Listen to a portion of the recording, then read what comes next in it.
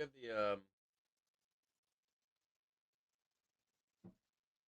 the throat lozenges?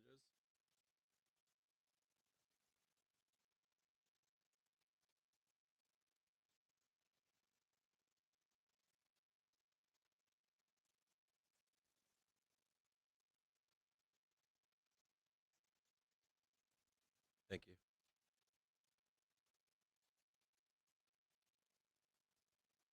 I like that it's ice.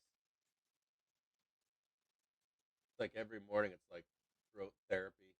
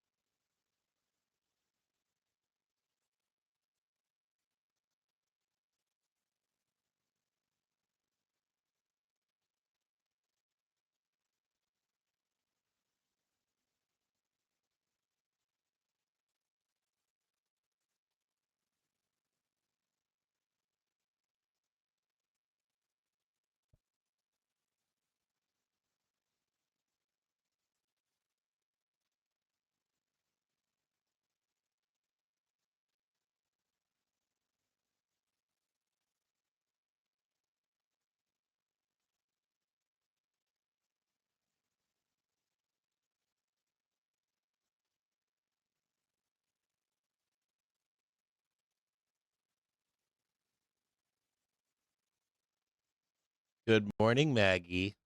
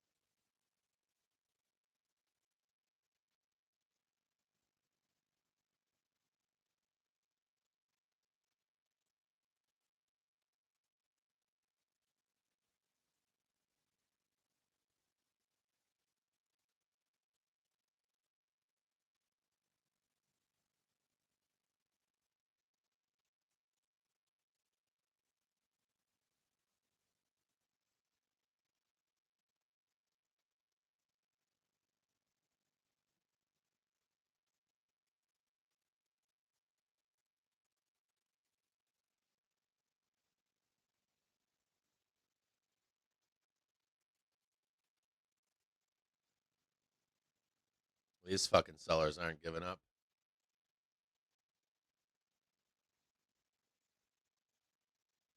It's like revenge sell fucking Dixie Eve. Thanks for the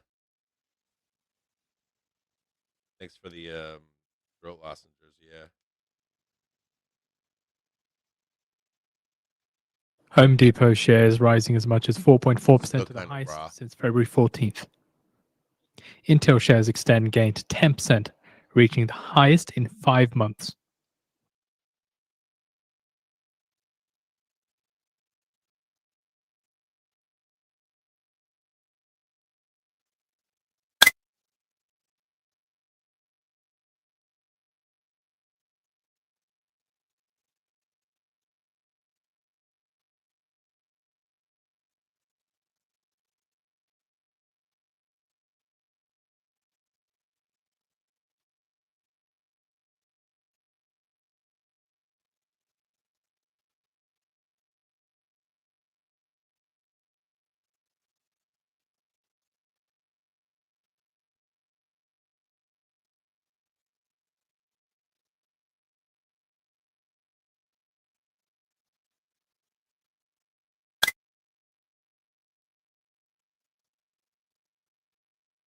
Meeting between NATO military leaders on Ukraine is expected to take place on Wednesday, according to a NATO official.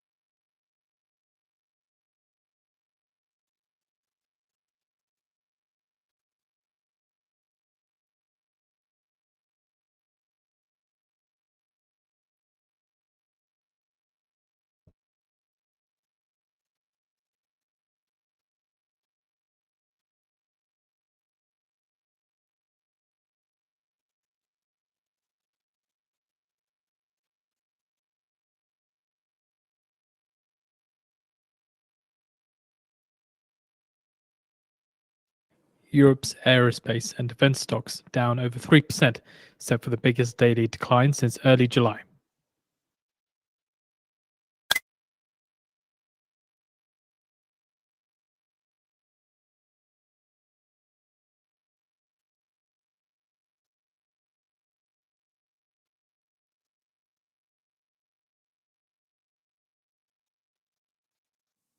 Hello, everybody. This is Donald J. Trump. Yeah, it's really me. And I'm going to do a little advert for Financial Juice. You're behind the markets. If you're a real day trader, go real time at financialjuice.com/purchase and save 67% on a subscription. Can you believe it? Instead of a 67% tariff, you get a discount. It's huge. Very, very big. Very big. It was as big as my hands. Huge. Well, not as big as my hands. My hands are bigger. What are you waiting for? Come on, do it.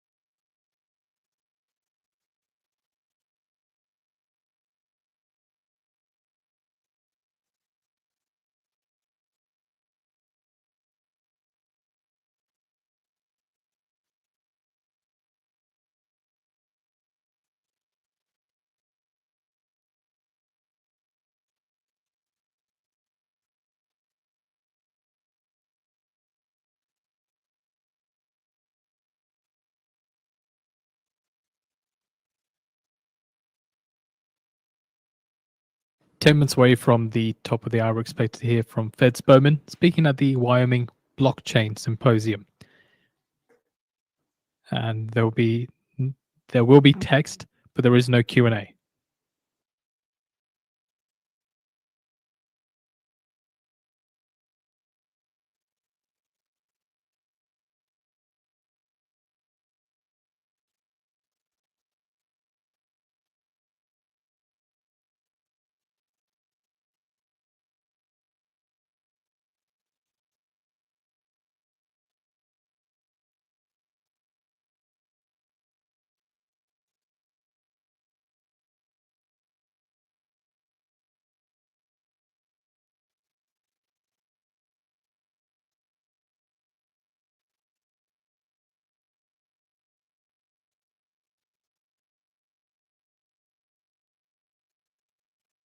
So, reminder with Feds Bowman speaking on Bloomberg TV.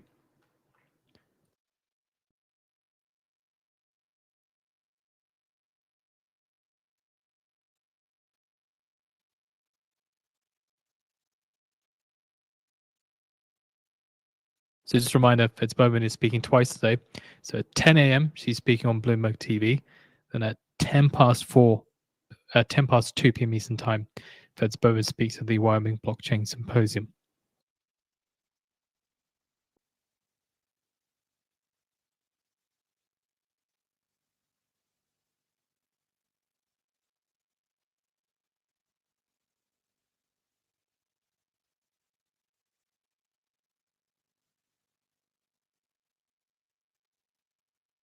We have posted out the video for you to watch Bowman speaking at the top of the hour on the feed.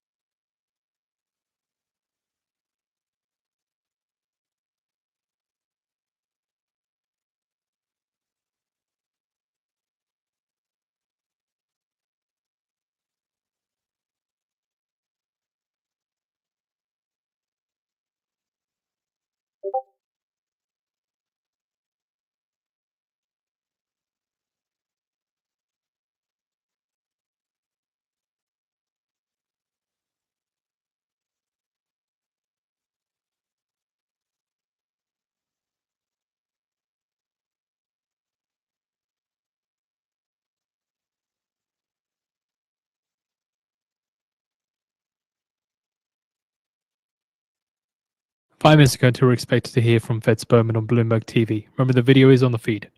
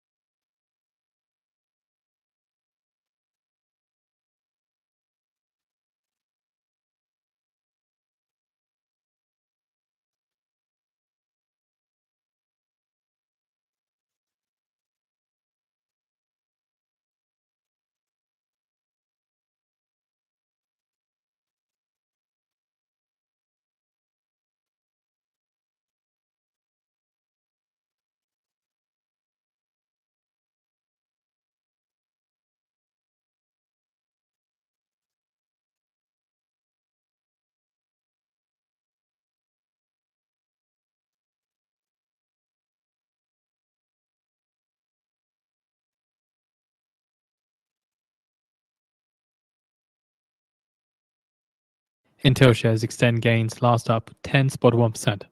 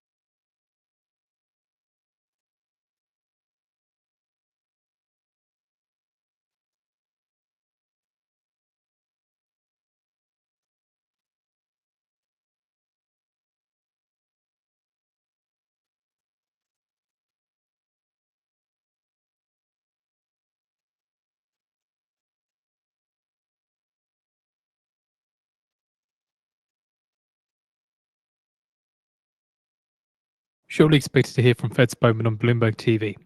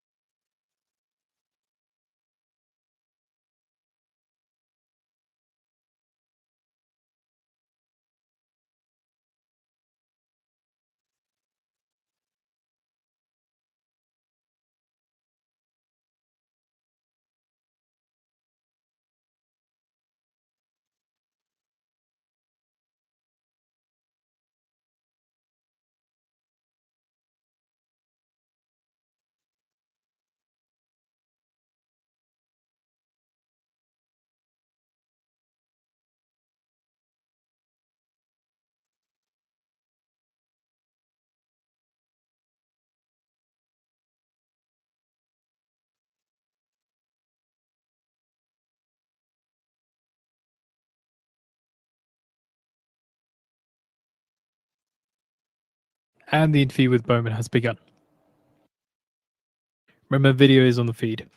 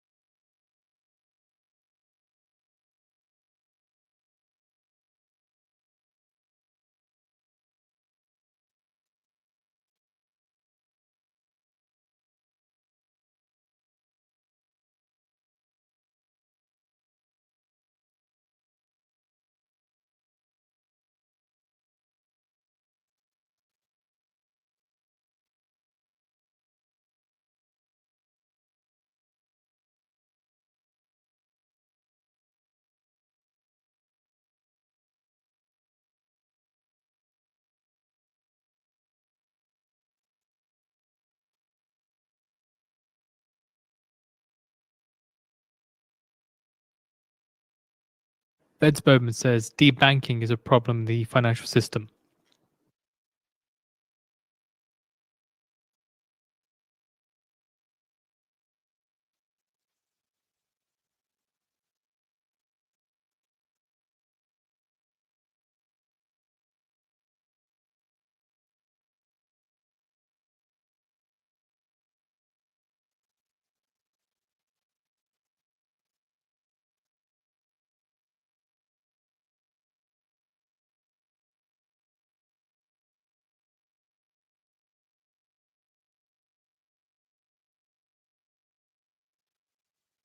Well, it's me again. It's Donald J. Frickin' Trump, okay?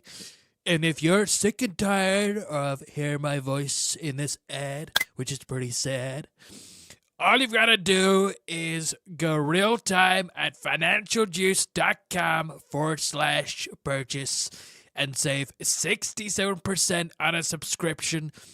Beautiful, big, huge discount. So what are you waiting for? Come on, do it.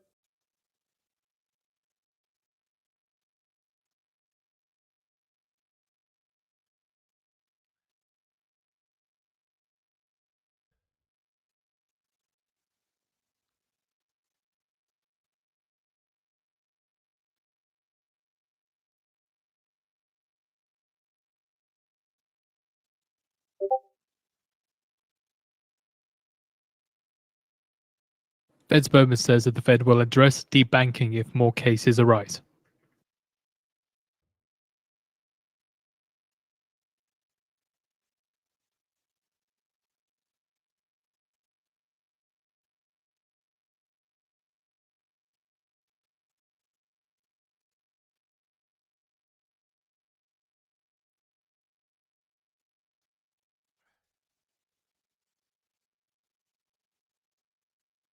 Ugh. Dude, what?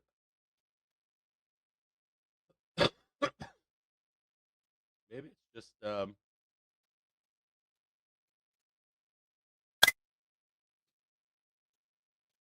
this is why we're squeezing right here, by the way. Tight.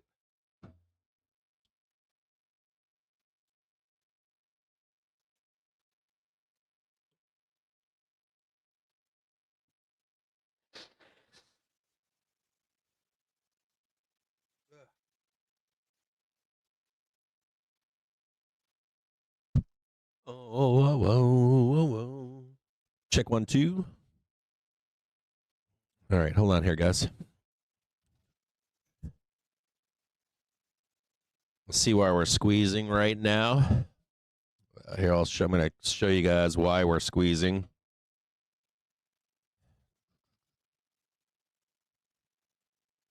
What we got going on here? All right. So let's take a look at something really quick here.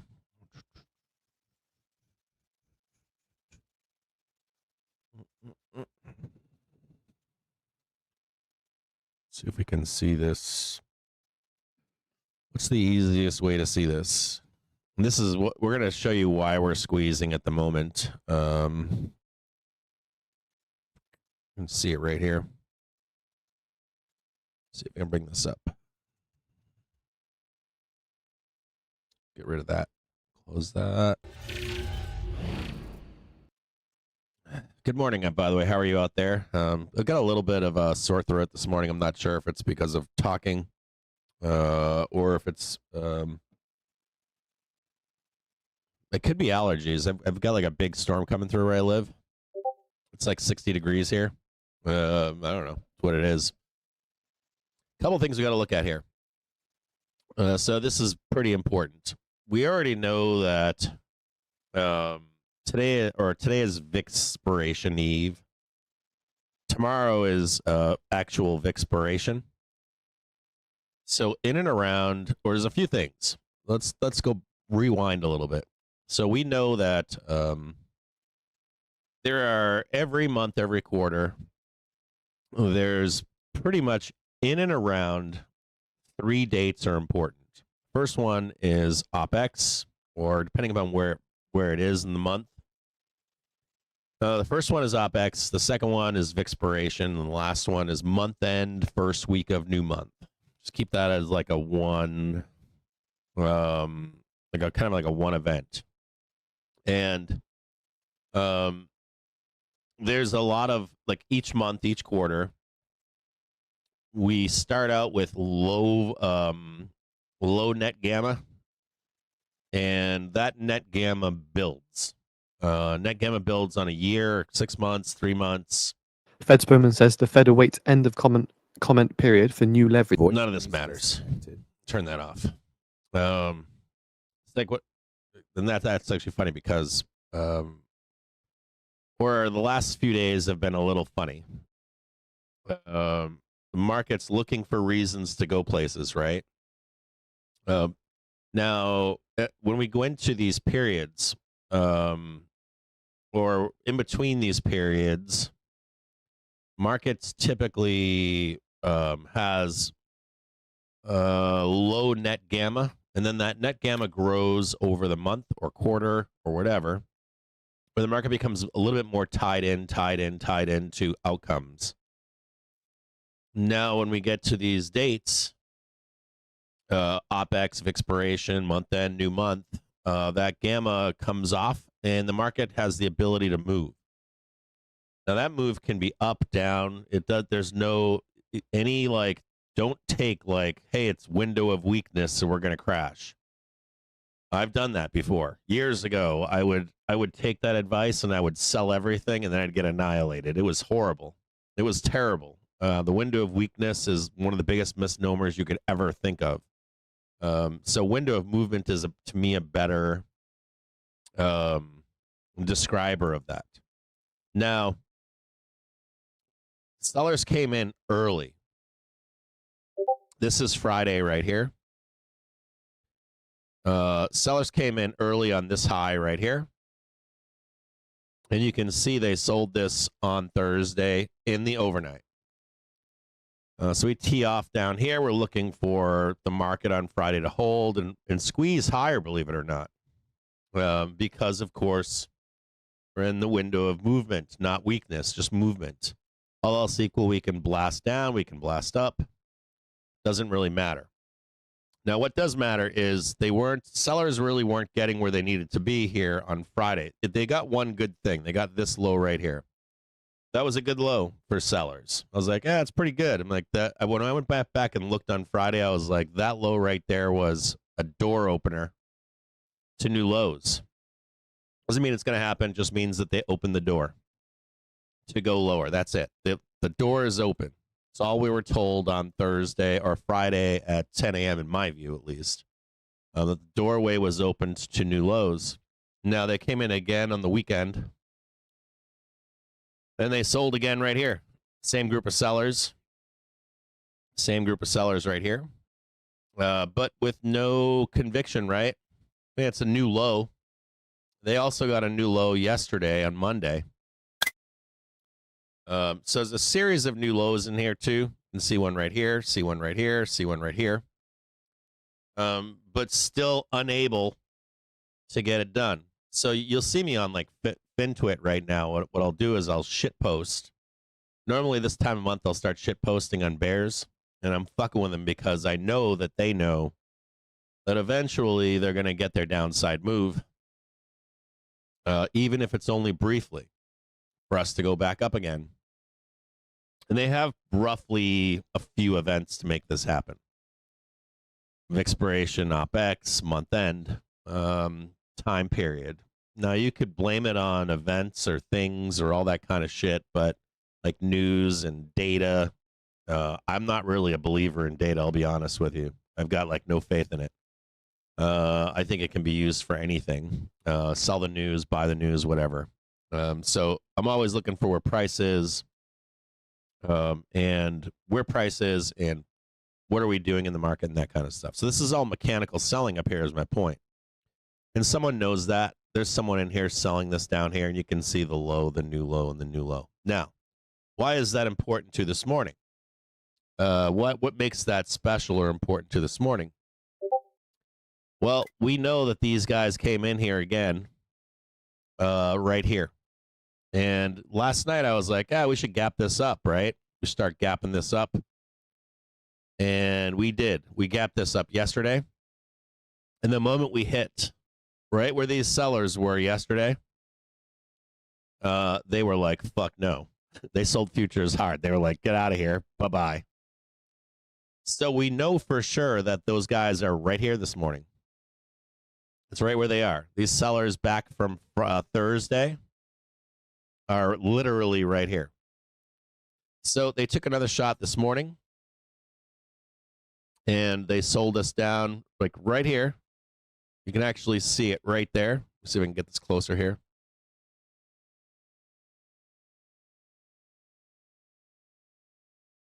So these guys were, hold on here. These guys were right here, and they were right there, and they came back in again right here, and right on the opening bell, they're right here. So they sold it again. And that is the best that they did. They got a new low in the day.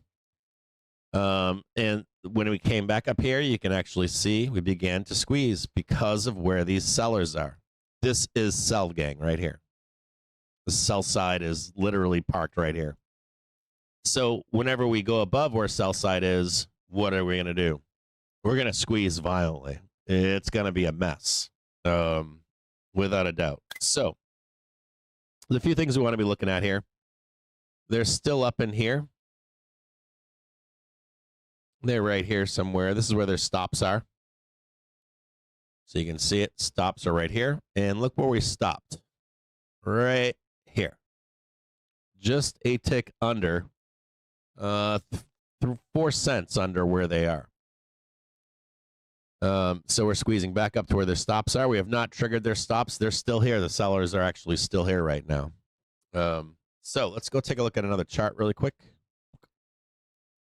And we're going to look at this on an hourly basis. Don't be fooled here, by the way. The sellers are still here right now. They're angry as fuck. So a couple things you need to know here. These known sellers right here, if we run over these sellers, we're going to squeeze big, in a big, big, big way. We'll trade 645 and we will trade 648. And we will make a new high. And there's a few things I just want to say here. One, there are some really cheap hedges right now. There are 12 cent, 10 cent, 8 cent, 632 Ps for 1 day from now. So like Wednesday close and even Thursday close. You can add them onto any longs that you have as protection, anywhere from like 8 to 12 cents. You're trying to make a trade to make, less than that. I don't know what to say to you unless you're a scalper, I guess. But if you're like, I can't absorb 12 cents, 8 cents, something like that on a long position as a hedge, you're probably in the wrong trade as it is. So first thing I want to say to you is if they're able to break below, if they're able to break below this 641.41 right here, this dotted line, if at any point these sellers are able to get underneath right here, somewhere down in there, see any kind of like success, you can see that they did that right here. They sold this one. And if they get any success here and they start breaking this support, there's an invariable or an inevitable elevator to the downside. There is nothing, and I mean nothing, holding up from like here to here. There's nothing down there. So you got to look at this from this perspective of I'm long, and I'm going to put some protection on. So either you still have a hedge on into November, or you're going to add some 0-day puts, or like 1-day, 2-day puts or something. If we're going to go higher, you're not going to care. We're going to trade 648. You're going to be happy. If we blast down today, tomorrow, next day, you're going to be even happier. You know, $1,000 in puts, $800 in puts. That'll be like a $12 to $25 to $30,000 trade. I kid you not. So just consider that's right where we are, and that they are trying to sell us down there due to Vixperation. You're going to get these automatic sellers, and I want to show you this really quick. Just on a 1-minute basis, you can already see that they're coming in to do it again. This is selling right here. This is not buying, and this is squeezing right here. Just so you can identify it, that's not buyers. That's just squeezing. These are sellers that are caught right now. Remember that I said to you that we still have not. Hold on, just make sure I got this right. 644.15. Right here's where their stops are.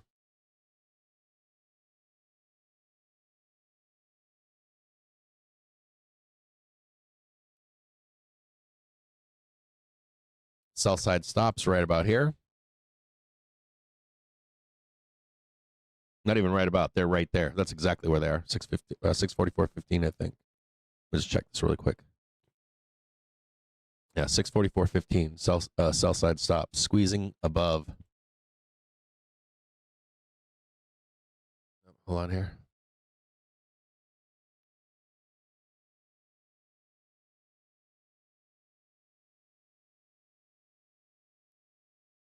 Literally.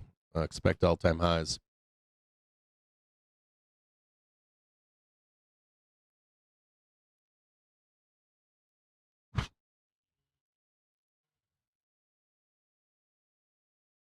But they're still wanting to sell this. They're trying to sell this right now.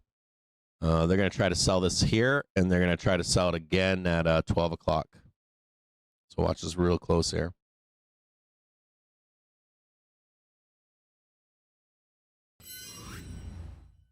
Now, we got to talk about this Vixperation and end-of-month mechanics and all that kind of stuff. I think we talked about it last week, but I know that we all have 20/20 hindsight trading and vision and remembering all that kind of stuff.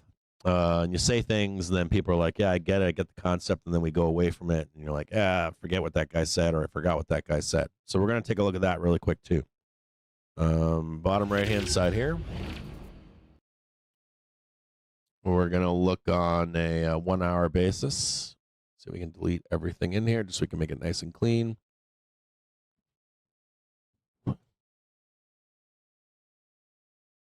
Yes. Okay. Can we do this on a 1-hour? I'm not going to bring all of these up for you, but I do want to, more importantly here, just on a 4-hour maybe. There we go. On your own time, you can go back. I've spent too much time doing this, too many times. But on your own, you can do this. So don't quote me on some of that. Hold on a second here. Just got to check a position here. Hold on.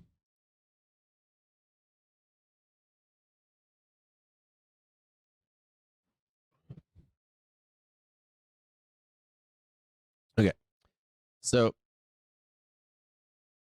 I want you on your own. I'm not gonna. I guess I can do it right. I can do it right now, but on your own, I really want you to snap a line around this downtrend, and I want you to think about February 18th, 14th, somewhere in here. This was the February OPEX Vixperation time period right here. You can see we had this uptrend going here. Had this nice little uptrend going here, whatever this was here. And it's important that when we come into these OPEX Vixperation periods that we back check trend. It's really all you need to know. It's that simple. Without fail. We don't always break below it convincingly, but we do check it. Okay? Hang tighter, guys.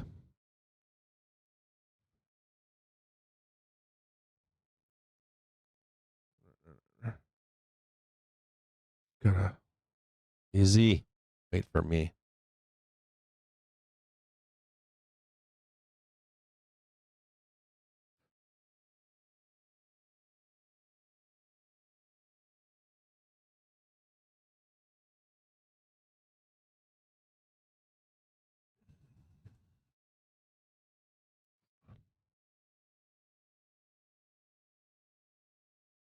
All right, there we go. So the important part of this is that we check. Now this is an uptrend, right? And in this window of weakness or window of movement, you'll see trend get checked in that time period. Can be Vixperation, can be OPEX, can be month end, which can be the first of the month, somewhere in there. So you expect volatility as we enter these events. And you're also watching closely while we check that trend to see if we do break it and create a new trend. Okay, in this case, we did. Now, you'll also see that we make attempts when we have a new trend. You'll see attempts to break out into another new trend, let's say going up. Now, there's a key point here. If you're going to break trend, you need to break trend and convincingly so the backtest. And that's what I like to see. I like to see like trend broken, and then I like to see a nice clean backtest. And I really like to see a scape, like a scape in price in that time period, like convincingly. We were not able to do that here. So we stayed on trend to the downside. And you'll notice that we'll do this operation every month, every quarter, to change this major trend, major trend, major trend, major trend, major trend, right? And you'll see these big changes. Now, right where we are over here, let's use our crayons. Let's do just some regular old-fashioned crayon drawing here. We don't need to get too tricked out. Let's look for some major lows down here. That's roughly trend. You could also consider this one maybe major trend here. Could raise that up a little bit. Make it a little bit cleaner. Easy. Straightforward. Regular old trading. You know, it's nothing special. Kind of what we started on, right? We got this one right here. Nice and clean, right? Not so bad. We can look for trends within here, but this is major trend. If you're a bear or seller or whatever, there's two things you're looking for in here. As we enter into this period of OPEX, you know that a few things are going to happen, right? So we got OPEX here, I believe, 15th, Monday, Tuesday, and then on Wednesday you get Vixperation.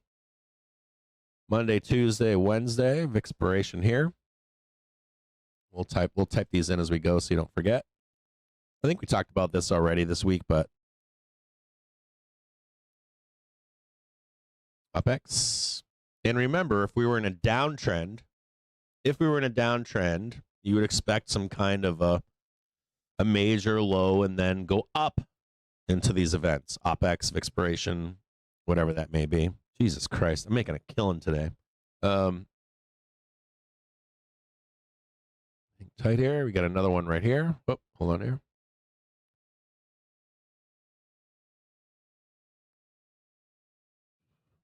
Vixperation.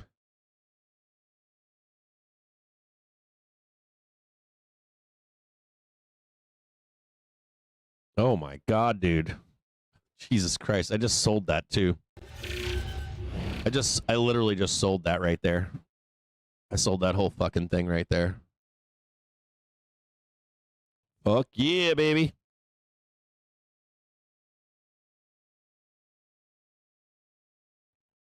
I just sold that whole down move. Dude, give me more money. What the fuck, man? Yeah, I teed off on this one. Took the money. I sold another one. I sold this one. I sold that one. And I just sold this one right here. I'm probably going to stay in this one. So I think I'm going to stay in this one. So Vixperation. Hold on here. Go back down here.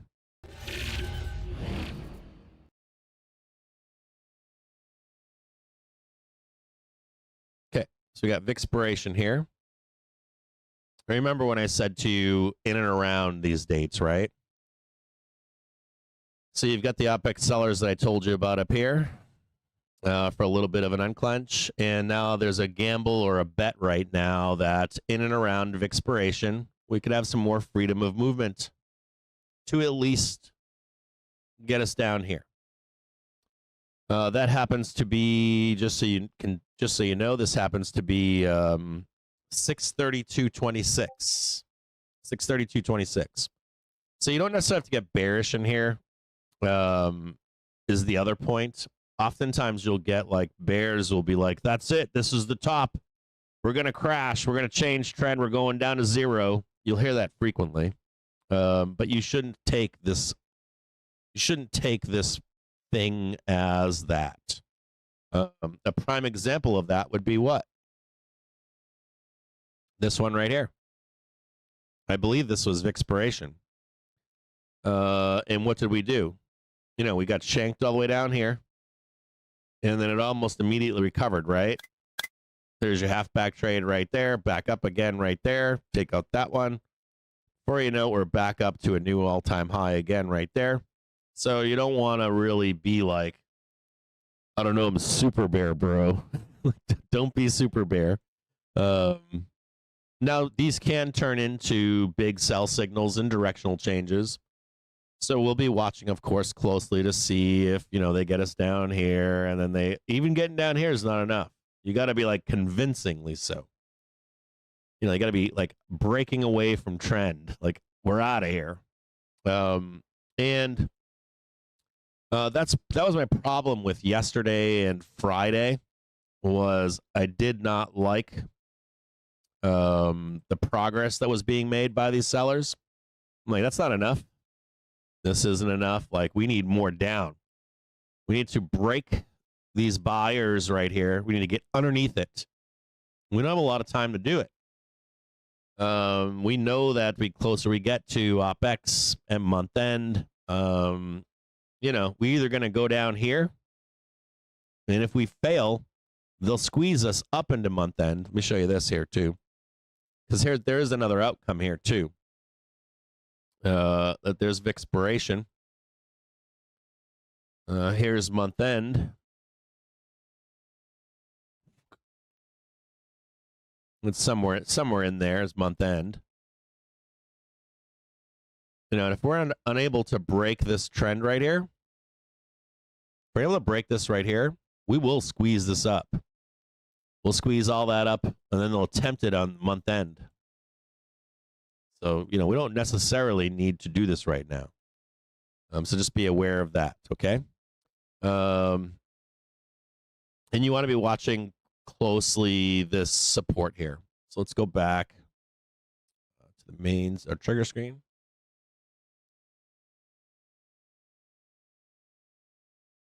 Just so you can see where this is right in here. Like if this holds, there's nothing saying we have to go down. They're going to try. They're going to hammer this. But there's nothing saying we have to go down. Now, there is one more problem here, or a fly in the ointment. And we're going to go back and look. Go to a 15-minute here. And I want to show you the one last fly in the ointment. The one last fly in the ointment here is whoever this guy is selling futures. Whoever this guy is that's selling futures. He was here again in the overnight. And he was again here. He was pissed here. He was raging pissed here, which I expected. I was like, if we get up here, start squeezing, we can take all their lunch money. Because this is all Squeezeville.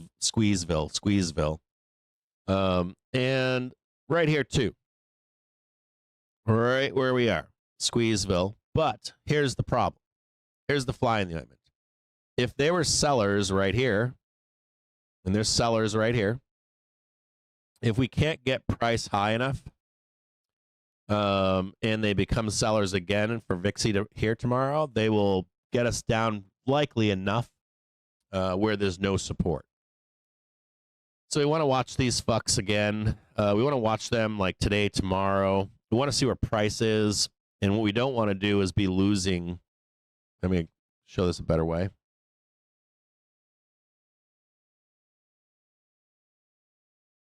Roughly right here. If we don't get it high enough today, we're just like dicking around in here. We're like floating around. All they got to do is come in just like they did right here and push us underneath. And they push us underneath here, and it's like straight elevator down. So I'm going to be watching this pretty closely. You can be, if you're in deep enough, you don't really care if your whole account rides on this stuff. You could step aside, and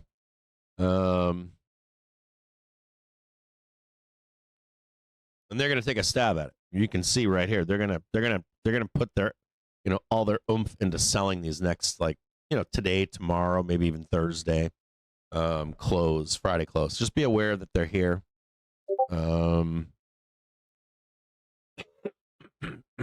Be aware that they're here, and they're taking a shot at it. They've been taking shots at it, but I'm like, they're not making any progress. They're ready to start squeeze them. We can still squeeze them right now. We squeezed them earlier this morning. So we'll just keep looking to squeeze them. And if we can get above where they are, in this window, next day or two, we'll take it high. If not, and they want to come in and blast us to the depths of hell, you either need to be hedged, or you need to be in some cheap puts on a long, or no longs. Close your longs. Put some cheap ass zero dates until they're done doing what they're doing right now. So just be aware that they're here, and they're taking the old. I'm thinking to myself, I'm like, here I am on Twitter, like fucking with them because I know they're there. I'm like, these fucking guys. I'm like, I'm gonna go on Twitter and break their dicks all night long. You know what I mean? And I probably shouldn't be doing that, like testing the resolve of these sellers. They don't have many. Like, to be honest with you, we're in an uptrend.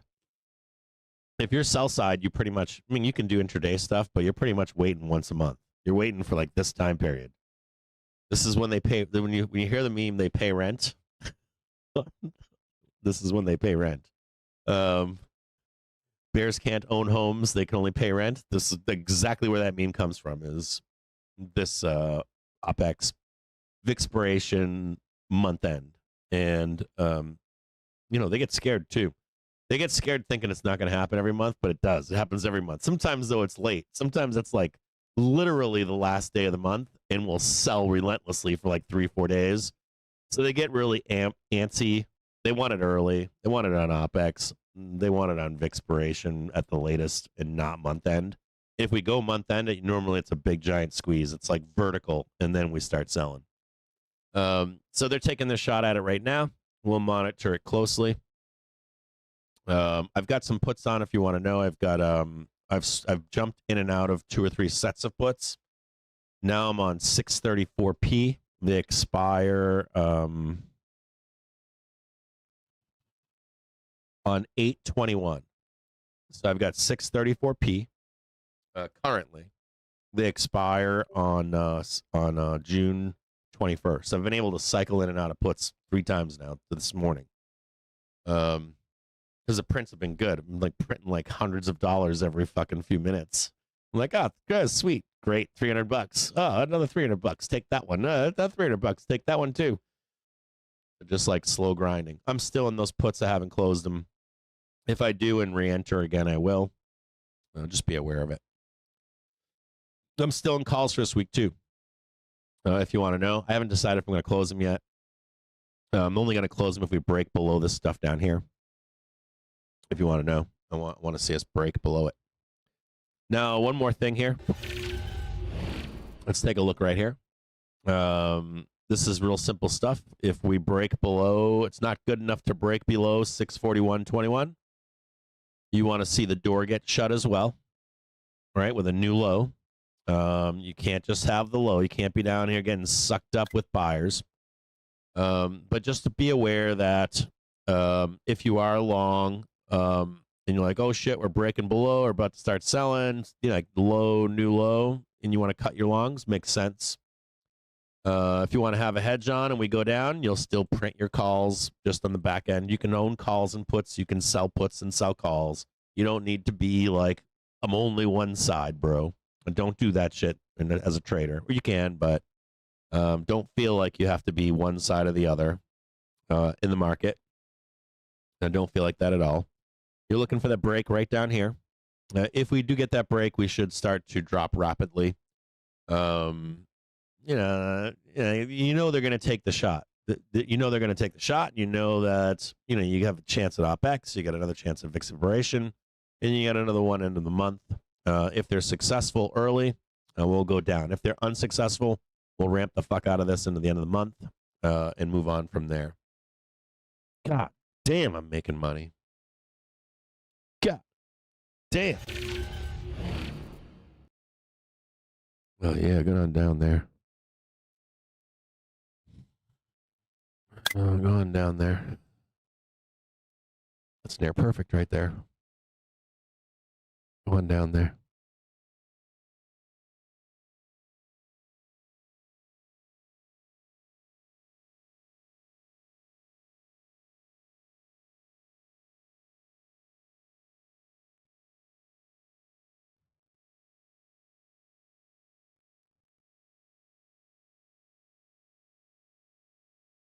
Hold on 1 second.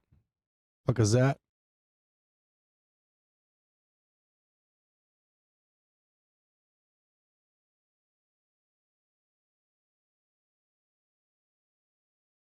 Hold on here.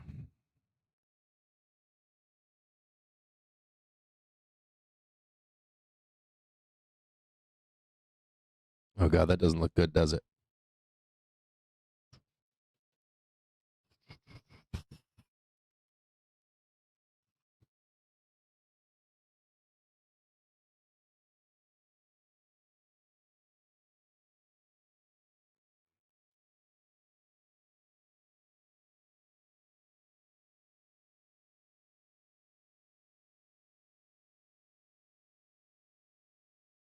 So what are we doing here?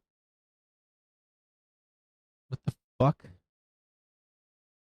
There we go. There we go. There we go. Sorry, I'm just checking my positioning here. Oh yeah, come on down. Yes. Yes, go on down there.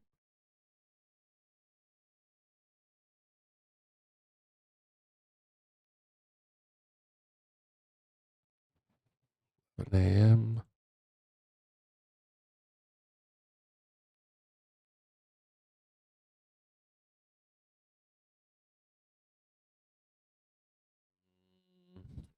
my puts say yes that the down move is in the room with us. I'm like, about to close them out though. Close them out right in here.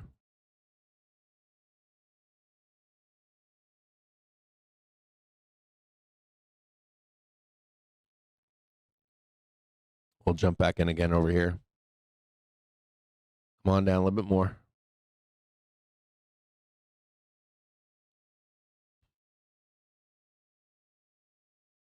Yeah, if you look at like trend change, we may or may not get one for this seasonal weakness. It's tough to call. I mean, there's one thing I will say, which is sentiment can change on a dime. I can't tell you how many times I've sat there and like sentiment's amazing, and then all of a sudden sentiment is fucking terrible. Like 2 days later, it's like world's ending. I'm like, dude, 2 days ago you're saying world was fine. Like, so like, we could stay on trend. We want to watch to see if we stay on trend. I'm gonna close here, by the way. Tight here. This is the only thing that bugs me. You see this right here? Like, look at this demand right here.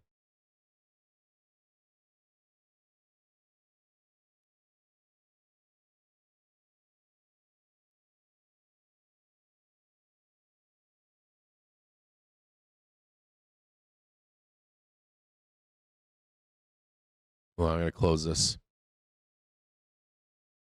Oh, fuck yeah, baby.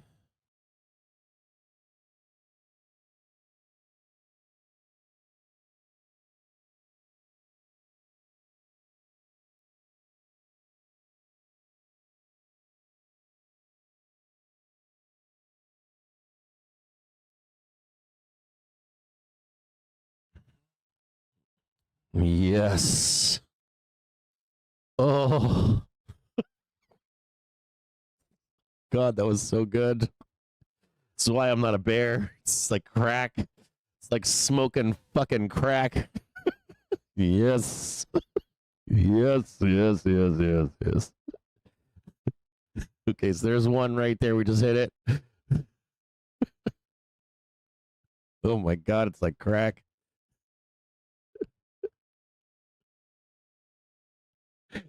It's so good.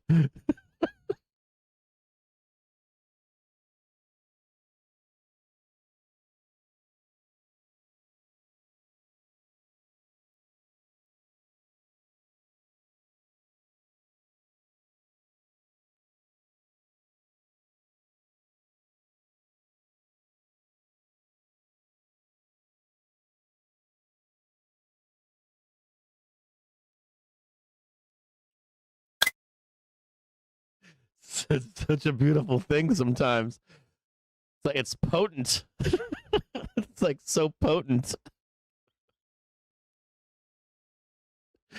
It's so fucking potent. And then it's so addictive. It's like, come on, jump back in and buy these puts really expensive right now. Like, no, dude, I just sold them really expensive. Just give me a minute. Jump back in a minute, dude. Hold on.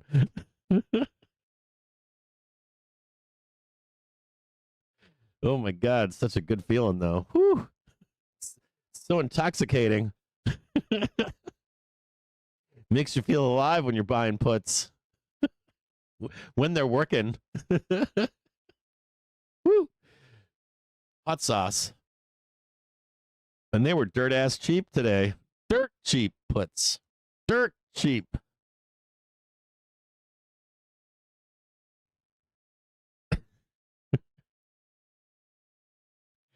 Come on now. Where are you going? Come on now. Oh, where are we over here? Hold on here. I'm trying to get back to position again. Okay, another 100. Give it a minute to cool off. I want to see it bounce for just a minute here. Just a cool bounce really quick. You got to take a little bit off here and you don't get too fucking crazy. Let's try that one right there.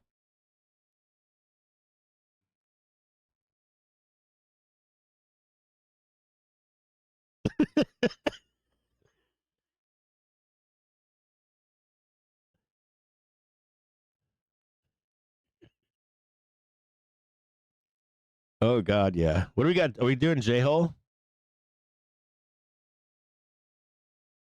Hey, which day is Vixperation? August 24? I gotta save that. Do you mind if I show that today? God, look at that. Dude.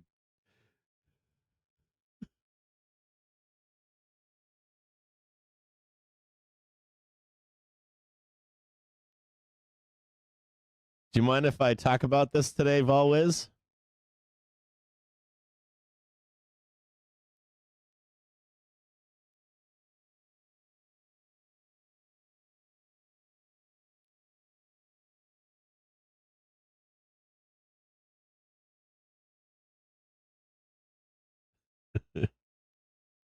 Hold on here. I'll show this on the No, not yet. Don't fucking keep going down. I'm not in puts right now.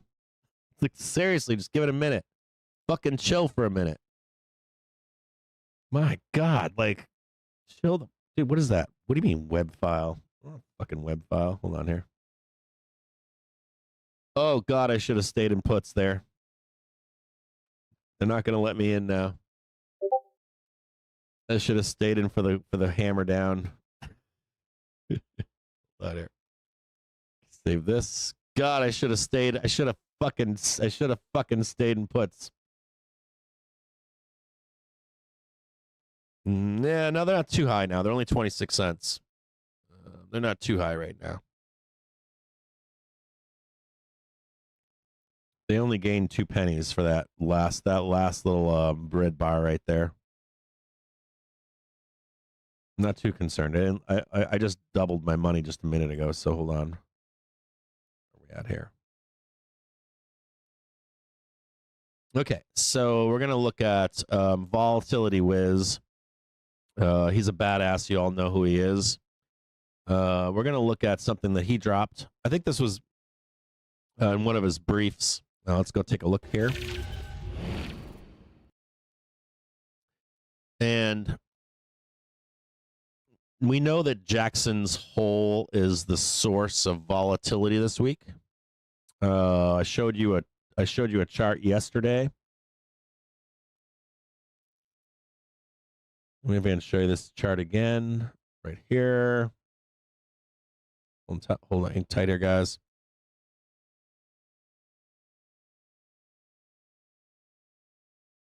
I'll post this in the. What is this? Hold on a second here, guys. I'm all over the place right now.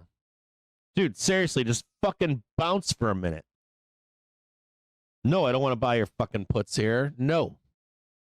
Sorry. Hang tight. I'm almost there. Okay.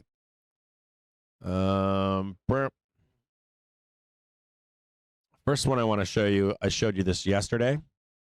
This is Jackson's Hole. At the money, volatility is expected to rise into Jackson's Hole. And they're also giving a little bit of like NVDA earnings. I'll post this in the Discord for you. NFP, CPI, FOMC day. And you can actually see volatility is cranking here too, right? So I'll post this for you. Now, this is the bear thesis, of course. Don't pay full attention to the bear thesis. Don't get too crazy with this kind of stuff. We already know about bear season. We know about volatility season. We know about all this stuff. So it's not like anyone doesn't know this stuff. It's not like this is breaking news to anyone out there. It shouldn't be breaking news to you. Now, let me just check this really quick.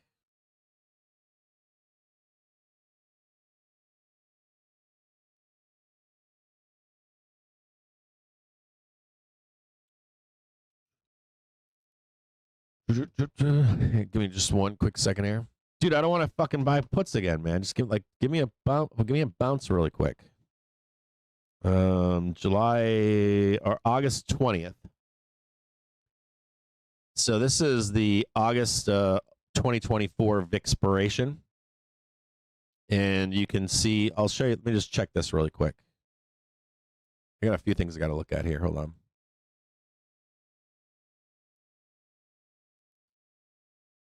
come on, just bounce for a minute. Give fucking 1 minute, will you?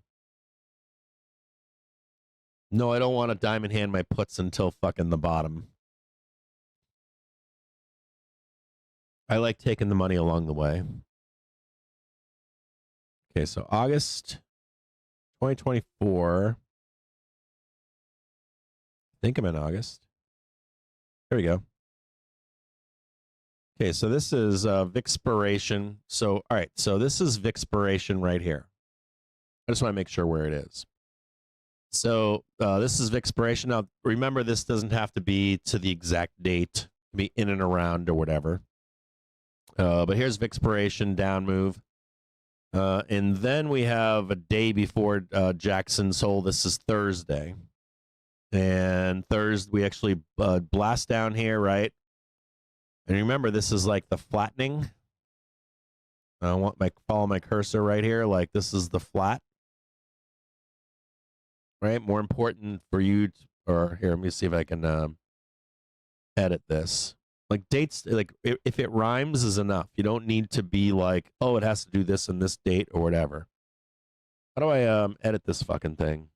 Anyways, follow my cursor. You see the flat right here? And you see the dump that happens just before? And then it triggers this sell side action, right? This is, I believe this is month end. And this is over here is the first week of September. We actually recovered in here, but we sold on Vixperation is more important. So just think about this Vixperation sell and think about it ending on the 5th or 6th. But then we ended up ramping. So let me just show you this here. And this is the VIX. This is the same time period right here. And I want you to think about where we are, right? Up, down, up, down, up, down. No follow through in Vixperation, right? And then all of a sudden, like on a high up here, they're just teeing off, right? They're eventually won. And you can tell where they are. Like, down, right? Sell it, down, sell it, down, sell it, right? Down, sell it, squeezing all up here. These sellers know that they own the market up here, right? And eventually they're correct, right? This is September 3rd. All the way blast down. And this is also, just check this here. 23rd, 26th. Right in here. Down move into Jackson's Hole, I believe. This is Labor Day. And then back down here. And then they got the print to the upside. Look at that monster print. Because we didn't change direction, right? So if we take some lessons from that.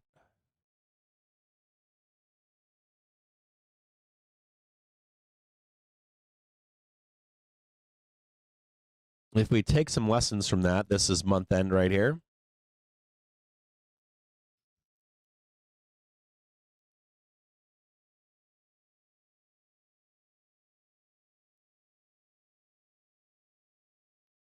I wouldn't necessarily say, hey, we're going to bloodbath down in here, we're going to blood all this, right? And then come back on the 5th and we're up and running.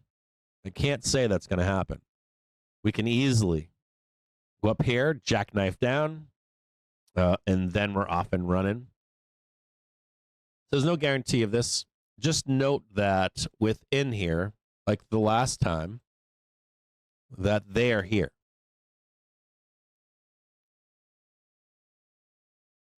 Note that every time, they're right here right now. So every time they go up here, they're going to try to sell us. Squeeze is above, of course. 644, 648. We can easily hit this prior high. 648 is definitely viable in here. If you look back on that same price action, same thing happened, right? Let's show it to you here. Shit. Should I just start getting puts now or no? I just want to show that back to you here. can.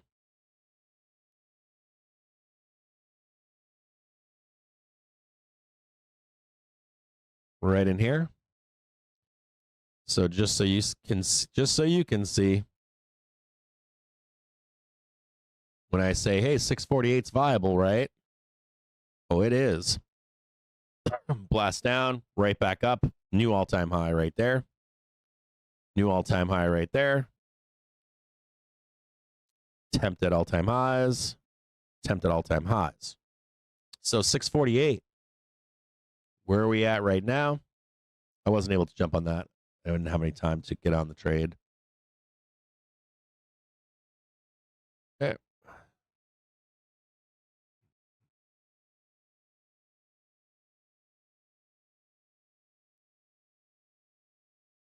Same thing applies here.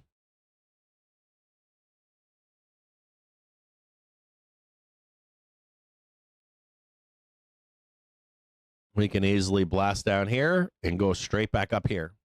Just like that. We can literally like bam, bam, bam, bam. And even follow off an end of month.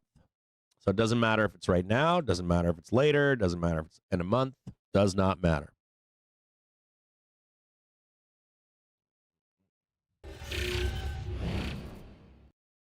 I wish I had been able to. I didn't get these puts. I wish I had. I didn't get any here. I don't have any time to get them.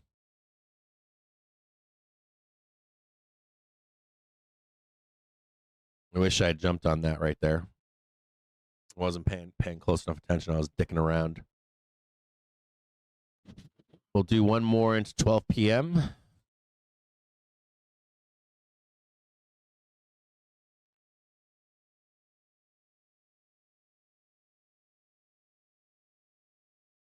We'll see. We're going to check in here at 12 to see if buyers show back up at 640.85.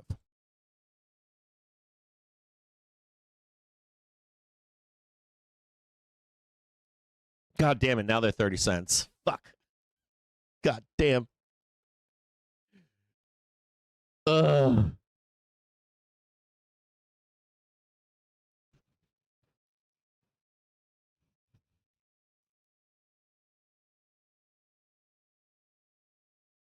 No. Show that. Target right there.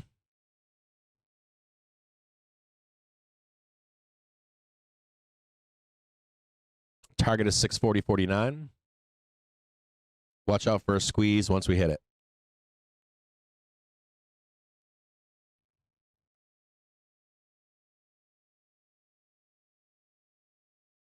We're here.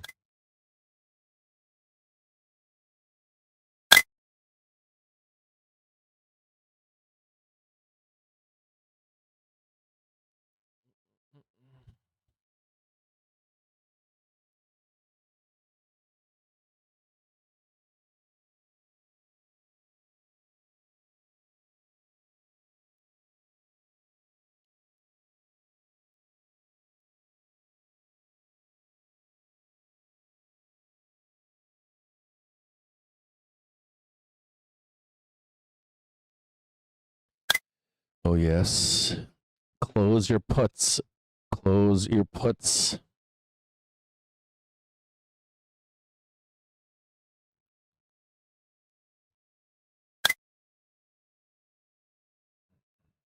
$0.39 on 632. 634 is trading 656 cents.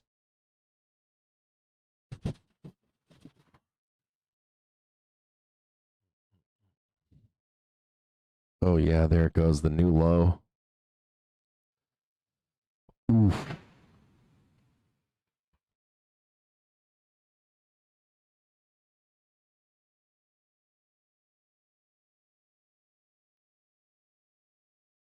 Close your puts. We go and squeeze. We can jump back in a minute here. Got another hour of selling left. Good job, good job, good job, good job.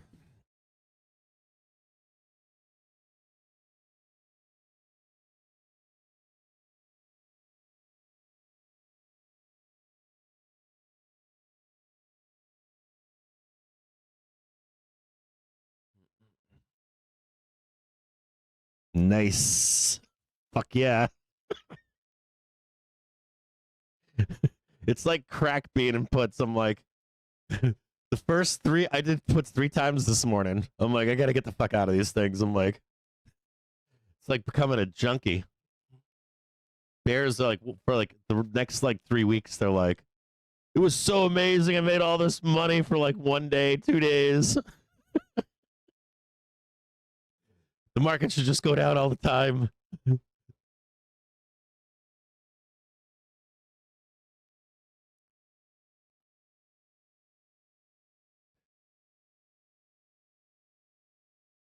like, they gotta sell this fucking open. I'm like, these bastards. Like right when it clued into me was like right on the close, yes, or not the close, like the exact close, but like we squeezed like boom, and they were like right there, ding. I was like, these fucks, they're right above us. I'm like, these fuckers are like right there, like mechanical selling. Fuck you. I'm like, the fuckers.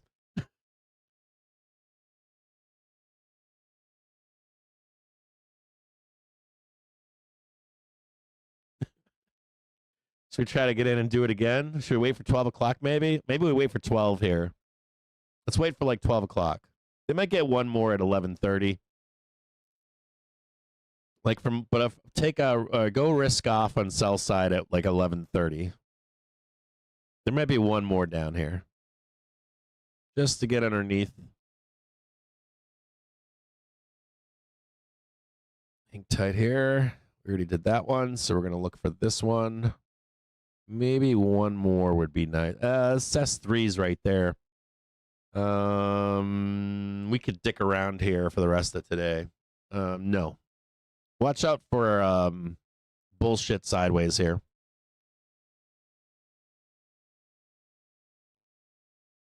Watch out for bullshit in here. This is I think this is going to be made to take your money, and then we'll try the next down move later today. Party time's over, boys. Morning trade is done. What up, got him? We told him to buy puts on the bell. Before the bell. We said put some hedge on. Get yourself some puts. Get yourself some cheap ass puts. I even showed him what to get. What up, got him? Good to see you, man. How you doing? Thanks for joining the Discord, bro.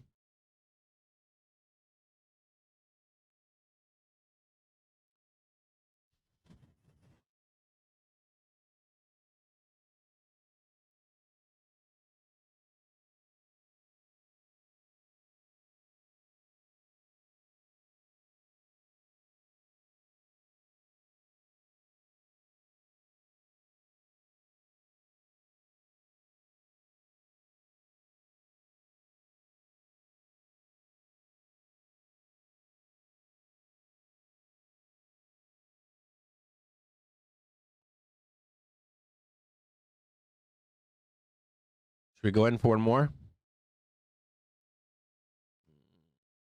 Is there like one more? Just take a look here. I'd rather go a little bit higher maybe before one more. Just check above here.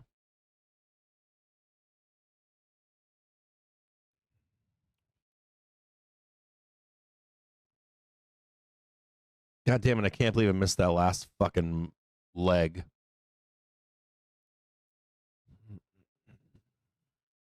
I know they're looking for at least trade this here. At least if I gotta be patient here because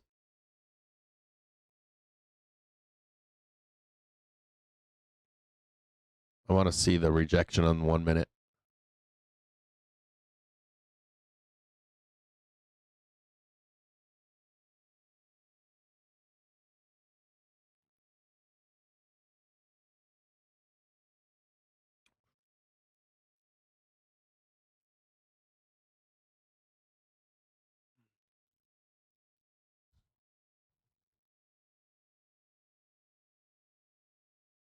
Good morning to everybody out there. How y'all doing?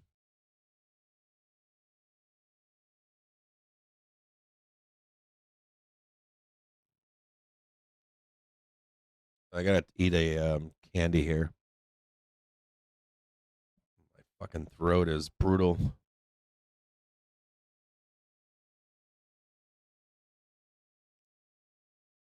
No puts there. Don't fuck around.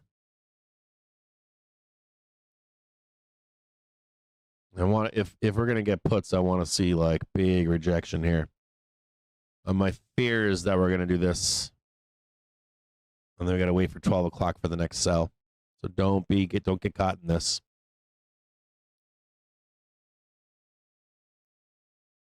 Nice chart, Volwiz. I like that, bro. I like that chart.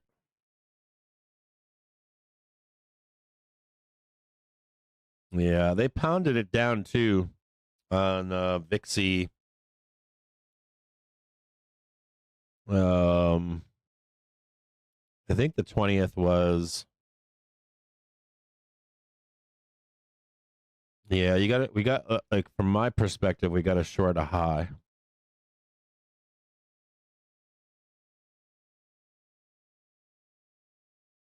We know where they are. They were right here. They were right here on open this morning. We knew they were there. So they're probably right here. They're somewhere in here. I mean, there's a bank of sellers here, but they're not strong. The real sellers are up here. They're actually higher than this. They're at 648.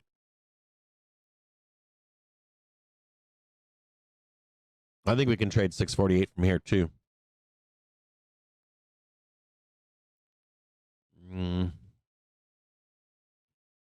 I think you want to be a seller from way higher.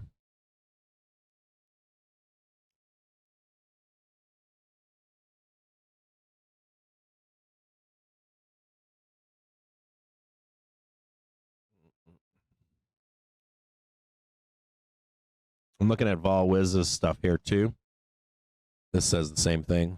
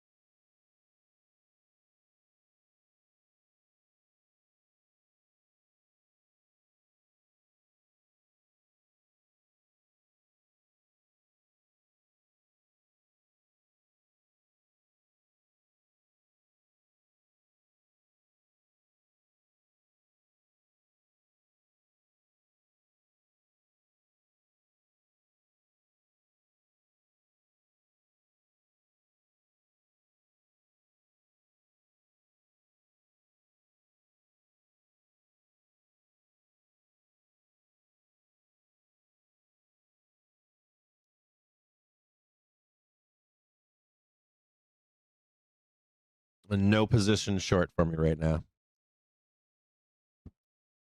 I'm looking at the Vol Wiz chart, and I'm like, dude, we hit all-time highs like 3 or 4 times. I'm like, in this whole process, so we're only going to be short and highs here.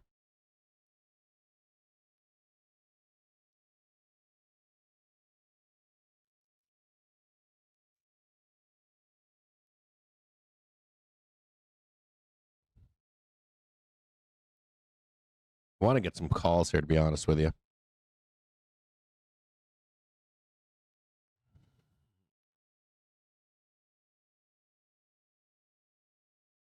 Be the like had some one. I got weeklies, but I gotta get. What are 2-date calls looking like?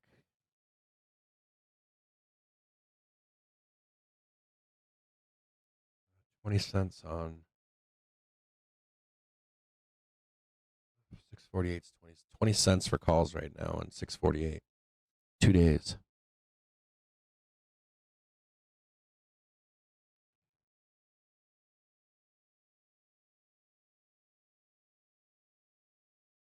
Just look at this again.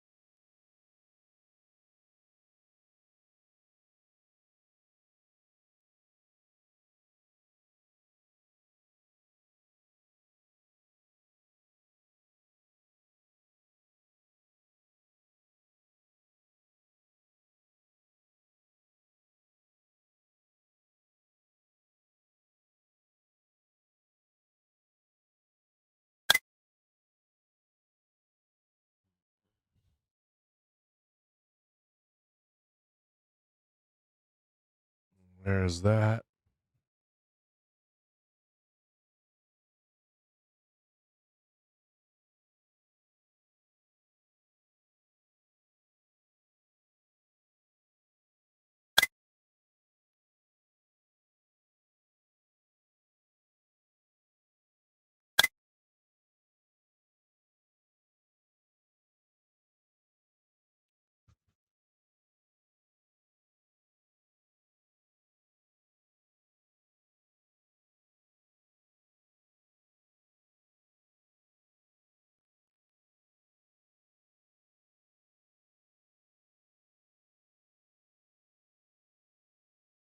No bear position for me.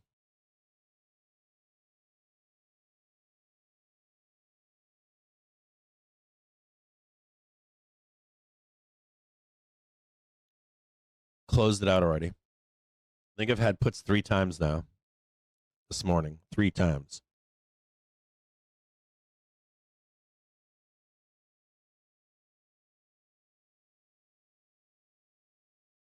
Oh yeah, baby. Baby, come back. If we traded the scene of the crime today, I'd be shocked. Or 648 like today or tomorrow. I'll be stoked. Baby, come back. Make me some money.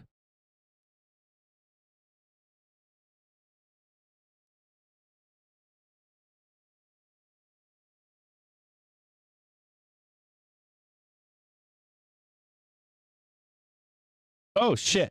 Sorry, Volwiz. Hold on, brother. God damn it. Hold on. I don't know what the fuck's wrong with my phone. Phone has not been ringing.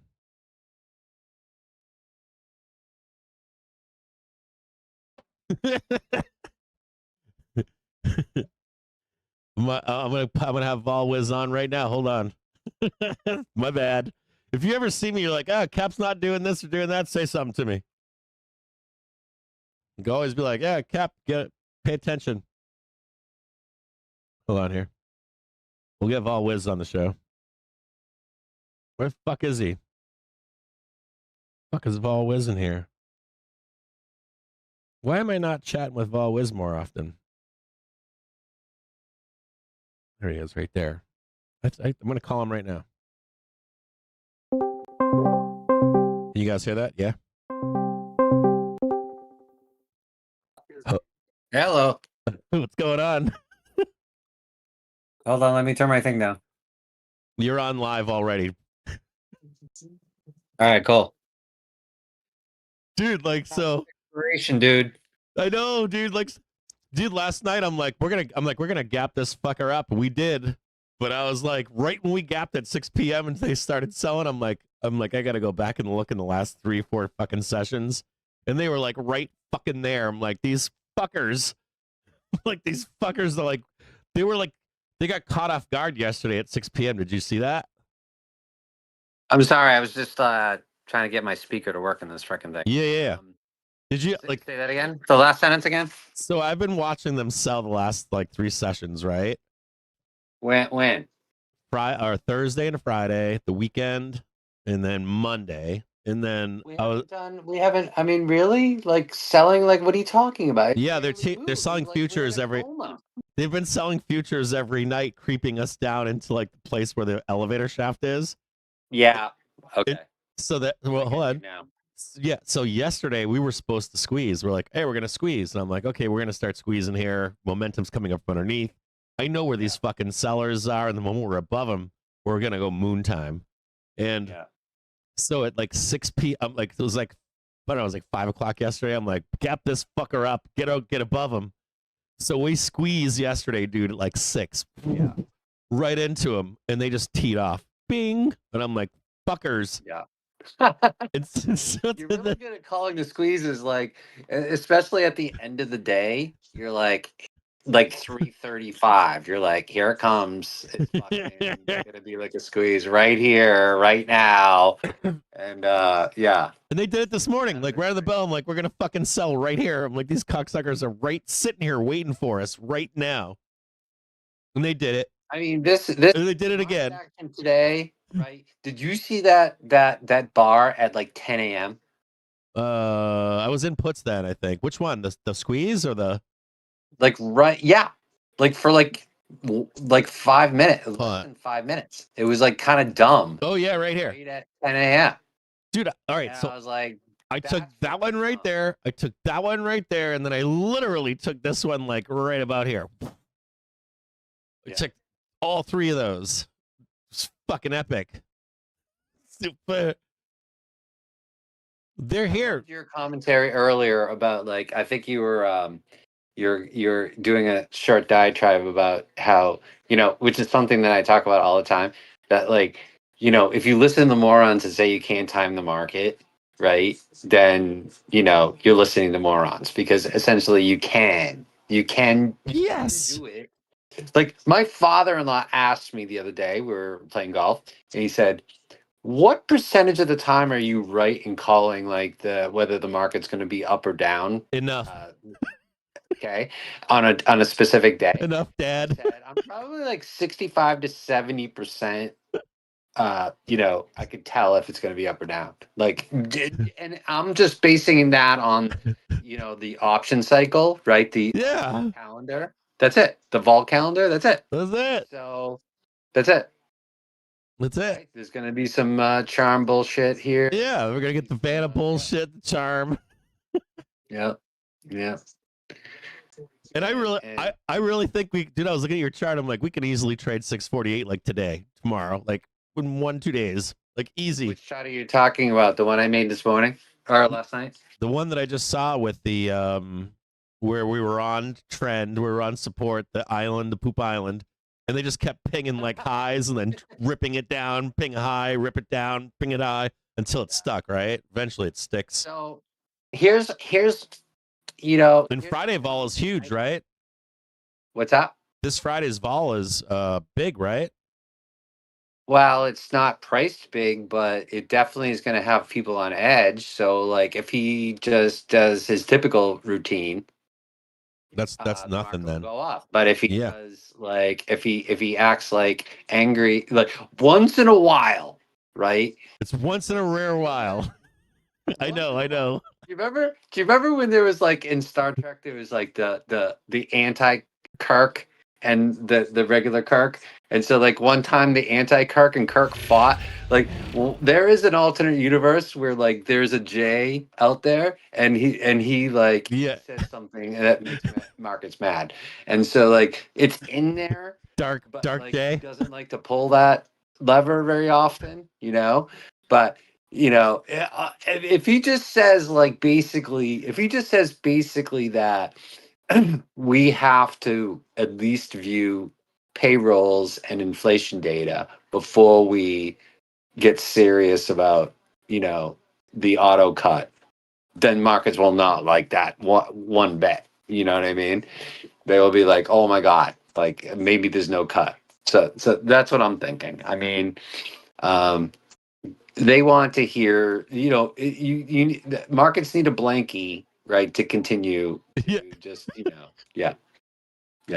Keep sucking its fucking its fucking binky. Yeah. I'm showing the at the money vol chart right now, and 3 days super. There's a little bit of a down move here, and then a big super ramp into Friday. Let's be real though, that's not like really that high. I mean, No, it isn't. I think if I'm looking at, let me just look at it real quick. Did you see the farther out It's too one? early. Let me post this in the Discord. Hold on.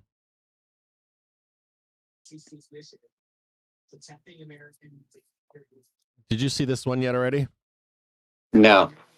Let me show you this one here. So this is after the hole.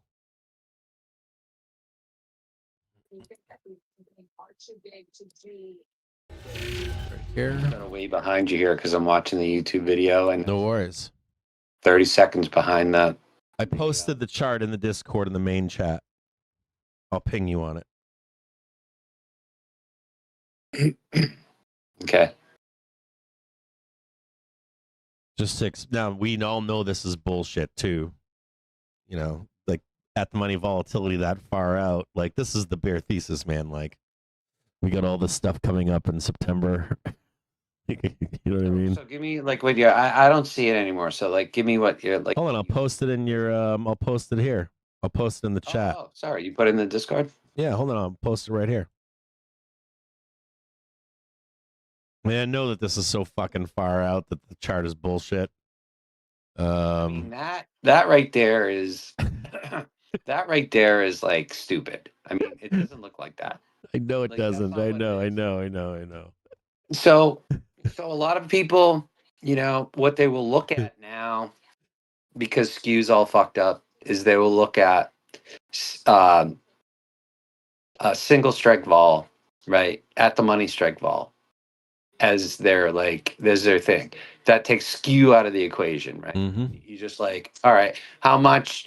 It's almost like just pricing a straddle all the time. It's just like, how much is it, expected to move?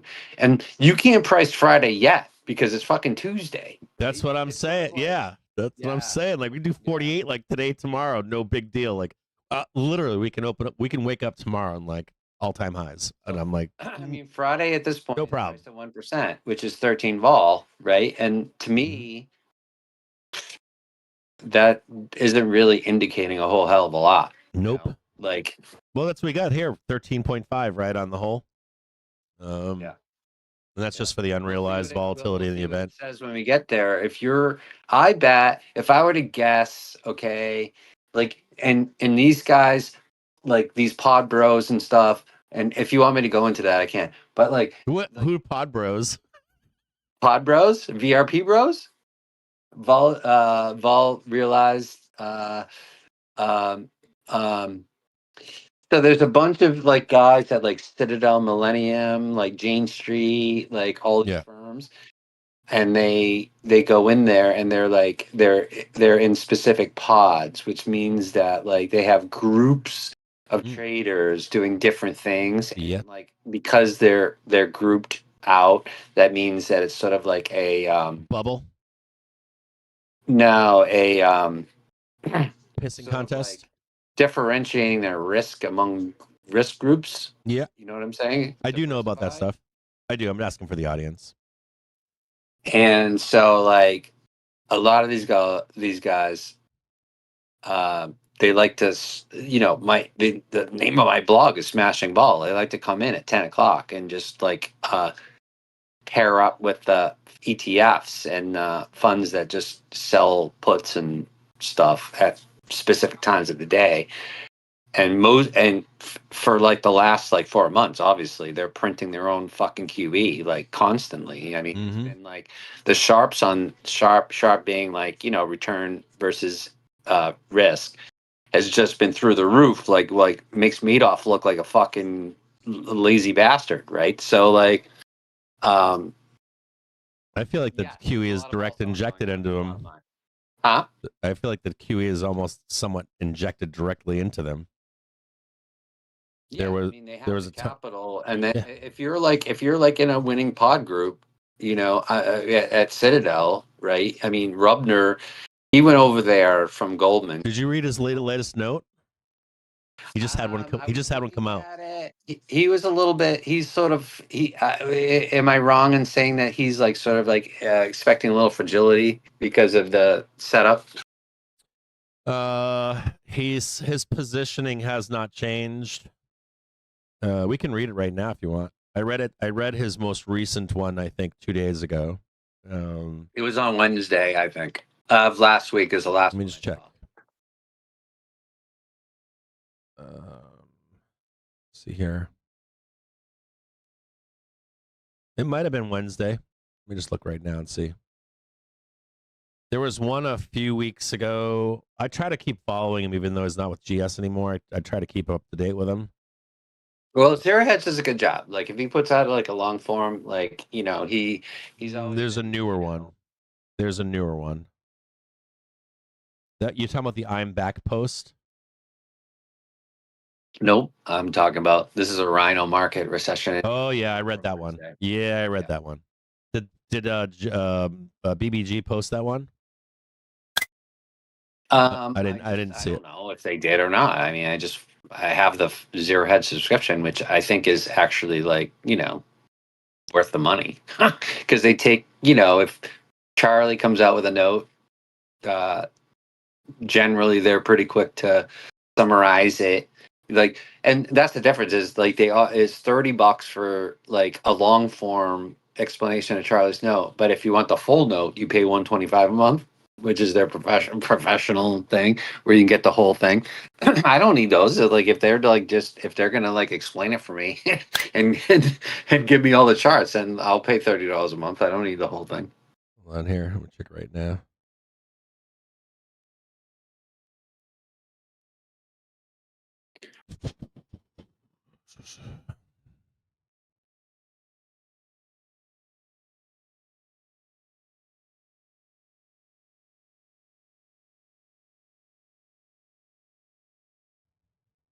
I'm just trying to read through it right now. Yeah, he's still bullish right now. There's no note on Zero Hedge this week from Scott Rubner that I could. Yeah, I couldn't find it. I did read that note though. The Rhino market. I did read that note. That was more. That was either Wednesday or something. Yeah, it was Wednesday. I'm surprised that you followed up with that too. I wonder if like very rare to see people like you and I do it. We're the only ones doing that shit, right? Well, I mean, when it comes down to it, they're like Charlie's celebrity quant, McElligott. I mean, I have to know what he's saying. And the fact that I have to, and the fact because it's almost like,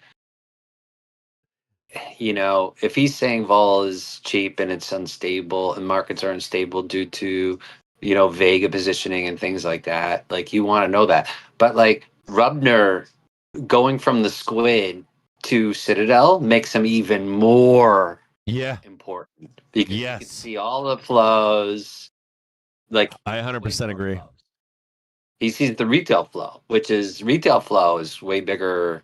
Mm-hmm. It's as big as it's ever been, right? I thought it was a step up from leaving GS to Citadel. Absolutely, I'm sure it was a giant, a giant an upgrade in home and Chopper. helicopter Well, I don't know about that. I to the mean, like, Hamptons. is he gonna move to Chicago? I doubt it. But like, if Ken wants to call me and offer me a job, Yeah. I'm probably gonna say yes. So, right? Yeah, fuck yeah. Fucking Yeah. right. I Those can guys see, hang out in like, Florida, learning though, about don't they? I don't think they hang out up there. I think they hang out in Florida, don't they? They don't hang out in fucking Hamptons, do they? Well, he moved. Yes, yes. So during COVID, I think he moved the entire thing down there and whatever. And he was like, yeah, which kind of sucks. I mean, like, would I like to live in Florida? Oh my God, it's soul suckingly depressing. But like, am I right or what? I mean, you go to the stoplight, okay?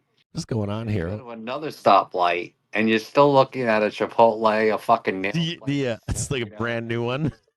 Oh God, torture. And it's hot, and I don't like heat. I mean, I like heat sometimes, but like I'm a guy who likes the seasons personally. I bet you're probably in this camp too. I'm a season guy. I like the Yeah. 4 seasons. I do. Even if they're like a mud season out west or a blowing wind season out west, I still like the 4 general seasons. Yeah, like it's not. I can't do Florida, man. I can visit, but that's it. I can't do it. I can't. You know what? I lived in LA, dude, and I fucking hated the seasons there. It was just it was like 70 degrees every day. I lived in Santa Monica, dude. It was bizarro. Like, I've been to Santa Monica, and well, I wouldn't live there. It's very kitschy, sort of like Disney-ish. mm-hmm. Like it used to be a slummy Yeah. area. Yeah. I moved there when it was shifting from slum to hipsterville. It was like right in the middle of hipsterville, and now you can't even afford to fucking live there. And my friends there say it's really bad. Like they're like, dude, it's so bad here. Santa Monica in particular, like that whole vicinity between like Venice and that I always say SMA, but or SMA Airlines, but or Santa Monica Airlines, but Yeah, if you haven't, so if your viewers haven't like flown over California or driven, the coastline of California, it's definitely something that you should do at least once because it's I understand why California is a great place to live. I kind of get yeah. it. But it's overrun with like libtards, right? So it's like, although the northern part of the state is very conservative, am I wrong? I mean, I never found LA to be like that. I always found more like San Fran to be like that. I never San found Fran out is LA was bizarre. San Fran is not, in my opinion, San Fran's not the place to live in California because it's fucking miserable. Like you watch baseball games in August and they're in sweatshirts, and that like when you go there the first time, you're like, why are there these sweatshirt carts everywhere? It's freaking August, and no, for real. I know. It's miserable. Like, why would I want to live in a place that's like, okay, has the temperature of London but no sun? You know what I mean? I might as well just go over there. So I can't do Yeah. San Fran. I can only do it for like 3 days, and it's like, get me the fuck out of here.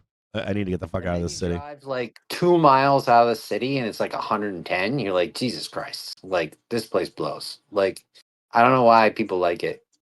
I'm out on San Fran. There are plenty of other places to live in California where you don't have to deal with San Fran weather. Mm. For real. It's the combination of the slopes, right, and the general weather pattern that makes it like basically just because like in October you might get a nice month. Like that doesn't make it for me. Like I'm sorry, I'm out. I'm out on San Fran. I can't do like San Fran, Portland, Seattle. I can't go that deep left. I'm left, but I can't do the. So Washington State, I just went there for a while. They have crazy right hand. Washington has some crazy right too. It does. Like it's a very divided state when it comes to their so and batshit I crazy. like Seattle. I like Seattle a lot. I think it's pretty No offense to you if you're from Washington, but I know that I've been to Washington. I've been to Washington and Oregon. There's stark like. Well, Oregon, I wouldn't put Oregon and Washington in the same boat. I think that's unfair to Washington. Ooh, really? Yeah. You're giving the clout to Seattle. Seattle would feel the same way. They hate each other. They friendly hate each other. Oregon is so left that it's embarrassing to Washington. It's that far left. I can't do like the like shut the schools down thing with colleges and burn down the professors, and like these are like hardcore liberal professors that are being or were at one point being you know, like I watched this one guy talk once where he was like talking about can't go too far crazy, and if you like take there's like the idea of like how do you I don't want to say it without pissing too many people off, but like the idea of you know what I mean, like well, because you're gonna like you're gonna piss off everybody, right? Because everybody's got like online, everybody's got super hard left, super hard right thoughts.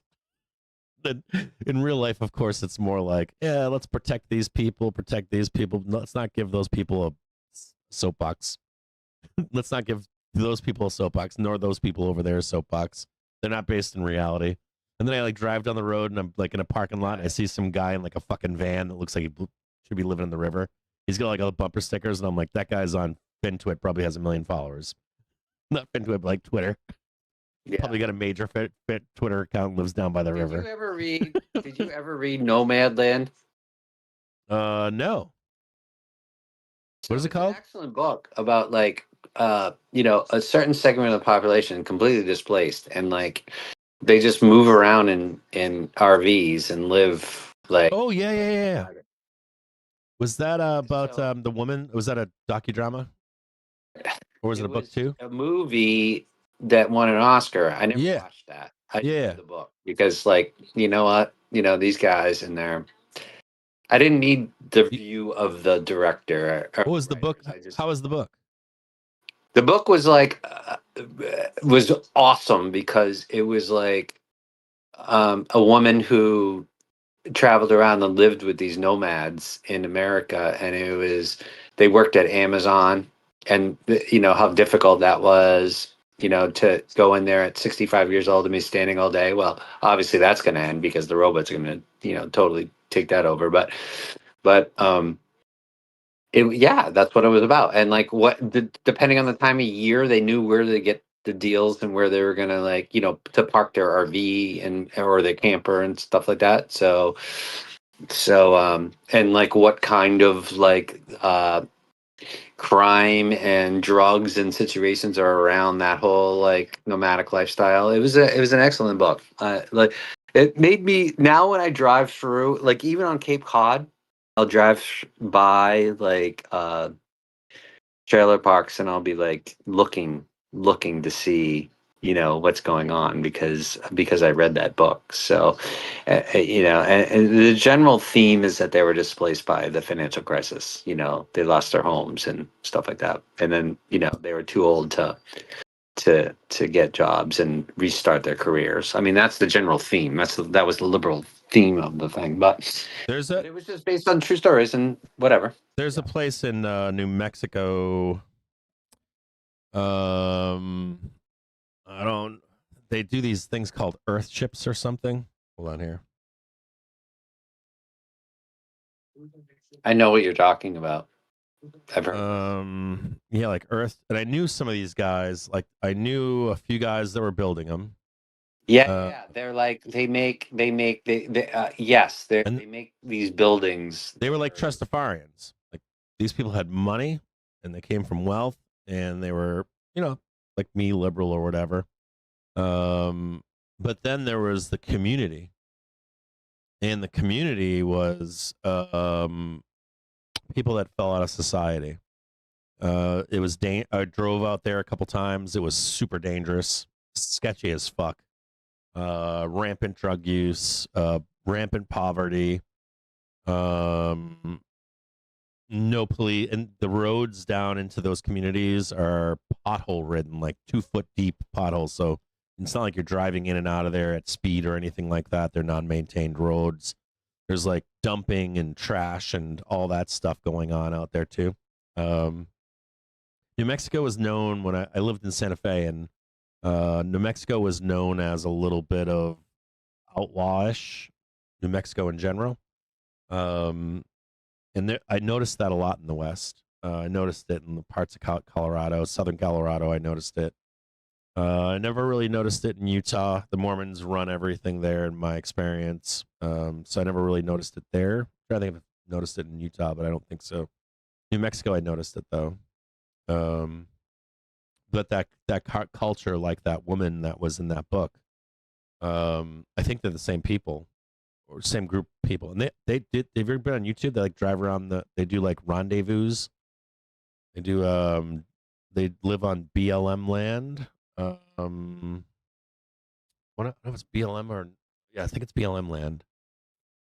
And they like travel like caravans from state to state. Did they do that in the book? What does that mean, BLM?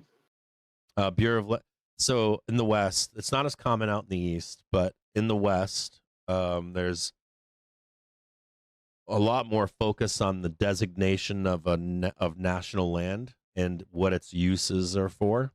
It's like in the East, you go to like, hey, I'm going to go to Mount Washington. I'm going to go to, I don't know, whatever fucking national park there is. Are you telling me it's land that we're just going to drill? Yeah. So, well, then we got national forests, and then we've got BLM land, Bureau of Land Management. Bureau of Land Management land, I think, is considered like worthless land, but it's used for grazing and mineral rights. And you can camp there, I think, for like 14 days or 7 days with no fees. Matter of fact, there's some of it, a bunch of it is outside of Nevada, like Las Vegas. You can camp around Lake Mead. That whole area out there is a bunch of BLM land. And I know it because when I lived out west, we would go hiking, biking, skiing, and fucking river rafting. And there's BLM land everywhere surrounding these places. So it's also there's no popular with land because there's no worthless land because at some point, something will crop up that will make it worth something. For example, it could be an energy, or whatever. And yeah, so I own timberland, dude. I got fucking 40 acres of timberland. I got land that's that BLM type land. It's not BLM, but it's like stuff they can't inspect easily. So I bought that at an auction. You did? Yeah, and I got a piece of land in Albuquerque too. Yeah, I but think you didn't say where is it? Michigan. I got land in Michigan, and then I got family land in New Mexico. I don't know. That has to be worth something. Yeah, It has to be worth something. yeah, it's worth some money. And How'd and you then I buy got it? what's that? How'd you buy it? State auction. They offer 40-acre. State needed money so bad that they sold you land. No, they can't fucking. So these tracts are either landlocked, river locked, or they're hard to get to. So they're not big enough for the resources in their view to send out. They need like game wardens, and there's like 2 or 3 wardens that they send out onto these lands to patrol. Make sure there's like no poaching going on. There's no like, I don't know, meth labs, or they're not dumping chemicals in the river, whatever the fuck it is. Yeah. And they fucking they put these I don't know if every state does it, but you can find timberland on state auction sites, and you can sell the lumber. I can waste like a big part of my Saturday doing something stupid like that. So you got to get variances from your neighbors to get out of the land, or you got to take a fucking river there, and if you want like a what's the thing that the preppers call it, like a bug out retreat or something? Like if you want to bug out You're place. more connected than I am. I don't know what you're talking about. Yeah, like what do they call them, bugging out or bugging in or something? You're 10 years younger than I am or something like that. So I don't know like all the lingo. Yeah, it's like I just try to keep like, relatively current. You fucking boomer. I know what Riz is. I know what Riz means now, We're so old. There's like young people listening to the show right now, like these fucking boomers. Like So speaking of land, have you ever been to the Badlands before? It's surprising. Yes. I think I've actually camped. Yes, and I've camped in the Badlands. I was driving through the Badlands once, on a trip, and there was like gas workers everywhere. Yeah. It's a big fracking state, no doubt. Yeah, Vertical huge. fracking. So like, I stayed in a canyon. It was like white sand cliffs, with campsites dotting like a. Let me look up Badlands. Hold on you here. know what else is there?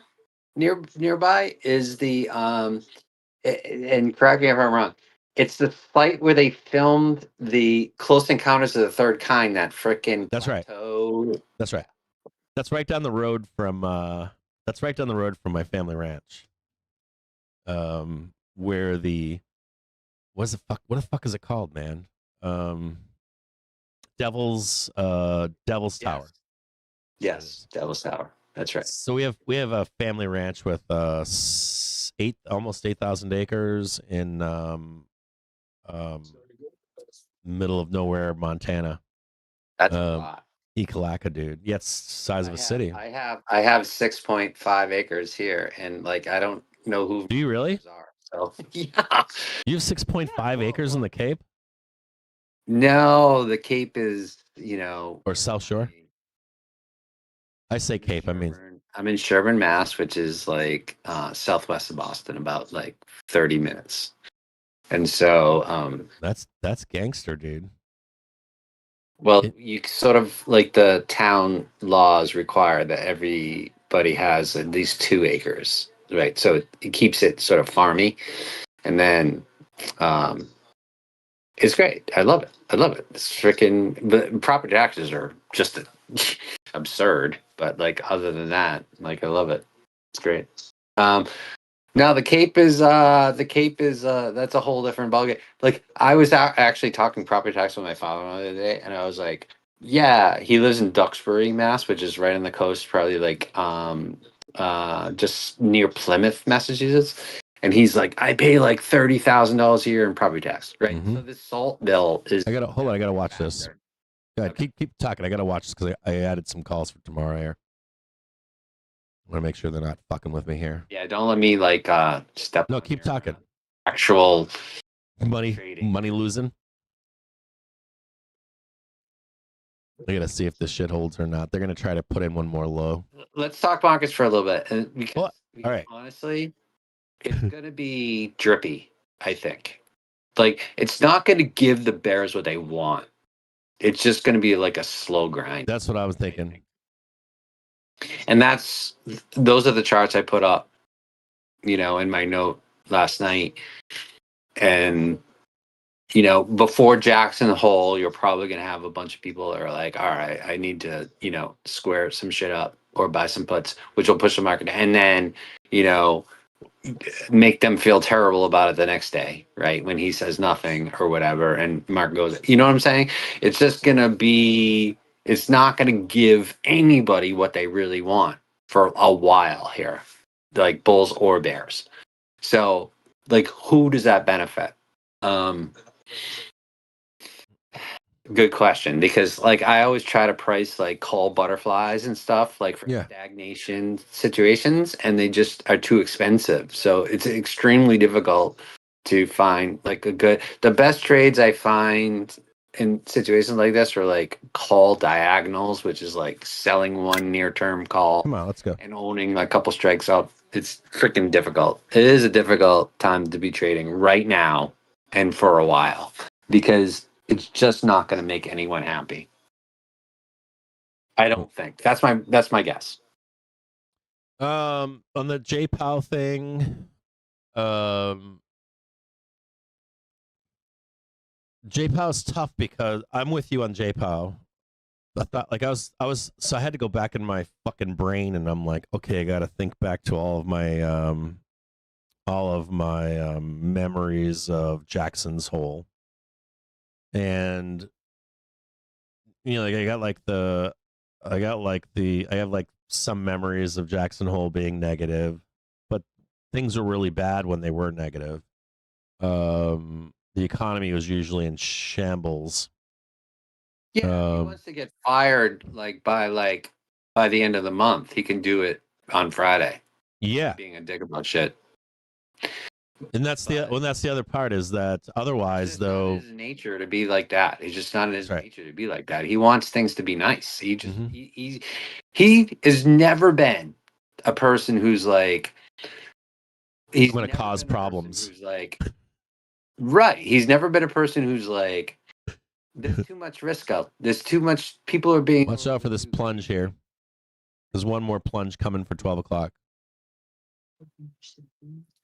So what are we doing here, Cap? Are we doing like I think we're still going up. Europe leverage ETF settlements or something?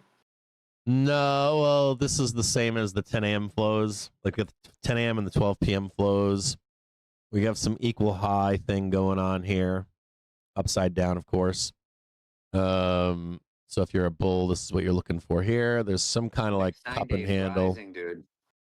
Yes, it is. 9 days rising, which it should, because just by the simple nature of the fact that options can't burn off that much on Friday, right? Because of J-Hole, That's right. J-Hole. That just would, by its nature, make the VIX 9-day move up. Because It was moving yesterday too. Did you see it? It was cranking. No, I did not see that. I was kind of like disappointed yesterday that it wasn't moving up more. It sort of like was wilting like a limp dick yesterday, and I was like sort of pissed. But I was trashing like Vol Gang and Bears yesterday. I'm like, we're at the end of Vol season. When's our down move? When are we going to Bear Town? that's the thing is like Vixperation really tests you, especially when it's a 5-week. Yeah. We're in a 5-week OPEX cycle, right? With the two bullshit fucking bookends. I was looking at that how the month played out. I'm like, God damn. I did a study once, man. It was unbelievable. I did it all by hand, like 15 years ago. It was how do VXX puts do in a 5-week OPEX cycle? Okay, which means that Vixperation comes after OPEX. It's like insane how well they did. Really? So yeah, so like the rolling of the VIX futures into that hasn't even happened. I mean, this hasn't even happened, dude. Hasn't even fucking happened. Yeah, and so like if people are going to trade VXX or UVIX and they don't even understand that September VIX is 18.2 right now, and and August is 15.4. Okay, if they don't understand that, then they shouldn't be allowed to. It's almost like a breathalyzer test. You shouldn't be allowed to fucking trade these things, right? So, but that their response to that, right? Market can only go up, bro. But here's the thing. VIX is 15 or whatever, right? So, excuse me. Yeah, VIX is 15. September is 18, right? The VIX futures are 18. VIX is 15. Yeah, it's like 16 on regular VIX. Futures is higher. So let's see if I can looking right now this in a way where everyone can understand it. As simple as okay. So that the S&P 500 options are pricing in significantly lower volatility than the futures are pricing in. But the VIX options themselves, they price off the VIX futures, right? They look at like the 18, they don't look at the 15. I know it sounds convoluted, but like that's literally how it works. So the VIX will never tell you as a predictive tool, okay, it's always wrong. It's always fucking wrong. It's always wrong. Okay. The VIX futures being 18, that sounds a little high because that's some pretty high expectations for volatility, right? So if you want to, so somebody the other day was like on my site, and he was like going like, "Hey, dude, like, should I buy VIX VIX calls. I'm like, no. I said, like, the VIX calls are priced on the VIX futures and not the VIX. Like, if you want to express vol, you got to do it in straight SPX options. I feel like I can't even explain that. I sound like a you know, a Broken crazy record? person when I talk about this stuff. Yeah. But you know, buying vol here, I think the good vol to buy is in the names. Like when AMD goes down 4% a day, and the implied vol and the put options don't rise, it's like, what the fuck? You go like, you know, they're gonna want that. The people in the stuff that matters, like AMD, Nvidia, Palantir. I mean, Palantir's down.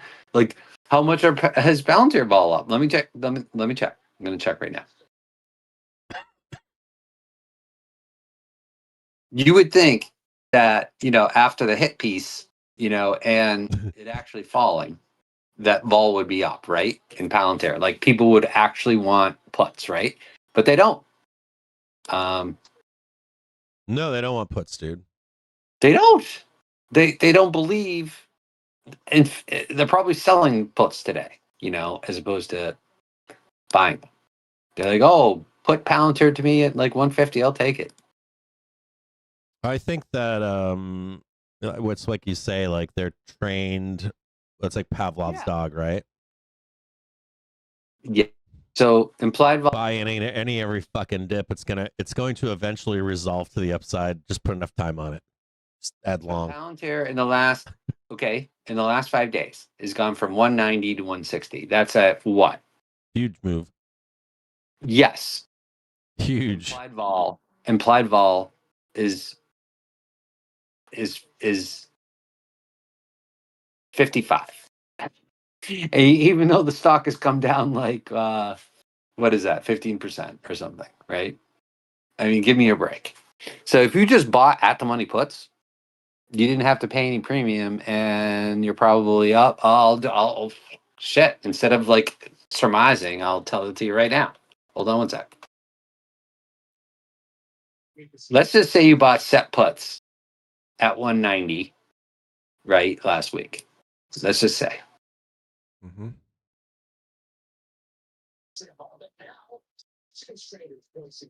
Bringing it up. I'm still long calls here. Long weeklies, long adding what I added this morning. I haven't sold anything if you're out there watching right now. So the 185 puts in Palantir went from a week ago $8 to $24. That's insane. 8 to 34, you said? 24. That's still pretty good. So you just bought at the money, right? So let's say you bought at the monies. That's essentially what that is, right? I didn't go 190 because like that was the top tick, right? So 185. Last Wednesday they were like $8, $9, between $8 and $9, and now they're 24, $25. So if you wanted to just like protect your stock, I mean, you've already made, you know, 150% of your put without in a couple of days, in 3 days.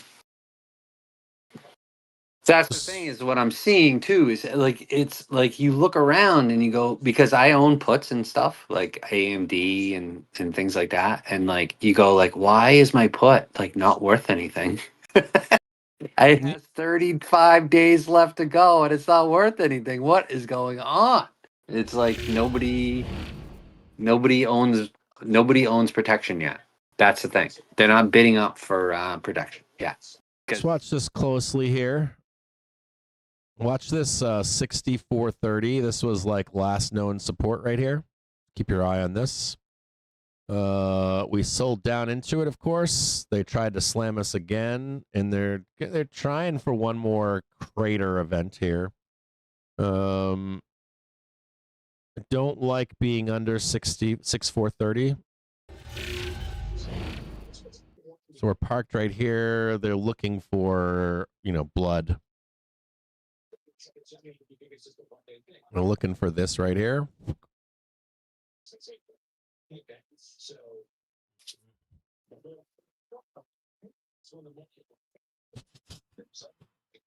$6,400. That's a 30-point move. That's somewhere right there. I don't know if they get this or not. Not today. I don't think so either, dude. So let me explain how Vixperation works a little bit, if you're interested. Yeah, man. Yep, sure. I'm listening, brother. So like there's a giant trade that happens every Vixperation, and it is like a roll trade. Mm-hmm. Someone replicates the actual VIX Mm-hmm. by buying and selling SPX options. And because they do that, like if you look at, it's very entertaining. I used to do it all the time, but I got bored. But Bored? if you look tomorrow morning at SPX options, you'll see bids down to like 3,000 or 4,000 in SPX. It's comical. So like if you could afford the margin of selling SPX puts tomorrow morning at like 4,000, you'd make free money. So someone is out there buying the entire strip of options in S&P and SPX to roll it out to September. Okay. And I'm telling you, tomorrow morning, go take a picture of it today. Take a screenshot today of like what is happening in SPX options far out of the money for tomorrow's expiration. Right. So this is literally the VIX rolling over to the next month. And what that does is, if we had Sam Carson here, we could talk about fucking eggplants and Vanna White and all that shit. But like that creates it's a vol suppressive sort of move when the dealers have to, go along with the rolling of this trade. And then this is why the whole thing sort of centers on this time period. And then once that vol supply has been goes through, then the market is like truly through its OPEX unclenched situation, and it could like free up a little bit. They want a fucking $1.23 to get puts down here for tomorrow. That's bullshit. They're already pricing in puts right now. Sorry to interrupt you. They're already juicing the fucking. They're already juicing the. Yes. Now, right? For real. You understand how it works now, right? That there's a massive trade that occurs tomorrow, rolling S&P options way out of the money. Way. Replicate the VIX. Yeah. What the fuck am I looking at here? If you Google Sem Carson and Jam, whatever he wants to be called, I don't know. Yeah, I don't know what the fuck. I have no fucking idea what he's talking about. I feel bad for that guy because his wife passed away like a couple years ago, and that was very sad. Yeah. When did she die? Like a year or two ago. Oh, I didn't know Very that. sad. Yeah. I stay. I've talked to him a few times. We've had 2 or 3 on the show. If you asked him, he's a cool guy. I mean, people asked him and I not to. People thought we were fighting, and I was like, I'm not fighting with him. I have no disrespect for him. We've got into it a few times publicly, and people were. I guess he blocked me, then I blocked him, just to like be a douche or something, and then we unblocked each other. He's a blocker type. We follow each other now.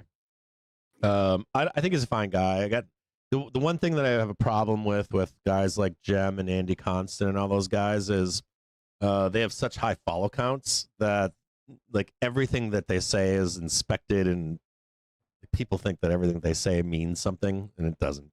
In my view, it doesn't. And then of course people are trading with them, so they get counter traded constantly. So I mean, you understand that. I like in the sense that if you're a good trader, being right 65% of the time is damn good. So you're not gonna always be right. You just know, like I think over time, like listening to how he explains, just like I just explained about the VIX and how that works, like listening to him explain, the flows and around options Mm-hmm. and OPEX, it's been very instructive and helpful for me in my career. Like, so I'm not going to rip the guy at all. I mean, he's been educational for me. There's no doubt. Yeah, I got no problem with them, nor Andy. I've got no problem with any of these guys. Andy's the one who seems like he's just he takes it keeps personal. thinking that this deficit's gonna matter, and it just it's one of those things where you're like he right. He keeps like last month you saw the numbers, didn't you? That the deficit was exploding in July. You saw it, right? The deficit to me is a bull market. You cannot have a bull market without a deficit. It doesn't necessarily mean that we have a bull market, but you cannot have a bull market without running a hot deficit. It's required. I know what he's talking about. End of the world shit. I can't like the reckoning or whatever. It's going to be like, correct me if I'm wrong, but he thinks that at some point there's going to be a structural imbalance of demand and supply for like longer dated stuff. But that's not real. Like, so just to be clear here, the zeitgeist says that that's reality. The truth is that debt is still being taken out. It's shifting which countries are taking that debt. But the debt is still being issued and it's still being bought. And the other issue that I think he brought up was how it's being paid. The question about the dollar dominance, but they're paying that debt with gold. So what that's implying is like not the narrative of displacing the dollar as the hegemony, but that people are afraid of war and they need a way to pay for that debt that that was issued and they assumed, right? So what these countries, in my view, are doing is they're loading up on crypto as a side thing, but more importantly, gold. And that gold is to be liquid, right? To be able to pay. Like Lannister always pays his debts. So we haven't seen any structural decline in buyers of debt. We've seen a shift in which countries are buying that debt. We have seen that, but no slowing of it. And how they're paying it is with gold and not cash.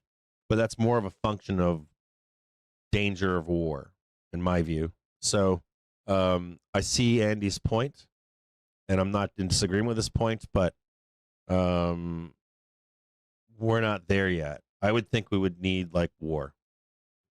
Truthfully, we need war, like hot war of some kind, or trade war moves into hot war, or something like that.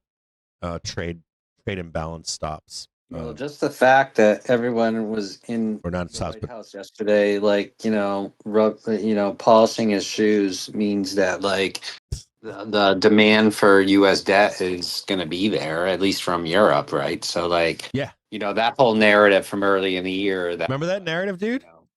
That narrative was, they're not buying fucking debt. They're not going to show up the fucking window, and fuck the dollar.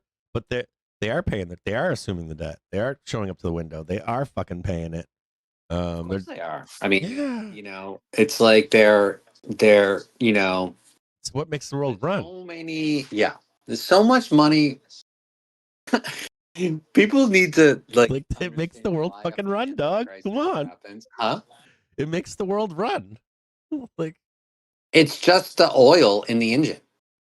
That's it. It These guys want these fucking guys. Like, swear to God, they want World War III. Like, close the borders, like, stop trade, and no one's showing up to assume the debt because they don't like you anymore. Like, yeah, maybe. I saw like an interesting tweet. Go ahead. I'm sorry. No, you go ahead. It was the tweet was it was that and I hadn't noticed this because I wouldn't watch it, is that 1 year inflation swaps are at 3.3%. And my wife works for a bank. So I was like, Lindsay, just so you know, and nothing good comes after when you say to your wife, just so you know, because it's usually like, just so you know, I'm sleeping with your sister or something like that. Right? Just so you know, inflation swaps are at 3.3%, and that means that the Fed really can't cut, and so that means that like rates might just ignore, okay, whatever cut they decide to do here and then in December or whatever, right? If inflation is pricing at higher, a lot higher than like the Fed's target, then like what are they supposed to do? Like the market is screaming, that it's going up, right? And they know it. Like Jay's no dummy. Like I used to think Jay was stupid. I don't anymore. Me too. I think I think he's like done a pretty good job. Like I think he's made up for the disaster that they created during COVID, but I can't really fault them for doing it either, or responding to what policy is from the White House. They like to blame Jerome for that, and I'm like, no, the guy's fucking just doing whatever everybody else is doing right now. Like they shut the country down. What do you want them to do? right, unprecedented. I was actually thinking about, someone got COVID locally, and I was like, shit, Lindsay, we gotta go get our COVID shots. And she's like, wait till the new thing comes out. I'm like, I don't care. I'll get one now and I'll get one then. Like getting COVID is not fun. Like I don't want it. No, that sucks. So, like getting vaccinated has been like very good to me. Like I have not been sick. Did you hear that there's COVID's ramping all over the country right now? Well, that's what I was just saying. Someone got it. Oh, okay. Nearby, and I was like, "Oh my god, I gotta go to CVS." I'm gonna get you. There's a subreddit or two that follow that stuff, and they say that it's like ramping all over the country right now. There's like a summer wave of it, and and here's the thing. Here's the reason. They said there's no monitoring going on anymore, and they disbanded the people that make the fucking vaccine. The new vaccine they're supposed to come out with for this fall, they disbanded those people. Okay, they're gone. Here's the thing. I want it before my 13-year-old goes back to school because he's going to be freaking licking freaking shit. They're supposed to release it in October, but they said I'll send it to you right now. Hold on. Cool. Rabbit hole. Getting it because there's no way. Excuse me. About to squeeze here.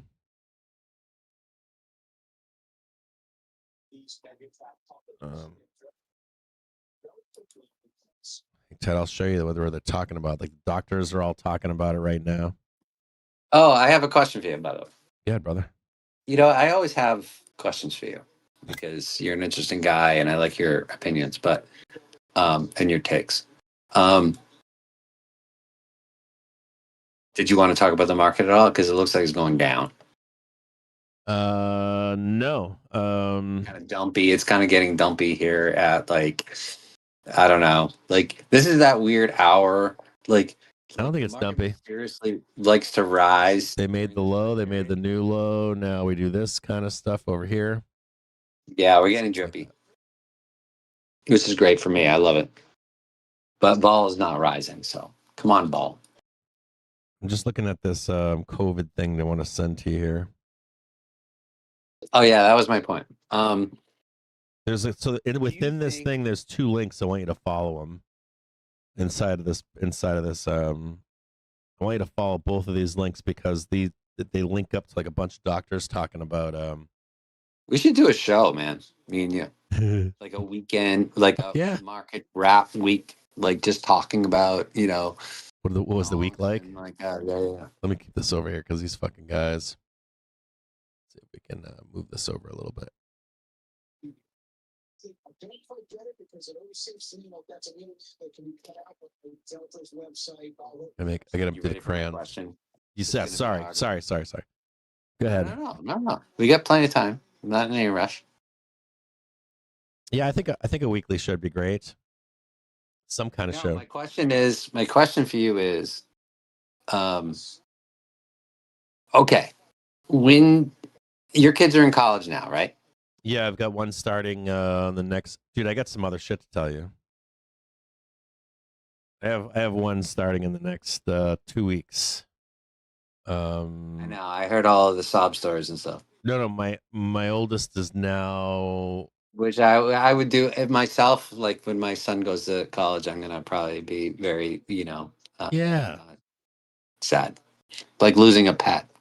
She's having second thoughts about UMass. She wants to now go back to Michigan. UMass. Yeah, she wants to go to University of Michigan instead now, and I'm like, what the fuck is going on?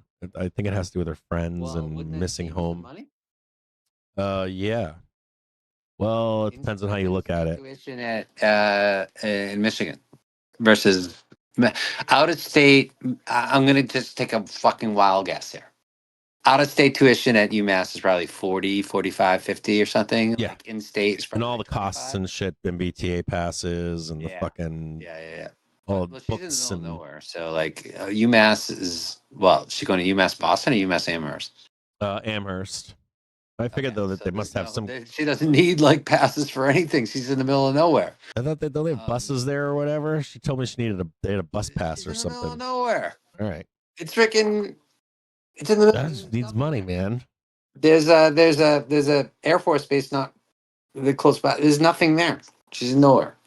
I've been there. I dated a girl there a long time ago, but I only been out there like maybe like 5 or 10 times, maybe at most, fucking decades ago. Yeah, I haven't been there in 30 years, at least, and that's when the UMass basketball team was like. That's when I was there, dude. Right when they were fucking number one, bro. Yeah. It's when they were like, cheating. Yes. Wasn't like URI and UConn cheating too at the same time? Like in and around that time period where they're like, cheat in college sports. It's all about cheating. dude, I Well, couldn't. at least it's less about cheating now because you get paid, right? So like they just moved the cheating into the open. Did you see the guy this week that exposed it too? Was like, or honest about it. He's like, there's cheating all over the fucking place in sports. Did you see that? God, have you not seen Hoosiers? Like, no. I'm sorry. What was that movie with Shaq and Nick Nolte when he basically the gym bag in the locker with the cash in it? Yeah, dude. I got this guy on video somewhere here. Let me see if I can find the video.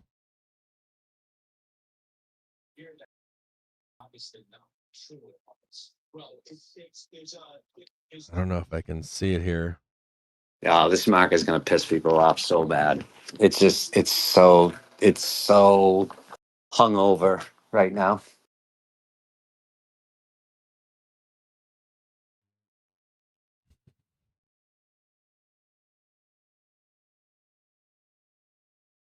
Let's see if I can find this.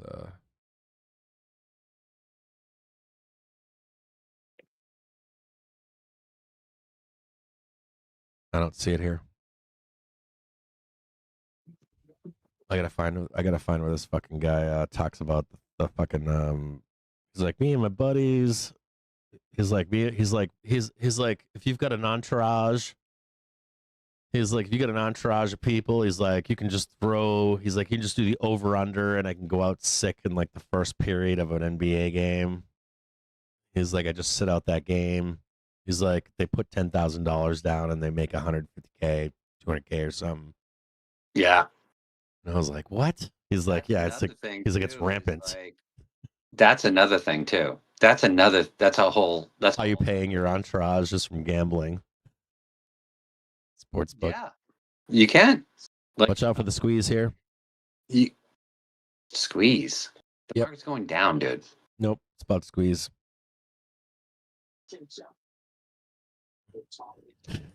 Well, it's not going down anymore. I would be surprised. Like, this feels like 30 minus 30 SPX feels like the low of the day.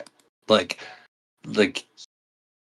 I wish it wasn't, but like, what do you think is the low of the day? Like, I think we just saw it. You don't think we can hit 6,400? Yeah, I think the low of the day was like a couple minutes ago. We hit a 64,163, fairly close. I think there's no real actual. There's no reason. Like the level it just broke was all they from needed. July 31st, Mhm. right? So, like, I think August, like one of the big numbers to watch is QQQ and or SPX up for the month of August, and that sits I think 6340 SPX, and on Qs it's like hold on, it's 565. So like, yeah, August normally isn't a down month either. It's just kind of like not that green, right? It's like just barely. What's the average on August? exactly right. It's generally just blase situation. It's like slightly bullish, but not. Up and then well, guess what? The OPEX cycle goes. It tends to, early selling gets like ramped into August OPEX, and then it just drips like a freaking retiree, like like an invalid, right? It just gets sloppy like at the end of the month, and I don't. What's the return on the month right now? It's I can tell you exactly. It is for Right where we are. S&P. We're up 80 points, so 1.3 or 4% is up on the S&P. On QQQ, which is what matters, right? It is 565. We're up like basically 1% on Qs in the month of August. And these numbers are right in line with I can put it on Discord. They're right in line with typical. It looks like SPX is up. Oh no, hold on. I gotta see where the month started here. Hold on. I got this wrong. There it is, right there. I got that right. SPX is up 3.39%. That's a pretty good return. No, it's not. It's not? No, that might be like August 1st, but it's not. Dude, August 1st, we're up. Would you like to make a bet? Let me just wait a minute. Hold on, let me check this out. Are you counting? Do you notice the? Maybe I'm counting the wrong date here. Let's go down here and look at this. The close of SPX on the 31st of July was 31st, 1600. 340, and we're 80 points. Oh, it's 6340. Yeah, that's the official close. Yeah. Well, I mean, you want an unofficial close? Well, no, I'm just looking. Look at this with me. So I'm looking at the. I'm looking at this dump right here in the first. You see it? Yeah, the first. You're looking at ES, aren't you? SPX. Now, SPX closes 63.39 on. Yeah, it's right here. Right here. And then this dump down here. If you were to take the opening day on the 1st of August, it was like out of the gate. So that's what I think might, that's what happened last September, by the way, is that this is still a good returning month if you opened longs on the first. Yeah, right. Which people will do. There's no doubt. If it's totally Pavlovian. If S&P opens up down 1% on, low selling on the 2nd of September, 2nd, right? And so that's the thing. So some of the trades I was talking about in my note last night was owning September 2nd vol. And what you get with that is you get like all the European trades too and stuff like that and PCE. So we're at one point. Sometimes you go like, hey, should you walk us through like one of your it's not that complicated how I do these trades. It's just they're just calendar spreads, and most people are not familiar with how calendar spreads work. But if you want me to, You mind explaining one or explain the concept of a Yeah. calendar spread? yeah. So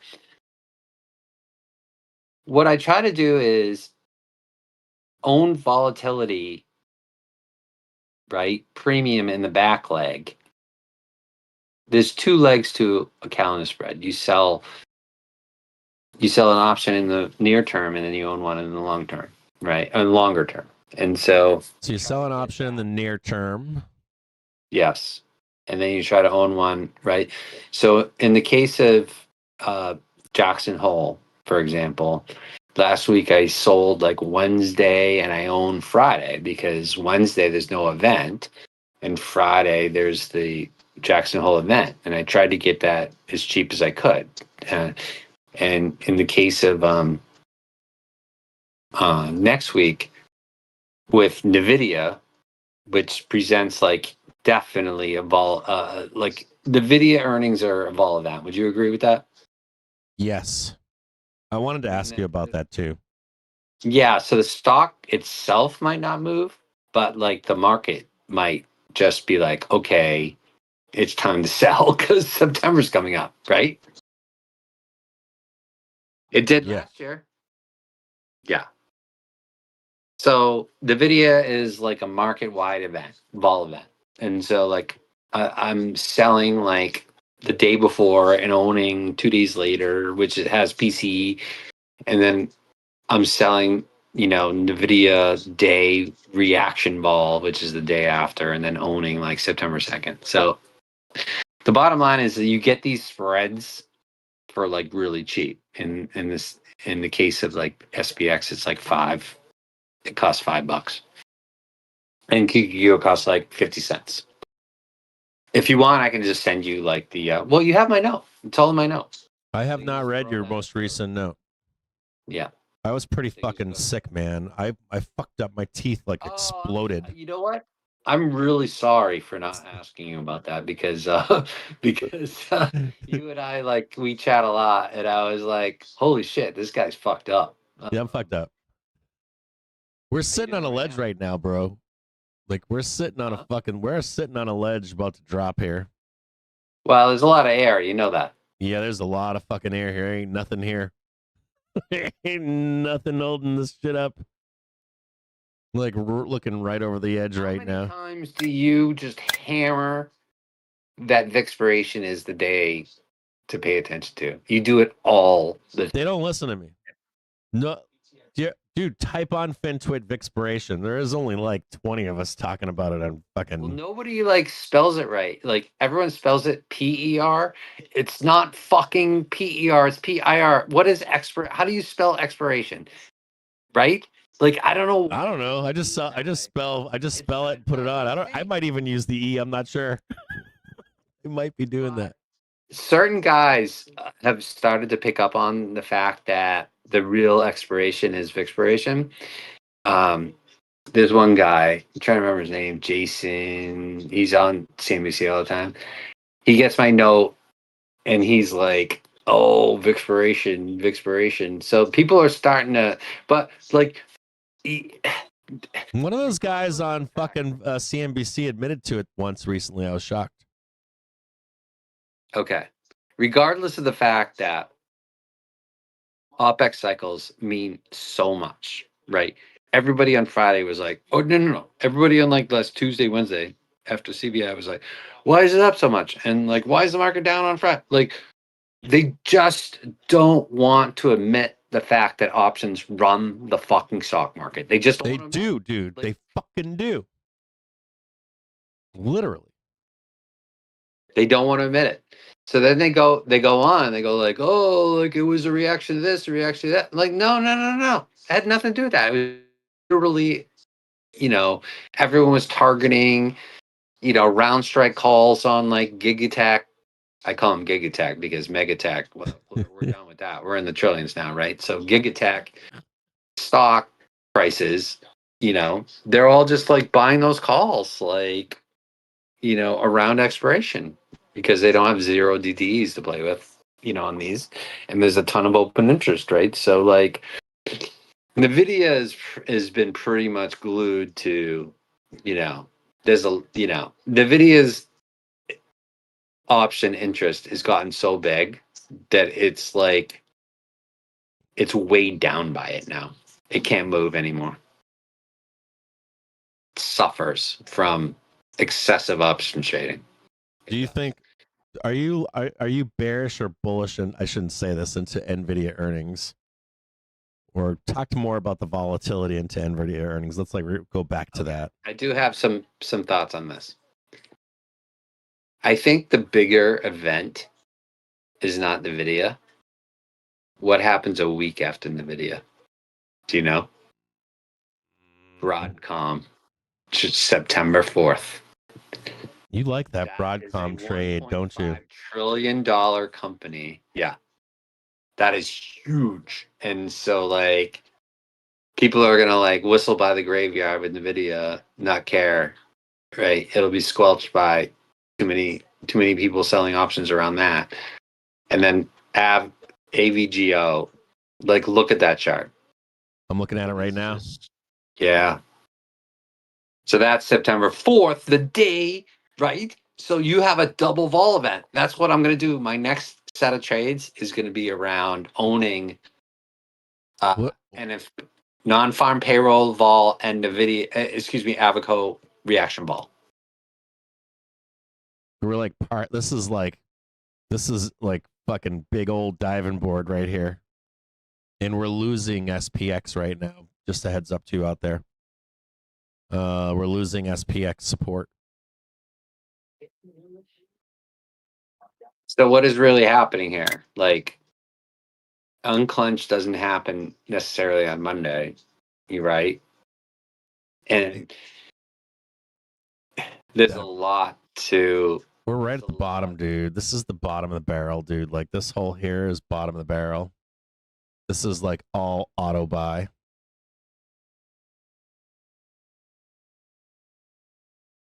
We're so fucking close. I mean, 640.15. We're on a 1 minute chart. 639.65. You know what I mean? Like, we're splitting pennies here. You know what I mean? We're splitting. Like, the low here was 640.15. The target is 639.67. It's like 60 cents, right? It's not that much. I mean, you can't be like talking about buying calls right now. You just can't be. I mean, like you've been so good at that, but you're just not doing that right now, right? I'm in calls right now. I think we can trade 648 like tomorrow. Close. Easy. I'm not feeling that at all. But I mean, you're better at this than I am, so whatever. I think that I think they have to keep hammering it and hammering it. Can you see how drippy it is and how sloppy it is? Yeah, it looks like shit. Don't get me wrong. Yeah. Let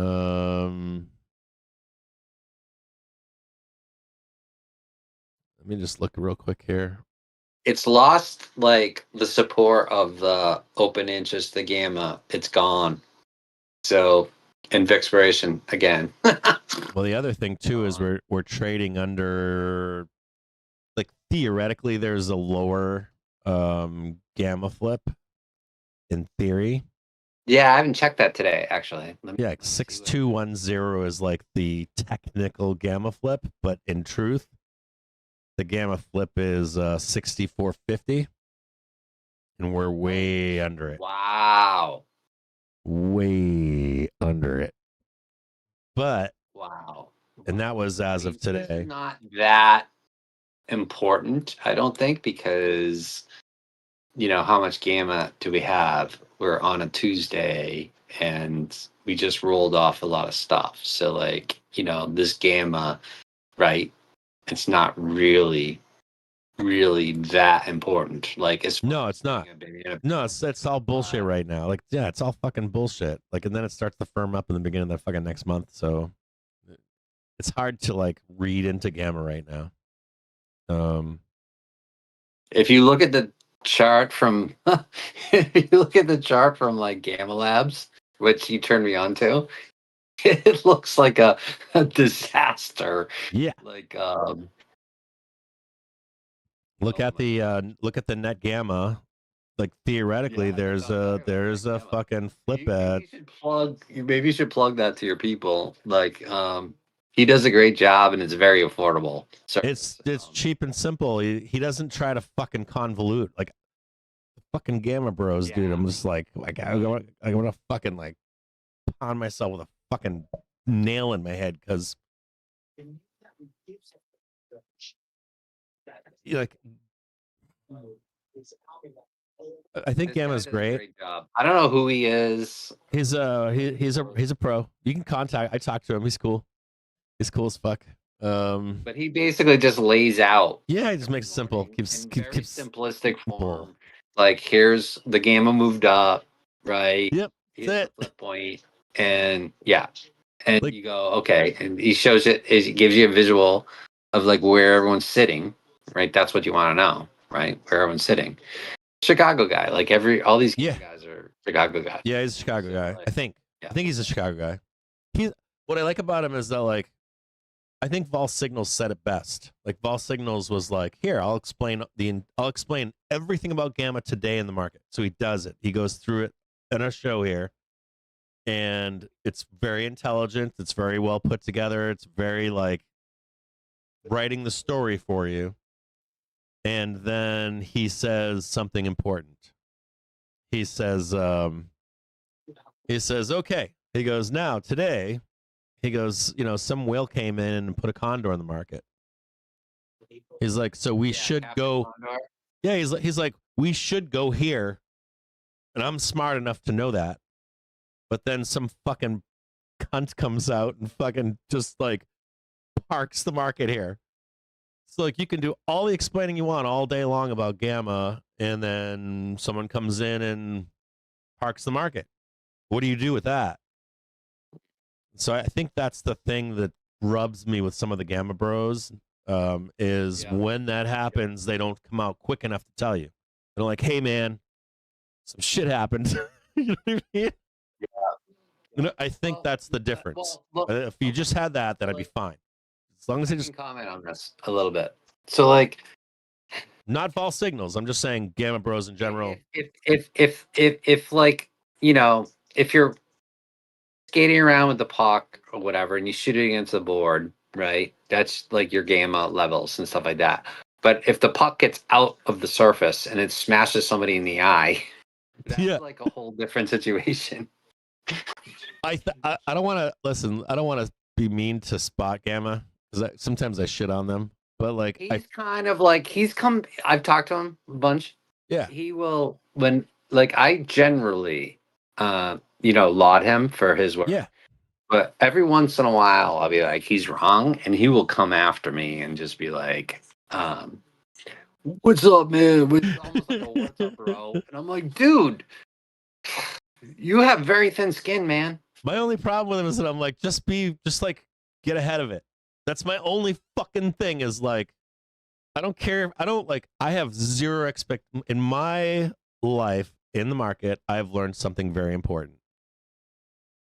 You have to be responsible for your own fucking trading and management, period. Do not rely upon anyone. And this is coming from me, right? Telling you that. But at the same time, I don't hold like Brent to what he says or putting his dick out in the wind and all that kind of stuff. My only concern is if you're wrong, you just go to your people and say, "Hey, look, I was right. Now I'm wrong," and adjust or pivot because you're going to be wrong and they're going to be wrong. Traders will know that you're not. Yeah.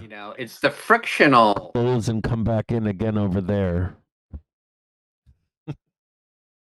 Sorry. Yeah, what was that?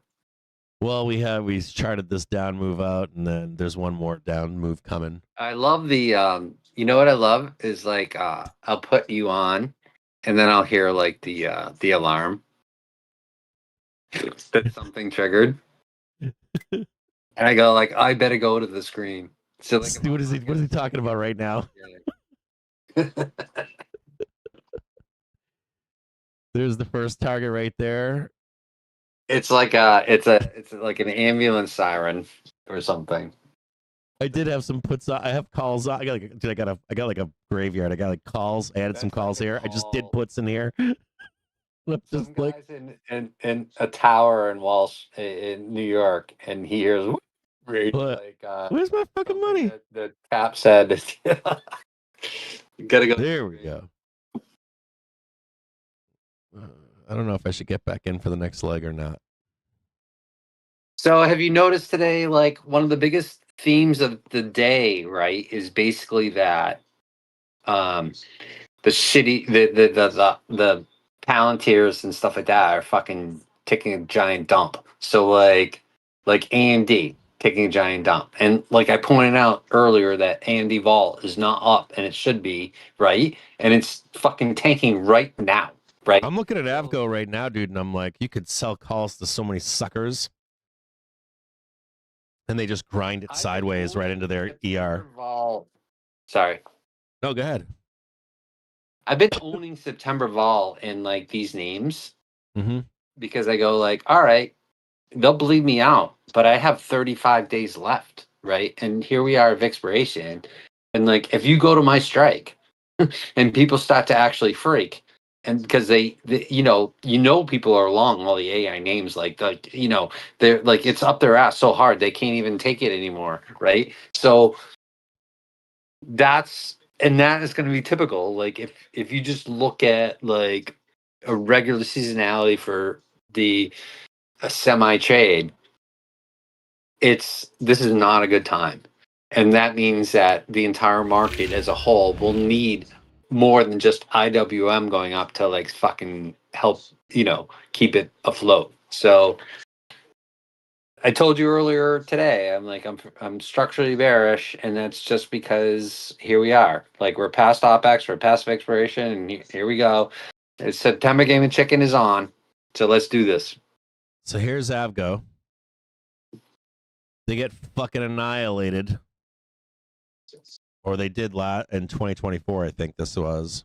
Do you realize how much is up since April? It's up 100%. And dude, just look at this. Like it's just like yeah. Destroy. They don't even have to go down. It's just destroy call operation, destroy calls, and then boom, straight up. It's Like, just we're not gonna print your shit. Do you how much? Okay, for a $300 stock, which split 10 for 1 last year, by the way. If you Yeah, no, I remember. how much? If you're a shareholder, what is your share of earning? How much do you make for $300 for this year in earnings? How much do you make? Take a guess. I don't know. Tell me. It's like something like $1.50. Are you serious? Yeah, I'm pretty serious. You only made $1.50 this year on Avgo? No, I'm talking about old school, your grandfather's CFA. Oh yeah, metrics. yeah. Sorry, I thought you were talking about Avgo. I know. Oh, sorry to bring you back to the good old days of like people actually caring about earnings and stuff. Okay, so they made $1.50 last quarter. Okay, so they're trading at probably, let's call it $6 forward. 30 times forward sales. 30 times forward income. So I saw the 30 times thing. I know that argument right now. I know that argument. I know. Look, like they used to actually. So like the way that. Do you remember the Madoff scam and how? Yes, I know exactly how it works too. Let's talk about that a little bit because it's kind of interesting. I actually met personally in Boston the guy who blew that thing wide open. He was Harry something or other. I went to a presentation he gave about him blowing that thing up. I would at the fucking have Boston loved Tennis to have Club seen on that. Commonwealth Avenue. Yeah, it was so cool. On Com Ave? I was on Com Ave, yeah. Boston Tennis Club and come out. Boston Racket Club. Harry Markopoulos. That's his name. Dude, I fucking love the Racket Club. You know it? Yeah. I've belonged to athletic clubs, and yeah, man. I used to go to Fellowship Hall in Harvard too, and listen to like writers and stuff do presentations. Dude, Boston has got one of the best fucking it's on par with New York. It might even be more approachable. Like if you want to see somebody speak in a speaking engagement of some kind of book discussion, that kind of stuff, I've always found Boston to be a kick-ass place to do that, cheap or free. Yeah, there's only one drawback. We massholes are definitely bigger assholes than New York assholes are. Oh yeah, There's no doubt about it. no doubt about it. We are the capital of asshole America, and there's You no doubt about it. 100%. If you're not from Boston the first time there, you're gonna be shook. Yeah. You're gonna be like, we're dick faces like constant. It's brutal. We're like assholes. So, which is fine because like with your friends, once you like, it's not like fake friends. So like if you go to like Wisconsin and become friends with somebody, it's like you're like there's a fakery around it. You're not really in. In Boston, if you are in with your friends, you're really in. So it's like, well, and they hate you. Once you break the seal, you're totally in. So it's different. So in that way, does that make any sense to you? Yeah, dude. Yeah. When I grew up in Boston, my parents moved me to the country for my teen years. I did college in just north of Boston, and then I had to get out. I was like, I can't do this. I can't live like this.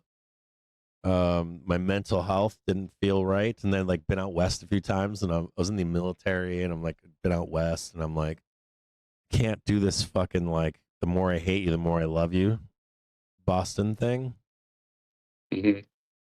Like I couldn't do it. I was like, I can't do this for the next fucking 40 years. I like would look around at my friends' parents. True story. Like this is true. Like real.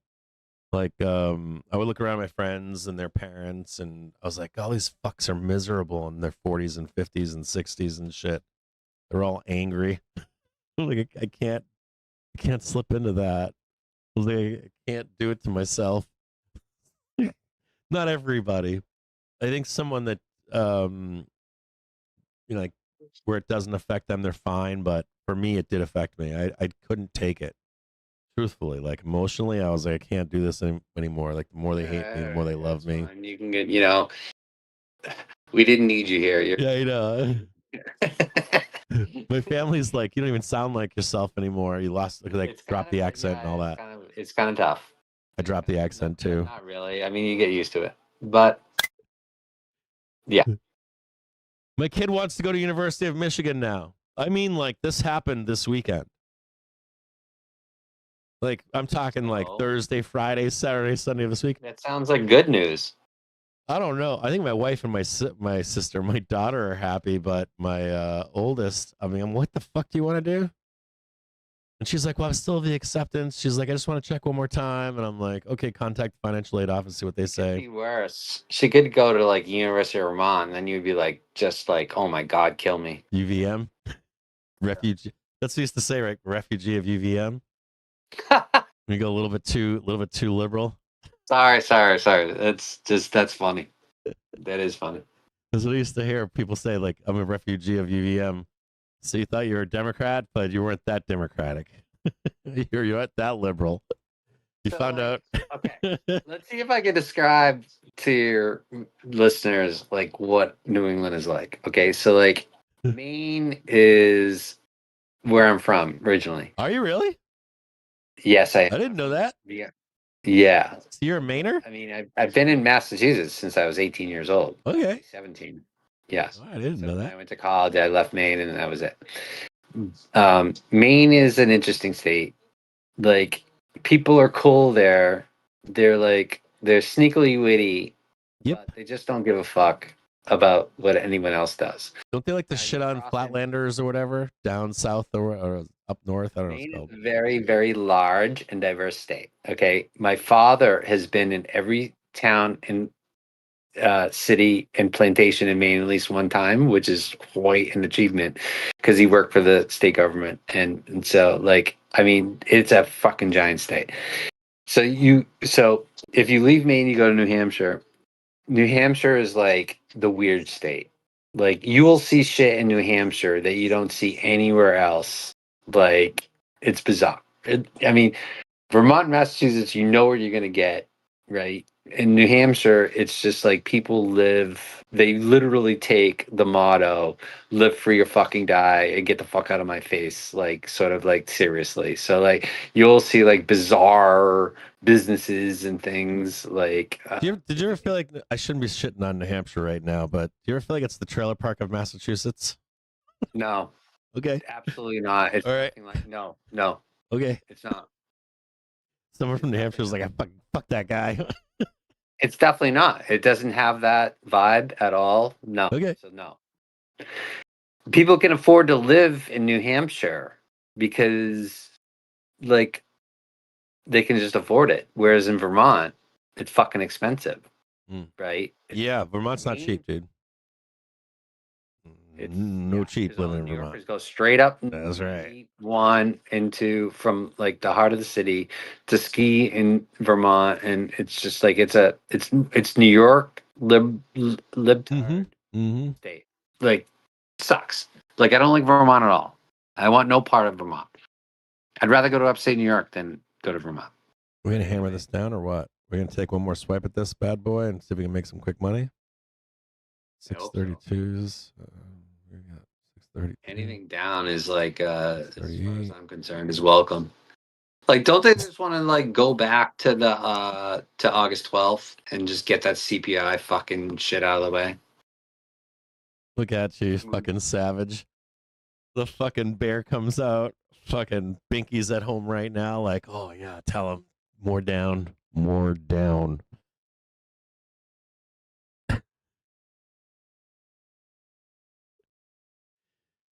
Shank the market. I just want some down to keep it real. Can we just keep it real?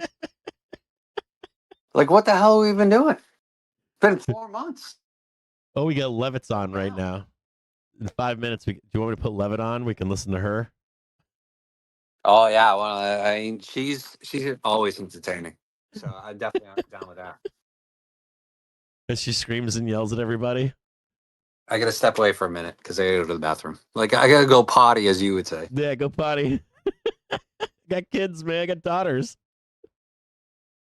Let me put on Levitt for just a minute. If she's talking crazy, not market talk, I'll turn her off. See you. This might be over already. Looks like she's not on yet. We'll turn her on in the background. We're gonna get the Levitt hammer down right now. The Bears want to see the Levitt hammer down. Democrats suck. Down. Caroline Levitt put.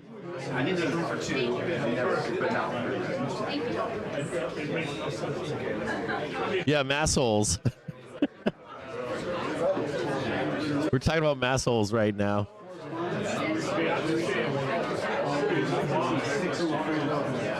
I think we're kind of shitting on every state in the union right now. I don't think there's like a. I think we're equal opportunity. I think we should. And I'm Democrat too. I'm like, yeah, fuck the Democrats. bunch of whack jobs.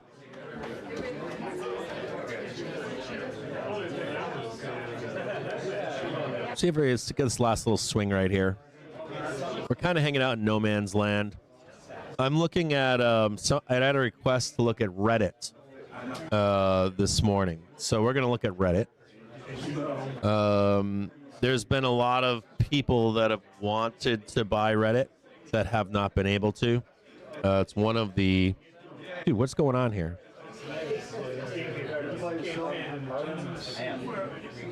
We need the Caroline Levitt doom here.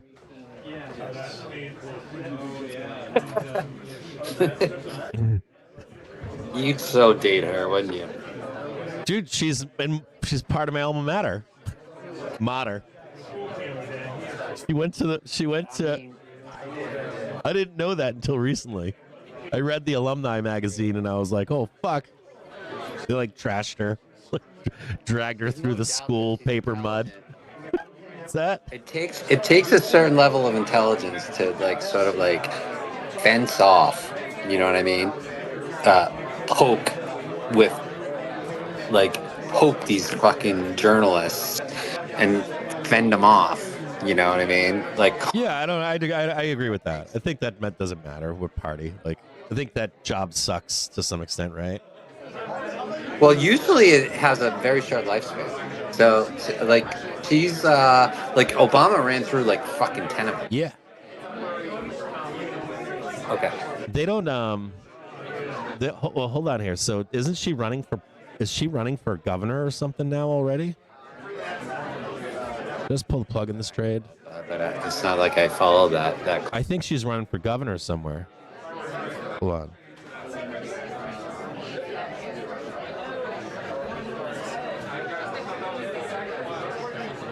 I'm about to get taken for a ride here. Levitt running for governor?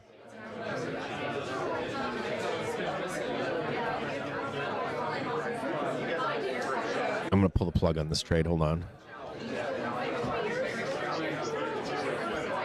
I'm looking for this down stroke here, but I'm wondering if we're going to... I'm looking for like one more down stroke before the move higher. Let me just check here. Did you notice that this morning the Russell tried to go up while the Qs were lower, and that whole thing fell apart? So that bullshit fell apart. Like, yeah, like you keep seeing everybody saying, God, sorry. do you keep seeing people? Good trade that I always watch, a chart that I always watch is like QQQ relative to equal weight S&P, Russell 2000, you know, and QQQ equal weight, right? Mm-hmm. So that's QQQEW, RSP is the equal weight S&P, and like just to see like, you know, the fake rotation fallacy like developing, you know. Yeah. Well, they're arguing that they were like making an argument that small caps should run, right? But nothing else would, Well, right? I you know, this is all it is an exercise in short covering every single time. So like, so you get these guys that are like, okay, so like this is exactly what happened. Listen to me. I'm being serious. I'm listening. So what happened was we had record shorts in Russell 2000 futures. Okay, going into like last week, record shorts. Like, yeah, I saw that. Billions of dollars.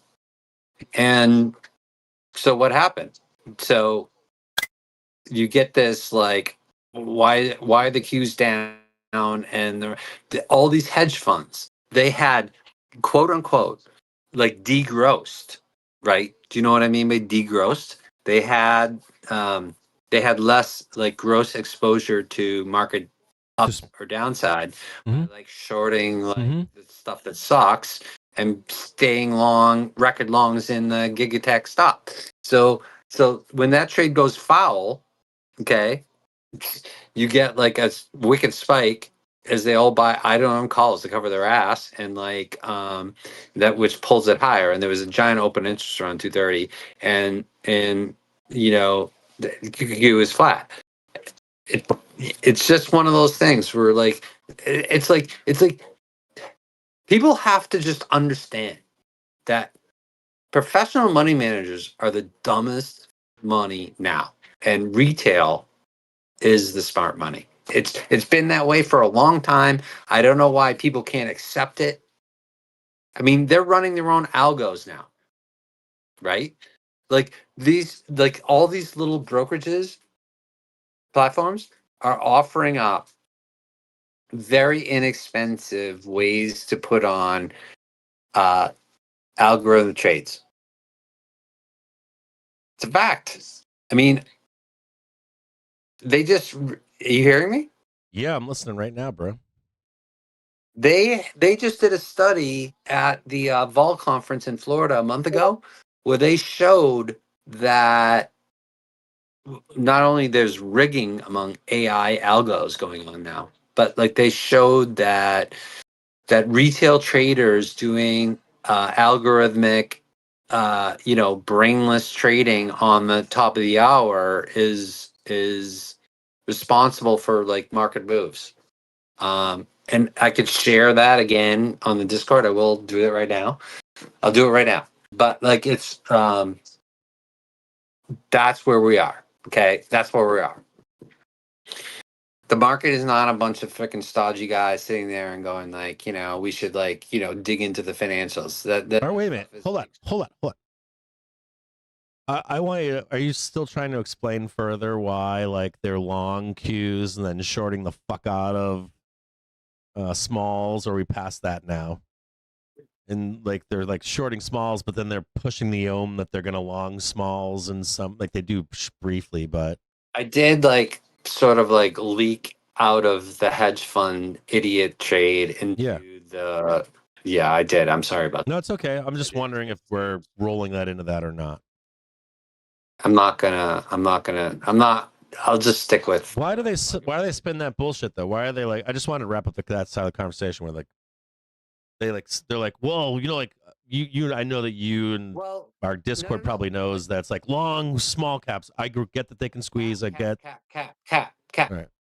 It's fucking simple because these people can't short like Meta. No. Get the face ripped off.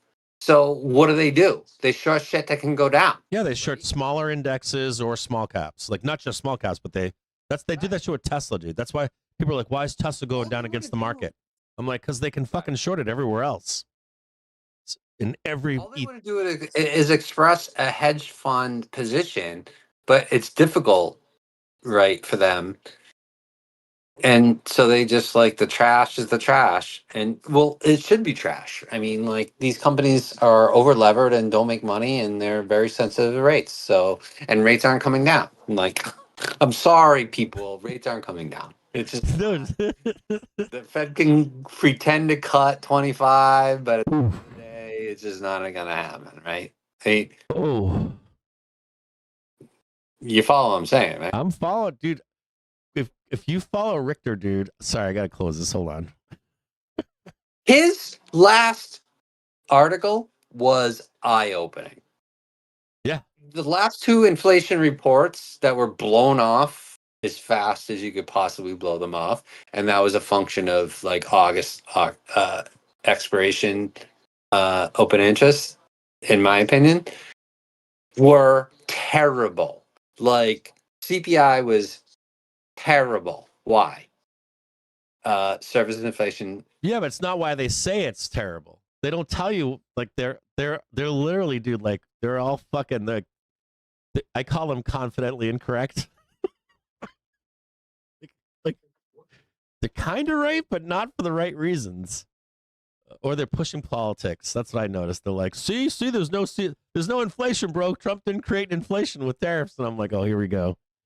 They can't even accept like the one-time hit to inflation. They can't even accept the greedflation. They can't accept the services inflation.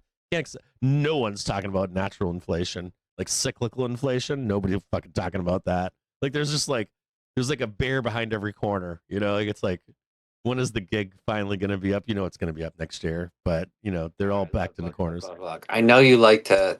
Did you hear them say? Rightfully so. You like to just stab bears and like die just right in the front because you go. These people in the narratives don't make sense. I totally understand your point of views. Most of the time, I totally get it. Okay, but. They're selling bullshit for their own, dude. You know what they're doing. They're like, we're just in this for the next 10 points down. We're just going to tell them that's because of this. Cap, what has the market been doing? For like a 1% day is like begging for like fucking Jesus Christ. Close them. But you might get a little bit more down. There might be a little bit more down here. There's a little bit more here to go. See that? What? See the cursor right here? Close them at 6,400. There's going to be demand down here. Listen closely. Follow what Daddy's telling you. Wow, it's getting worse. Right here. Close them. We're going to hit supply or demand here. Drippy drip. Like, I'll never forget. October 23. Okay. You know what the 130 algos were doing in October 23? They were like buying puts at 130 every day. It was like the market would bounce into the euro close and then they would buy puts at 130. Like, this is just gross. Look at us. There's no bid. No, there's no bid, dude. This is, I think this is, Day is rising. VIX 9 days Oh. is rising. you know, this is mechanical. Don't fucking act It is like, mechanical. all right. Dude, like, dude, what is the date? I'm reading fucking all the bullshit they're writing right now in the background on the news feed. That they're like, it's because of this and because of that, and it's because of this. I'm like, no, it isn't. It's Vixperation. It's not. Whack. It's Fuck outta here. Vixperation, and here we are. We're at the watershed, the Vol watershed. That's what I call it, the Vol watershed. I think that makes sense. I like the Vol dividing line watershed. between low vol and high vol. Yeah. Mm-hmm. You're the only one that Here we gets are. this, dude. You're the only person that does it. You're the only fucking person I know that knows about this. Like, there's like, look up Vixperation, dude. There's like nobody talks about it. It's like it doesn't sell a sizzle. Like we need sizzle. Some We need. people started talking about it because in July, Vixperation was an event. In May, Vixperation was the worst day in the market that we've had since April. I don't think It that. was May Vixperation. I think that they. So, What I think that they see me talking about it and they think I'm crazy. Like, what's that fucking guy talking about over there? Why is he yelling at the Bears right now? look at Palantir. Look at Palantir. It is getting fucking annihilated for no reason at all. Like, all the calls that were stuck supporting the stock Mm-hmm. have rolled off. And now it's just free to do normal shit. And, you know, these idiots in the equity research field, oh my God, they drive me insane. They will like put out during an expiration week like an upgrade, right? Because they know it gets more traction Yeah. because you got Gamma sitting around. Mhm. Right? Is anyone gonna put a note out on Palantir today or tomorrow? Fuck no. They will. I don't think it's tomorrow. I think the note would come out like What do you think Palantir should be? I think on the What do you 5th think- you'll get an upgrade. On the 5th. Like, okay, are you a fan of Palantir's business because you're in defense? Yeah. You always have been. They're one of the only company, like I've always tell people like you can have a some people are like, well, I have an ethical problem with this company, or I don't trade oil because I don't want to see, like, anti-oil, let's say, right? So I don't trade this or I don't trade that. I think to some extent you can do that, be a market participant. You can say, I draw the line here, or I know I should do this across a bunch of other companies, but I'm just going to make my stand on this one company. I think that's fine. I like Tesla Q. I'm fine. That's what you want to do. I get it. But as a broad stroke, as a market participant, even if I'm a liberal, and I cannot. Like I have to have my stock trader hat on and then my Main Street hat on when I'm doing this stuff, because my Main Street life is different. So I got to check that shit at the door and look at what reality and pragmatism and objectiveness is to the market. Palantir for me is a no-go. I am anti-Palantir, and they're probably my line in the sand. You haven't really given me a reason why, though. Yeah, okay.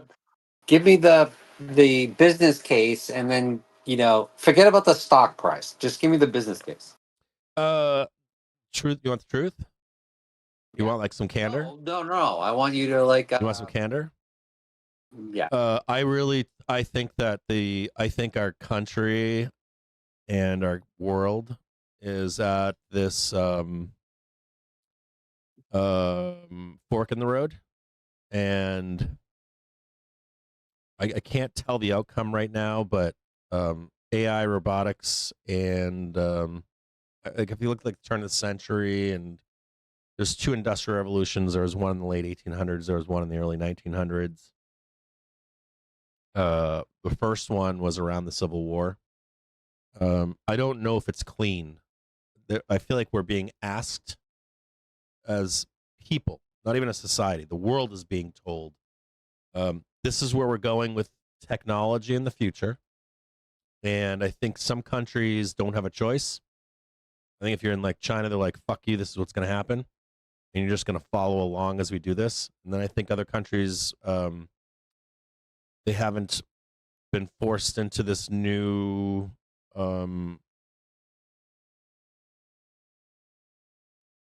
haven't been forced yet into what's being asked of these societies that are in a representative democracy, that they want to remove that from them. There's like a slow grind into it. Like there's like the this won't hurt if you let us do it slowly, where we go from representative democracy to a digital democracy, which is not a real word. It's something made up by bullshit oligarchs, governments, and people in power.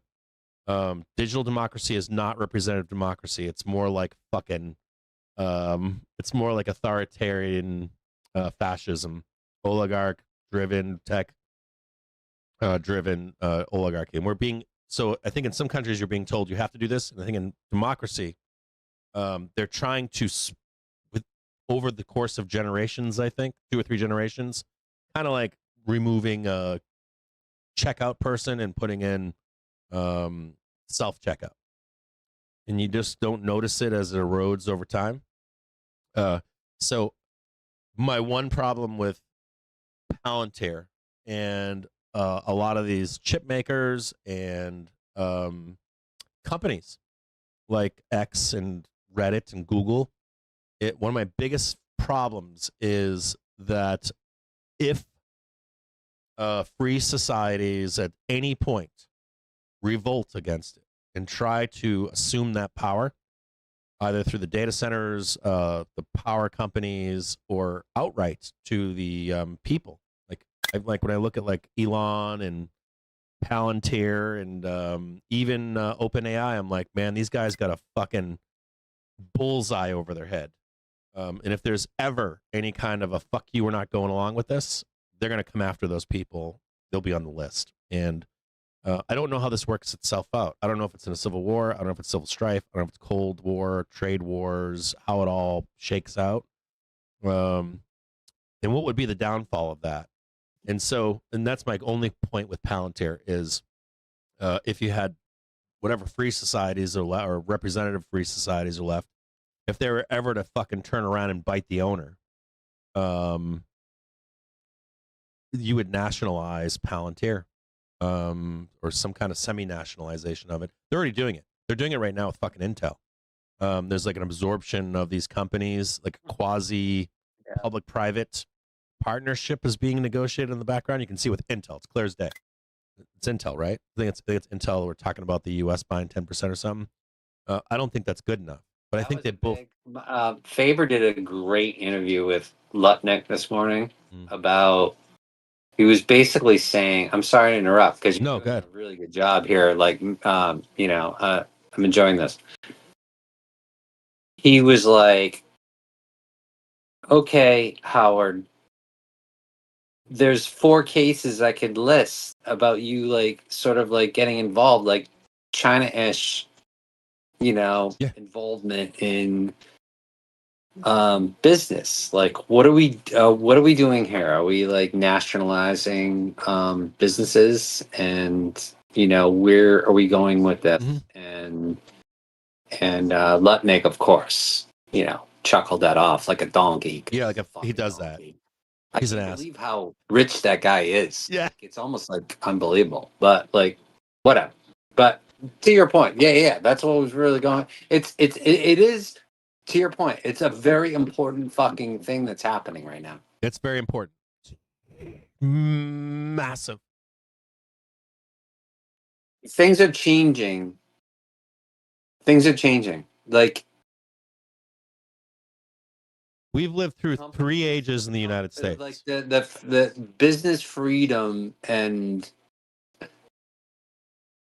We've lived through 3 ages. 3 ages in the U.S. Never once or one time in the Civil War we were asked to give up representative democracy. That didn't happen. If you remember Upton Sinclair, we had in the second age of industrial revolution, we had rampant abuse of workers, right?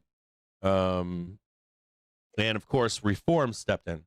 When you look at World War II, the Manhattan Project was nationalized, kept private, and they would fucking hang you if you said anything, right? Somehow in this, it's almost like we're back in this fucking place where they're like, oh, by the way, we don't want you to nationalize AI or robotics or have any oversight or the power companies or any of this other shit. And I'm like, wait a minute, why are we giving this up? As like, there should be firm overreaching oversight from the people on these companies. You know this. The market's taking another leg down here, or no? No. What I think is gonna you want to know? I think what we're gonna do is this. The reason I haven't plotted anything, I'll show you right now. If you're watching right now, why I'm not plotting this is because of this right here. This is SPX. You know what we talk about here is what? We talk about FOMO, right? So let's just look at this really quick. If we look at FOMO, right, we want to see the plunge here.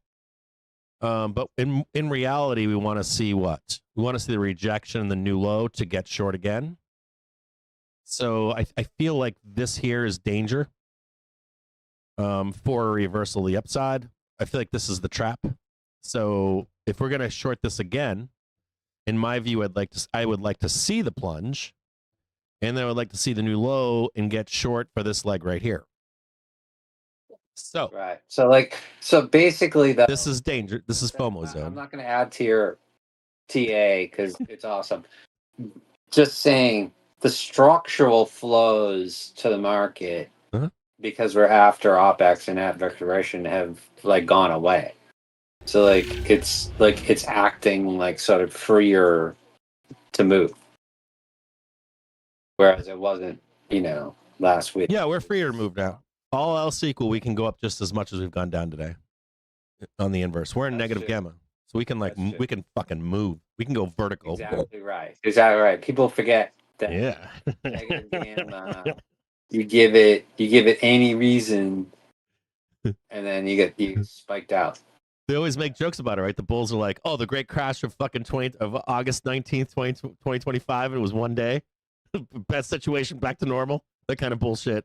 So I'm like, I think right where we are in SPY, I think it's easy for us to roll down, but there's a squeeze. I would rather see like the roll down than the rejection, and then start getting fucking bearish right there. So I'm not gonna draw this for people because they're gonna get, or there's no edge in them not getting fucking annihilated right where we are. Right. But like the thing is, once you get into a situation where the expiration isn't a factor, it doesn't want to go down hard. It doesn't. Wants to just frustrate. It's mechanical, dude. Yeah. This is not selling. Drop, then go up. Then drop, it's not real selling. It's fake. Drop and go up. Then drop and go up. Yeah. The real air pocket, the real danger zone is quarterly OPEX and the Fed meeting. And if rates go up and Jay's signaling he's not in a rush to do another cut, then the market's gonna fucking shit itself. Like you there's no cut, right? The only cut there is this in September, the only cut would would be political. That would be it. There's a cut coming. It's coming. You think they got to give the 2.5, right? You think they give him 50 or 2.5? It's sort of like it's like so baked in, like that it's a meaningless cut.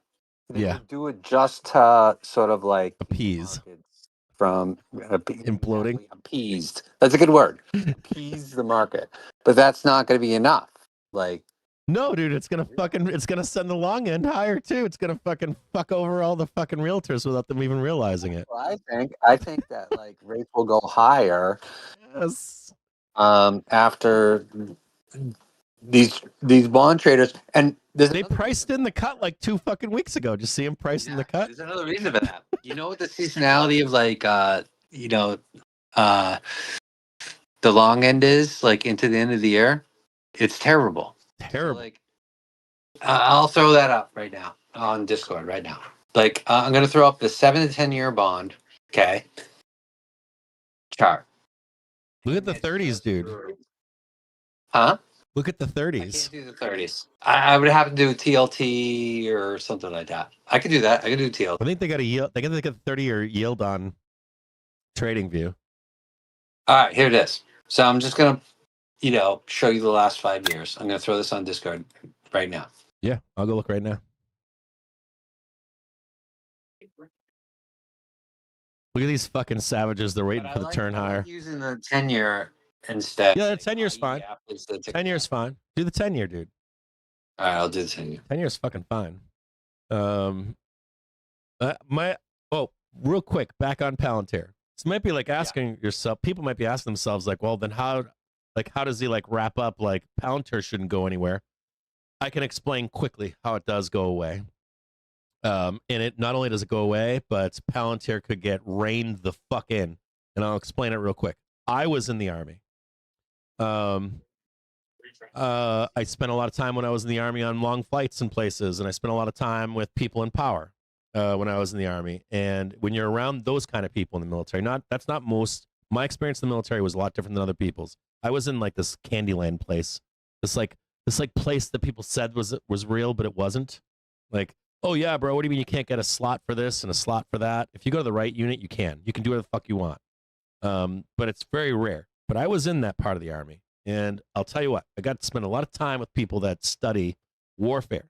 And I would sit there and like read the books that they were reading, or they would be like, oh, read this and read that and start all that stuff or whatever. But one of the most important things about the military is that as time has passed in the United States, warfare has become very clean. It's very clean. And the money that's been spent on sociology and psychology for soldiers and how they're brainwashed into becoming murderers, and accepting it because you going Full Metal Jacket on us right now? Yeah, listen to us closely. They're gonna like this. So you're really gonna like this. So what people don't tell you about civilians is that up until drone warfare became more important, it's very hard for you to die in the military in the U.S. Very hard for you to be killed. It's not like it used to be up until even like Vietnam or Grenada or even Gulf War I. Accidents or yeah, it's not like that anymore. So like, Americans don't know a lot about suffering. We're like fat, soft people. Civilians. Can I tell you a quick story? Yeah. My wife's grandfather was part of a glider corps that did engineless gliders behind enemy lines and landed in France in 1944. Think about that. That's insane. They drop you in an engineless glider, and he, when he was before he died, he was rebuilding the glider that he by hand, like out of a kit. The glider that he used to glide into France. Yeah. I think about warfare, like if you read true accounts, this is fucked up too. Like it's like if you read if you read Bukowski, Bukowski gives firsthand accounts in this like weird autobiographical format of common speech. In his early works, he talks about New York City during the Great Wars, and like there were trans people, there were men dressed up as women. There was rampant drug use, worse than today. It's like the good old days isn't really the good old days. My point, and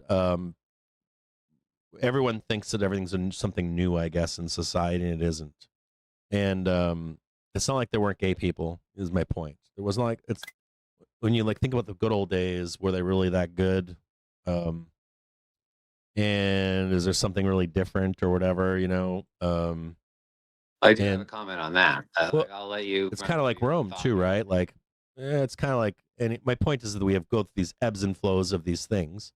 And looking back on World War I in particular, how people died and how soldiers didn't want to kill people. The number of people that actually were able to kill people was very small. People would shoot their guns and not aim at people. They would like empty cartridges. They would flee.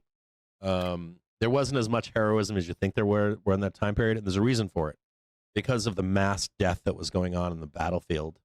And when you hear like we don't want to ever have another World War again, even though World War I was an extension of World War II, or World War II was an extension of World War I, you still had this sentiment of I don't ever want to see that again. I don't ever want to fucking experience that nightmare ever again. Even the greatest generation in this country, it was a part or born of that same brutality, and the U.S. has not experienced that brutality. I think in this time with drone warfare, robotics warfare, and Palantir is wrapped up in that. You give a nice heavy dose of that to civilians. If we're still in a representative democracy, I would think that, I would consider Palantir on par with weapons of mass destruction. And I would think that at some point there'll be a breaking point for civilians where they'll say, fuck that company. We're going to rein them in, investigate them, and put them under. And there might even be like worldwide, like we can't use this, we can't use that. No more trench clearing weapons, no more flamethrowers, no more landmines. We're just in that next phase of that. So I look at them more like a landmine company or something, a pariah to some extent, or will become at some point. Whenever that shit kicks off, they'll become a pariah. I don't think that any U.S. civilian can grasp the it's not even they call it PTSD today, but like real true shell shock, which is what they called it in World War I. This is the kind of shell shock where you never fucking recover, and you have that with the masses that are in the military. And I think if you have that kind of if you do that one off that kinetic fight that where you're constantly worried about drones killing you, I don't think you ever recover from that as a human. I think it destroys families and society, and that's why I don't like Palantir. That's why I draw my line on them. And that's why you don't like Palantir. Fuck Palantir. Sorry. I realize they can make a ton of money, but the first time they fuck up, the first time this shit goes sideways, there will be a referendum. Yeah. You know what I mean? They get one shot, I guess. He's selling, he's selling stock like crazy, which I would too. I mean, like, I think you'd nationalize or semi-nationalize, or you'd have some kind of oversight over it. They become like a defense company, where they're not high flyers. I just don't know the business well enough to invest or short it. Like, everyone wants to, short it, obviously, because it's fucking stupid. But I think most defense companies. I don't know the business well enough to actually sell the stock, right? So I'm gonna be honest with myself, right? Like, why would I sell this thing if I don't even understand what it is? And I don't, It's So I'm out. For those reasons, I'm out. I feel like it's the same ask. Like it's like a corporate CEO going, "Hey man, can we this time around can we be in charge? We want the military industrial complex to be in charge of the country. And if you give us enough rope, you won't have a choice at that point. Hey, check it out. We have our buy zone for Palantir. Now let's take a look at this. Hang tighter. Let's take a look at Palantir really quick. Okay, so here's Palantir. We've got them going up over here. And we said, get out. And we want to be buyers back down here again. Somewhere down in here. Now, this is all prior history back here. The last time we checked in on Palantir. This is where the yellow boxes are. This is where I tend to get out. I tend to get out when we get up here. And then you leave the FOMO to the FOMO gang. And I've got a bunch of green boxes down here.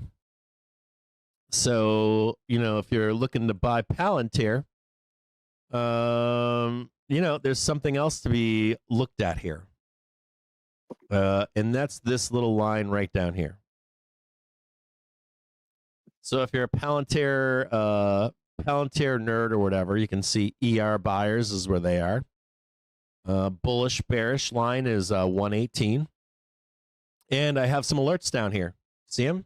Got an alert there, got an alert there. See my alerts? Kind of see them if I watch that little button right there. And so if I'm looking to buy Palantir, it's down lower, believe it or not. Somewhere down here in this seasonal weakness to enter Palantir. Price target, Palantir, 140.55. Nothing's changed on Palantir. 140.55, and I've got another one, 118.47. So if you want to buy Palantir, there's the first buying band is right here.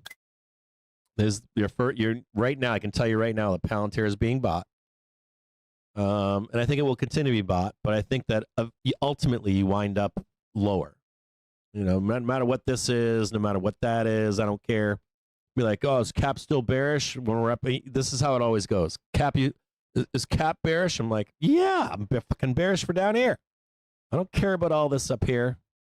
Down here, the pain trade for Palantir is lower. Pain trade Palantir is at 140.55 and 118.47. I can't guarantee we're going to see that this season, but if you wanted 3 places to buy Palantir, here's the first one right here, right where we are. First opportunity to add. Second opportunity to add is 140.28. Next one is at 118.53. So you can DCA. In long Palantir. Do I think that my negativity on Palantir matters today? No. Whenever that happens, it's probably in the next 2 years, 3 years. We'll likely go to war, some kind of war with China, some kind of like, even if it's through proxies. And I think you're going to see Americans under that. I think you're going to see American soldiers under that brutality. And when you do, they're going to come back and they're going to say fuck off, and Palantir can fuck off too. So I think people will be like, well, Palantir will save lives. I don't think so. I think that's like every other internet company. It's like Google, don't do evil, and then they removed it in 10 years, right? I think Palantir has that same premise. We're here to save American lives and freedom and all that bullshit. And all you need is something to go wrong, where you end up, daisy cutting down a generation. That's real quick. Yeah. Shoot. So Here we go. Sam Altman's company just got a $500 billion valuation. Mm-hmm. And they got it at Andrew Left just did this on Citron last night or whatever. It was a comical research note. And they were like, for Palantir to meet, the valuation that Sam Altman's getting, it would be like a $40 stock, right? It's so priced for lunacy in comparison to ChatGPT. Excuse me, OpenAI. OpenAI has better growth, better metrics than Palantir, and it's just one of those things. The guy The guy literally puts gel in his hair so it stands up straight, and he's got like a blonde. Like, I'm trying to think. There was a cartoon character that used to have that, where his hair stood up straight up on the side of his bald head. Like, do you remember that? Mm-hmm. And that was basic. Like, I'm trying to remember who that was, but like, that's what he's going for. He's going for full meme, full meme, essentially. I think this is LMT. Yeah, I just think he's doing that too. I think when you look at Sam Altman, when you look at dude, what's going on here?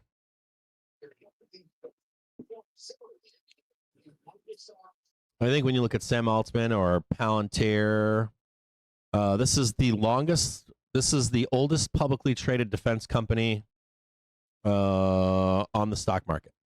It used to be listed under Lockheed Corporation from 1932 up until today, or then it switched over to Lockheed Martin.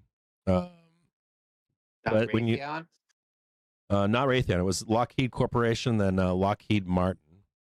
But what's fascinating is this right here, right?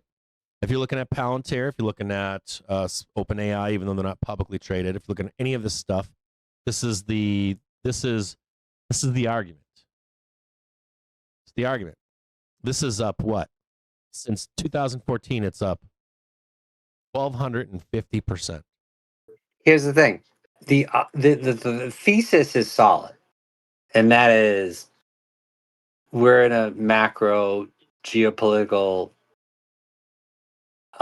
situation right now that's like unprecedented in our lifetimes, or no, in my lifetime, because I'm 54.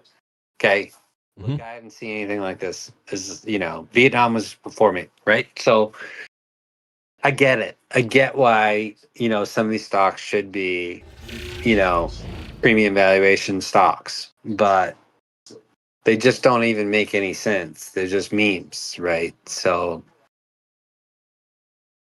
they're just part of the AI bubble at this point, in my opinion. If we look at LMT on a daily basis, well, I don't know why I can't. Let's do it on a weekly basis.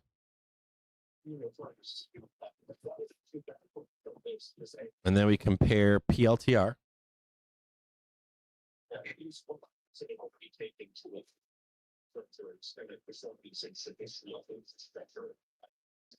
It's pretty big, right? 2020. Look at that rapid rise. It's right where LMT is. You're doing like a Carter Worth, like where you're like, hey, I'm just going to show you the chart and we'll walk through this together. Yeah, we're gonna walk through it together.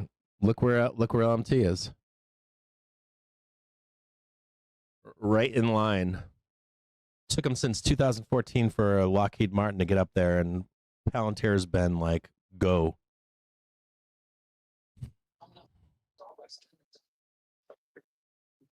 Like fucking vertical. Look at that. It's fucking insane. Look, let's be real. Okay. So is it priced in? No. Let's be real. Let's be real for a second. Let's just look at the fact. The facts. I hate to be an accountant, but I'm going to be for a minute. All right, be the accountant. The stock was $190. Last quarter, they made 16 cents. There you go.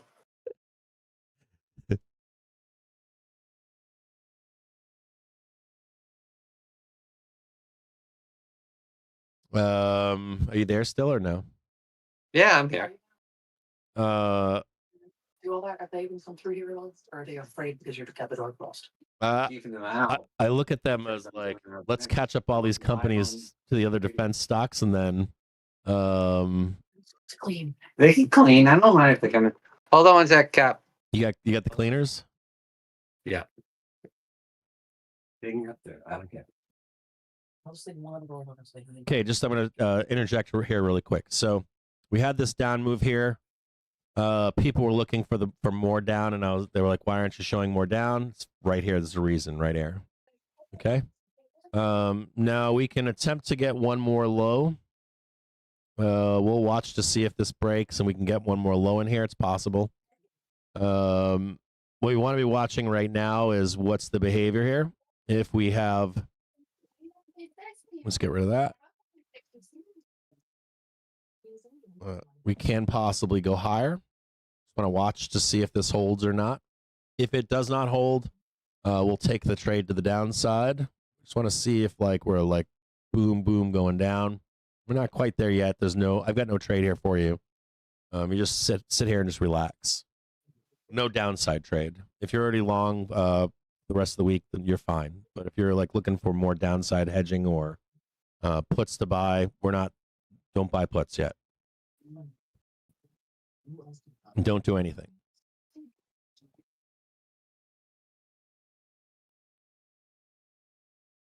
There's a big squeeze trade. There's a giant squeeze trade here.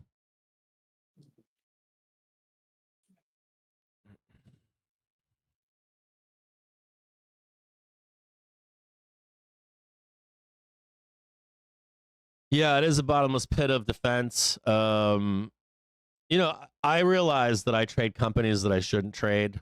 I realize that if I have that thesis on Palantir, I should apply it everywhere. I have to make money. For me personally, I'm super fucking afraid of where we're going with warfare. Extremely afraid. And I don't think Americans have any idea what it means to lose a lot of people quickly and tragically. We haven't lost an aircraft carrier in how long? How many people died in Twin Towers? Was 3,000 people maybe total? Did you see what we did with that? Now you lose 3,000 people in one sitting. I think people can get angry, like the plebs. And you always wonder how far you can push plebs. I don't consider myself a big power broker, rich fella or anything, part of the bourgeois or whatever. I'm not that guy. But I try to think from their perspective. And I thought about it with Trump, Trump won. And I'm like, you can only push these people. And you throw shit against the wall to try to make change in a government and society where speed bumps and gridlock is the norm de rigueur. Then you can only push Americans in particular so much, and then they fight back one way or another in some form of it. So I think Americans are fine right now. I don't think they're angry. They get their Amazon and their Walmart and their McDonald's and all that kind of shit. But I think the moment you flip those books, I don't think we're prepared for what the response from Americans will be.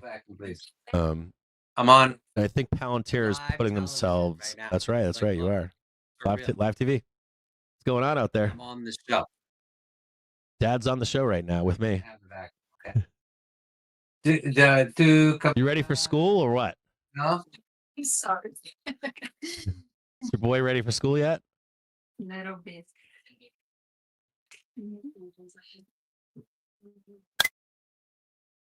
I love when people come into the show. I'm on TV right now.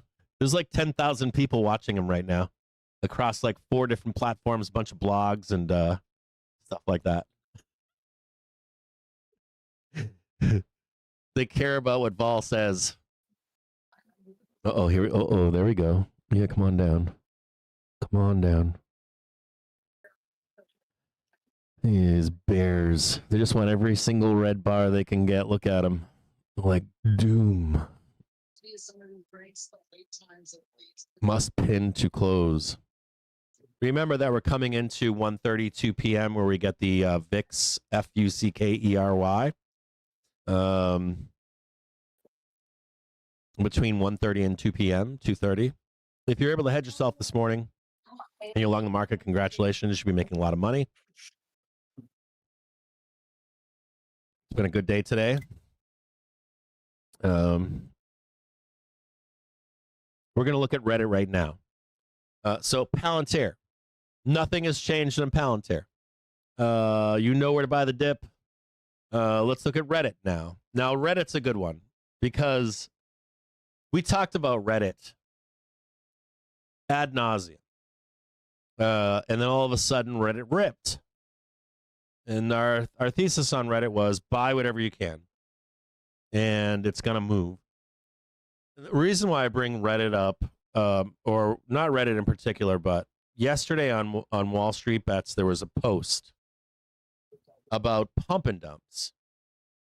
And it really had to do with it truly, it was, I feel like half the people that commented didn't read the actual article. And they just were like, it's me. You know, I was the guy trading donut, right? They're talking about me, but they're not. I'm going to pull some wool over the eyes for you guys. I think I've said this on the show before in the past. You may or may not have encountered this. Are they coming clean this yet?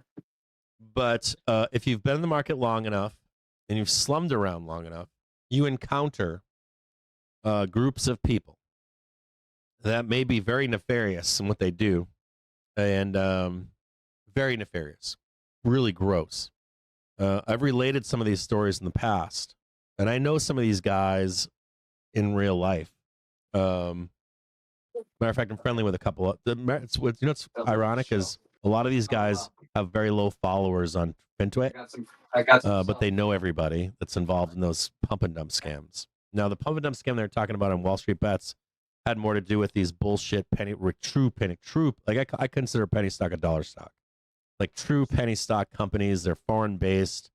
They're picked up in these scams. It's a newfangled scam where they run advertising on you on old school forums. Back in the 2000s, there was like Yahoo message boards. There was like BVG or BBD or something like that. There was like 2 or 3 big ones way back in the day. Now they had these pump and dump operations back then. These are grifters and scammers. They're all in their like 50s and 60s, maybe even 70s today. But that class of grifter, fraudster, they're still in the market today. They run crypto scams. They like open a coin, start a coin. They'll do triple leveraged offshore options that you can trade 24/7. They own the whole book. They run full on scams. And some of these guys have even explained the process to me how they do this. So these are like old timey scammers, like grifter, carnival barkers. They've been around forever, and they run pump and dumps everywhere. During COVID, I met these guys. They were running pump and dump scams on COVID cures and shit like that. And they were swarming. Now, a lot of those things did print massive. Those tickers printed massive. And the one thing I want to talk to you about here is like the difference between a pump and dump and speculative growth. Spec growth, pump and dump, 2 different things. They can be a meme. Both can be a meme, but they're not mutually exclusive. They're not mutually exclusive being memes, but they can be mutually not exclusive when it comes to who they are as a company. Kind of like, I think we were trading a coffee company, right? They had like, $50 million in market cap, and they were trading like 150 times PE ratio. They're a real company. They had good books, but there's no way they should be trading that, right? Not even on projected growth. Like they had no business doing that. So I want you to like think about pump and dumps and Reddit. Is Reddit a pump and dump? No, they're not a pump and dump. They have a real product. They have a product that everybody uses.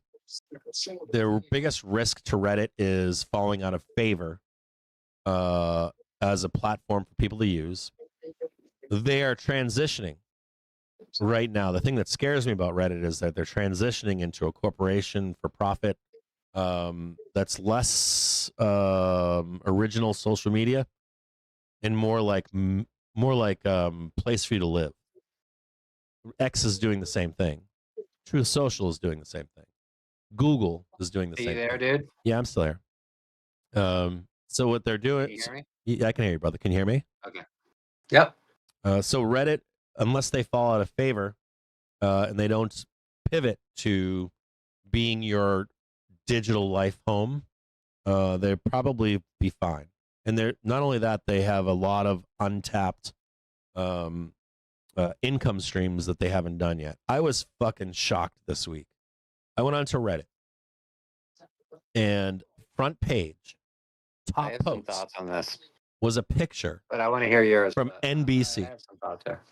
NBC. I was an original Redditor. Like, I mean, like not day one, but like within 3 or 6 months. I was like an original FARC guy. I was in. There was one other social media company that was like Reddit. It was like FARC and one other. I forget what the name of it is today, but everybody rolled into there to Reddit when I was young, and I saw a post like from the official Reddit handle of NBC, #1 post. It wasn't an advertisement. It wasn't fucking paid placement. And it scared the shit out of me. One, because you accepted it and I accepted it. We pumped it up. They commented on it without mentioning anything about it being an official account. And it brought up all kinds of questions. Like, they're blatantly don't give a fuck, NBC.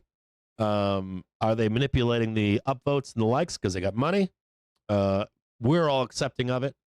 So it's like this quasi-fraud bullshit that we're like, if Reddit is a social media, then why the fuck is NBC having a top post from their account, not from some Redditor that organically said, this is a great pick, let's post it.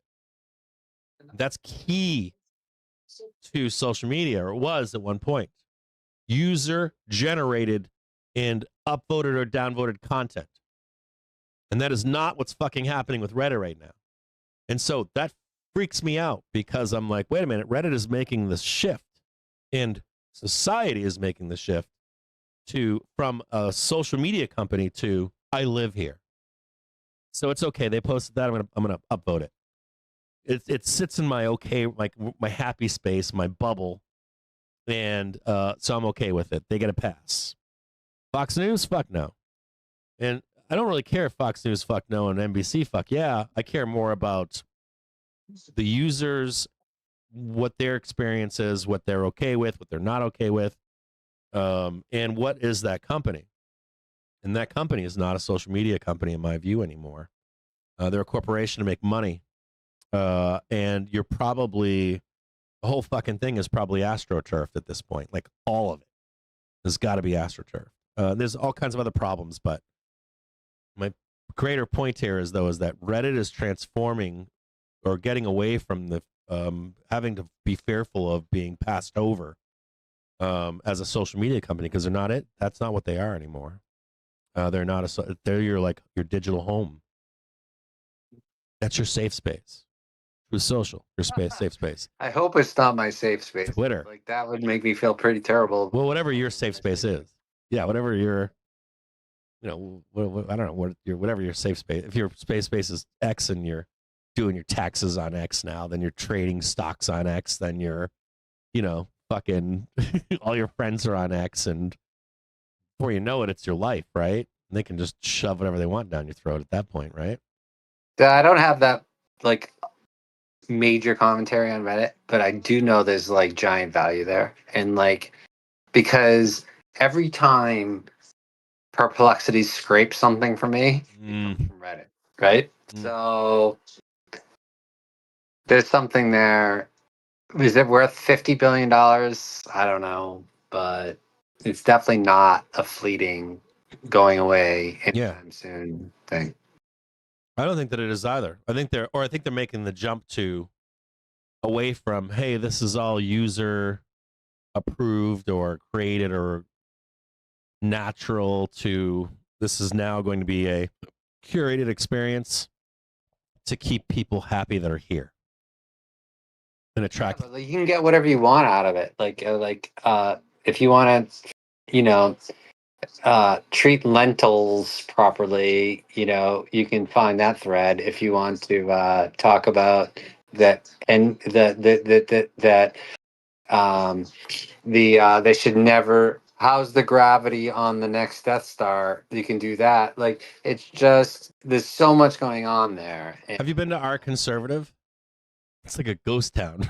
It's like only like 10 approved users. Fucking like, not that I'm conservative, but you can just see it kind of clear. It's like a I have a question for you, by the way. Democratic leaning. Are you interested? Yeah, fuck yeah, do it. So, if you're on the new Death Star, the new giant Death Star, Yeah. do you stand as if gravity it's like a planet, or is it levels where everyone's perfectly perpendicular to the whole thing? Oh, I see what you're saying. In relation to space? Well, the Death Star has gravity.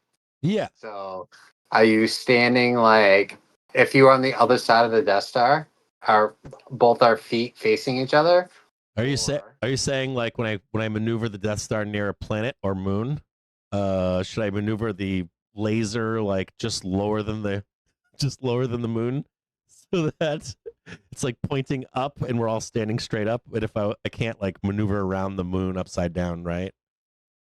Is that what you're saying? I was just wondering if like they make the levels in the Death Star flat, or if they're spherical, like as if it was a planet.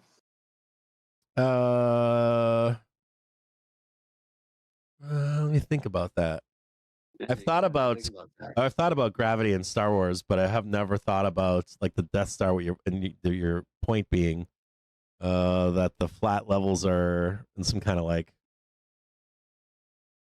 circular fashion around the inside of the thing. No, Yeah. It's like flat levels all the way up, vertical. I used to own the Death Star when I was a kid. But I don't know how they fuck with gravity. I'm sure that they have the answer as to why they have like gravity machines or whatever, gravitational field. No, I would say just using so movie big that it mechanics. has to have a gravitational pull. I mean, that's a known thing, So Well, no, you would only create the gravity if it was spinning, right? no, it's the mass itself creates the gravity. I thought the sun was the gravitational pull. How do you think the Earth has a gravitational pull? I think that because of the mass. Well, I think that the mass of the sun has gravitational pull of planetoids Yes. in a solar system. And then I think within that pull, there's a second gravitational field within the planet itself because it spins. Okay. All right. We'll just leave this. I feel like you're woefully undereducated on physics. So Sure. I'm just going to leave it. Yeah, leave this. Do you think an object has natural gravity that's in space? Everything that has matter has gravitation. Mm-hmm. And do you think that object's gravity is important if it's not moving in a circular or in a rotational pattern? Yes, I do. Yes. Okay. You don't need spin to create gravity. It's just the matter itself creates gravity. Gravity. Hold on. Literally, for someone who's smart as you. Hold on. Do not know spinning non-spinning objects. Yeah. I almost want to give you a hug right now. Well, I'm trying to apply like Star Wars physics with human or with like our physics, and that doesn't work. If you just put a giant ball of steel in space, it will attract. Hold on.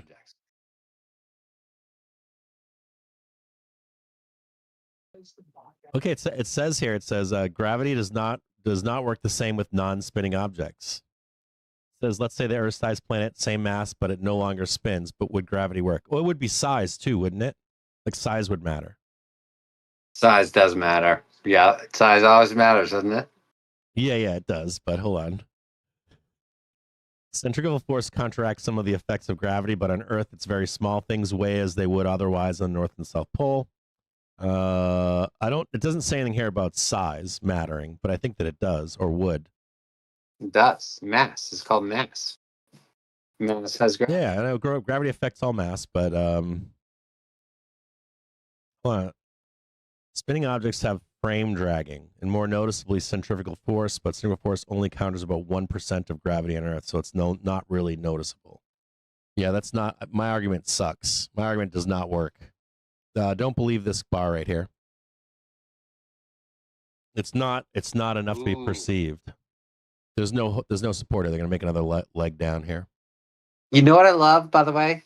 When I put up like a chart on Twitter that's like a 1 minute chart where you see like a volume, when you see volume come in, people will rip me immediately going like, that's a 1 minute chart. I'm like, dude, it is what it is. Well, the 1 minute Someone matters, owns dude. A bunch of stock on the market. Well, I got some puts here. Hold on.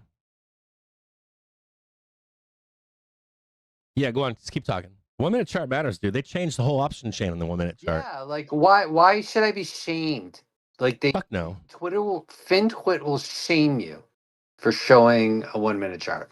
Dude, a 1 minute chart can be the difference between making money and not making money, even a long term trade. Especially Even a monthly you're trade. a DTE guy and you're doing end of day stuff, like absolutely it matters. It definitely matters. Like, first of all, I don't know. You can watch a month out option get chopped in half in a 1 minute chart. Bags are like, oh no, What the fuck we're talking about? Is because it's a 1 minute chart.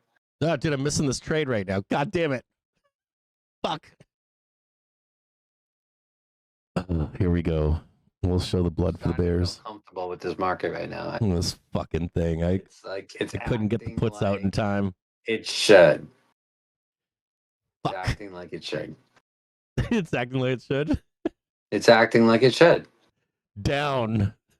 Down, boy. Down. Not necessarily down, just like not fraudulently supported by Fraudulently supported. Give me the bear case.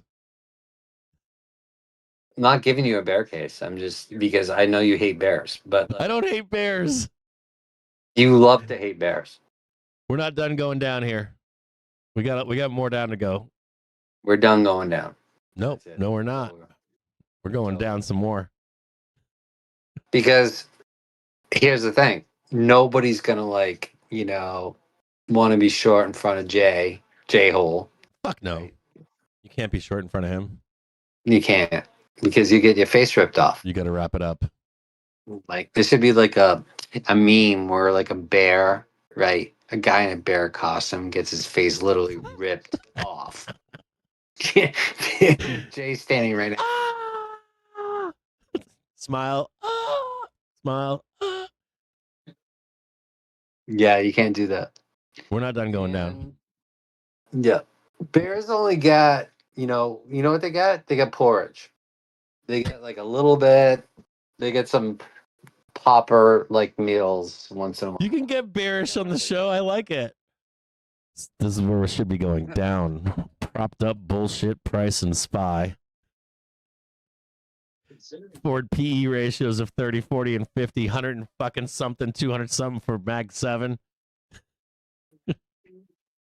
Needs to come back down to reality. I love the comments in the thread in the chat. What are they doing in the chat? Are they fucking around? Wow, they're like they're coming out and saying that you love to hate bears. No, it's not true. I don't hate bears. I just like to fucking. I just know when they're. I just know. Like, I used to be a bear. I like know what they're thinking. I just don't entertain it. You like to waterboard bears. Yeah. I'm trying to think of like that it's like torture, but yeah, But not all bears know what I'm doing. Some do. The smart ones are like, "Fuck that guy. I know exactly what he's talking about." The other ones are like, "Why is he fucking with the bears?" Because they know that I know that they want to see this fucker go down like right fucking now. But the truth is that when you say a squeeze is coming at the end of the day, generally it happens, and that like aggravates me because I go like, why do we have to have this? Why is he right, and why are people doing this? And I do understand the ETF rebalance and all that stuff, but like it does aggravate me. Like a lot. Yeah, that's the intent. I literally take it from the perspective of, if I was short right now, what's the worst they can do to me? Squeeze me right fucking now. And I'm like, God damn it. Like, fucking go out and fucking FinTwit and be like, can't get it done, bears. Can't get Being short, I guess, is pointless if you're doing it for more than like 2 hours. So I realized that again for like the 10th fucking time being a bull like this past week. I actually want to bounce something off you.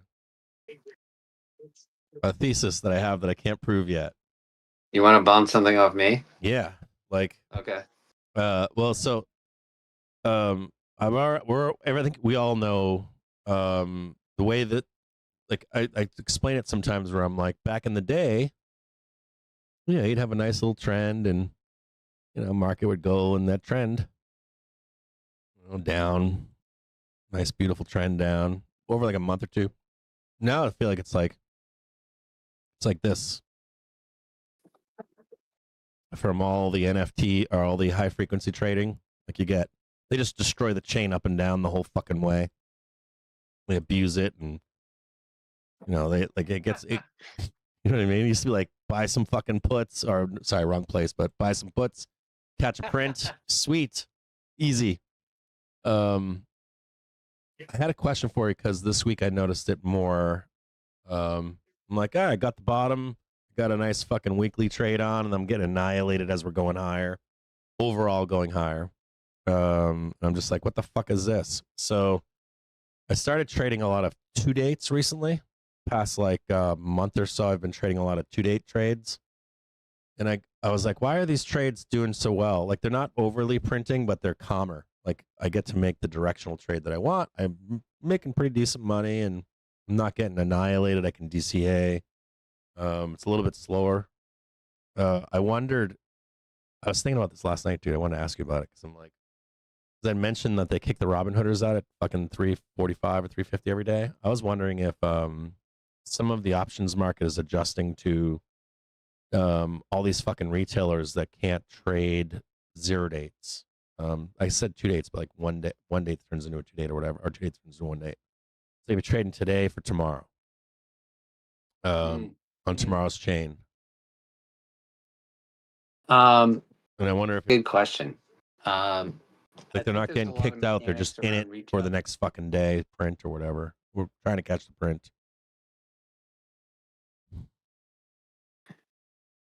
I've been told the other day that I laughed at. They weren't allowed to place a 0 DDA trade after 1 p.m. That's Fidelity's policy. Can you yes, believe that? people are talking about that. So we're not going down here. Not yet. The down is over the day. We know it. We're close to being done. That you know what I mean by that? Like, is going to be. It's definitely not going to give the Bears like the flush that they want. It's just not going to. Check the start watching the 2 date stuff.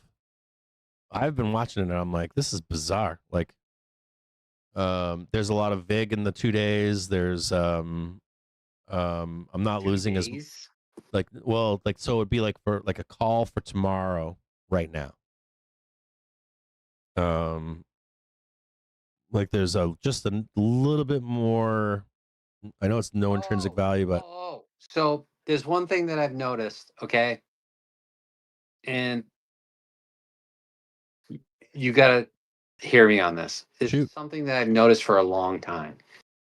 If you like do like a pair trade, a calendar trade, selling Wednesday, owning Thursday or Friday, for some reason, and I think it has to do with like the rolling of all in the middle of the week. Those trades come extremely cheap. It's something that you could do.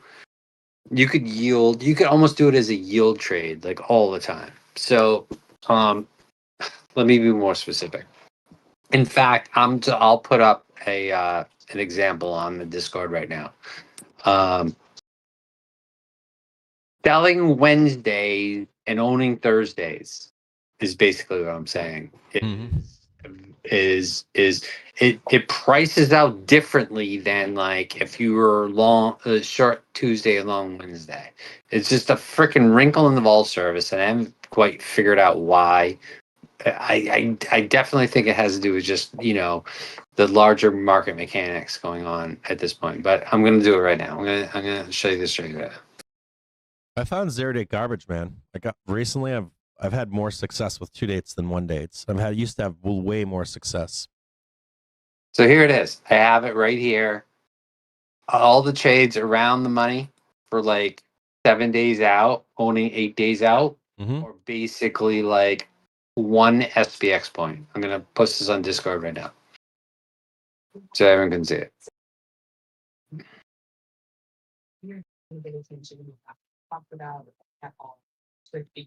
They're just trying to pound this bottom out. You see that shit?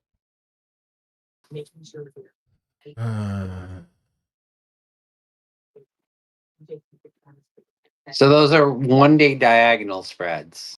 You posting this in the Discord? I did, and they're like almost free. Now, in comparison, right, just so that people can see, like, do you think like today, tomorrow, 5 points wide on SPX would be 1 point? No, of course it's not.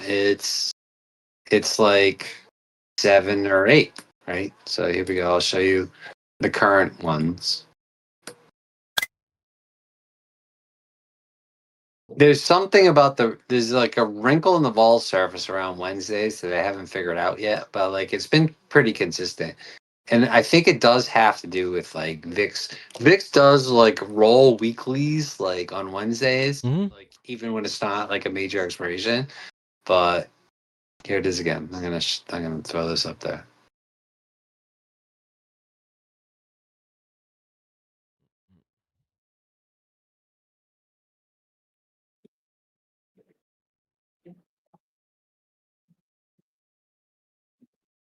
So like it's like see, it's like $7-8, right? I gotta look at them $5 separately. Hold on. wide.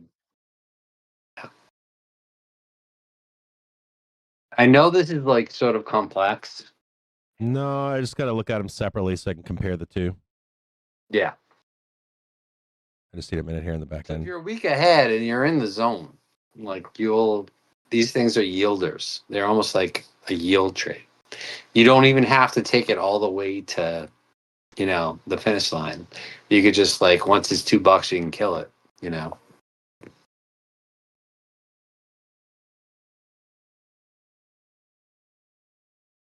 It's fucking money, dude. It's like literally, it's right there. The proof is right in front of you. The risk is that the market plummets, and then those things would be minus $5 debit. The Okay. market falls like a lot, but then vol would be rising at the same time, so they wouldn't be so bad. But because that's what happens to diagonal spreads. Like, So let me look at this on one. spreads. Two different screens here.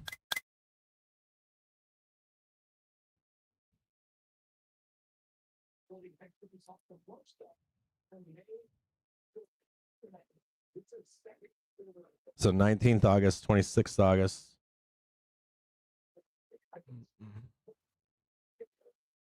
Jesus. Just lost you. Where's the 640s at? 710. Jesus Christ, 90 cents. That's fucking crazy. I'm looking at it right now. So I call it like a wrinkle in the vol's surface. Like, it happens, it's there. The risk is that you leave the zone. So like if you like move 2% lower or higher, these things will be worthless, right? Mm-hmm. Or That's still like a $7-8 fucking difference, right?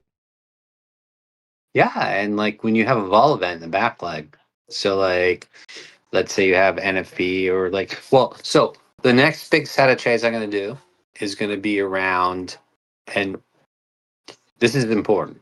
It's super fucking important. September 4th, Broadcom has earnings after the bell, and then non-farm payrolls comes out the next day. And people are super skittish, or gonna be super skittish because the last non-farm payrolls was a fucking disaster, right? So, like, don't you think vol's gonna be big going into that Friday? And the first week is Yes. yes. So And then sell the news once you come out of it. Yes. So I want to sell like vol Wednesday vol and own like Friday vol. Like for both of those reasons, Avago and NFA. And I can do that for like very cheap. So I could probably get like 6,400 putts for 2 days for like 5 SPX points. Does that make sense to you? Mm-hmm. In SPY terms, it would be like 50 cents. I'm looking right now. I'm just using the 6,400 as the example.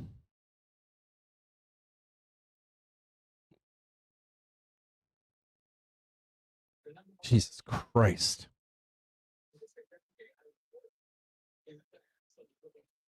I'm going to look at Avgo right now on a calendar on this.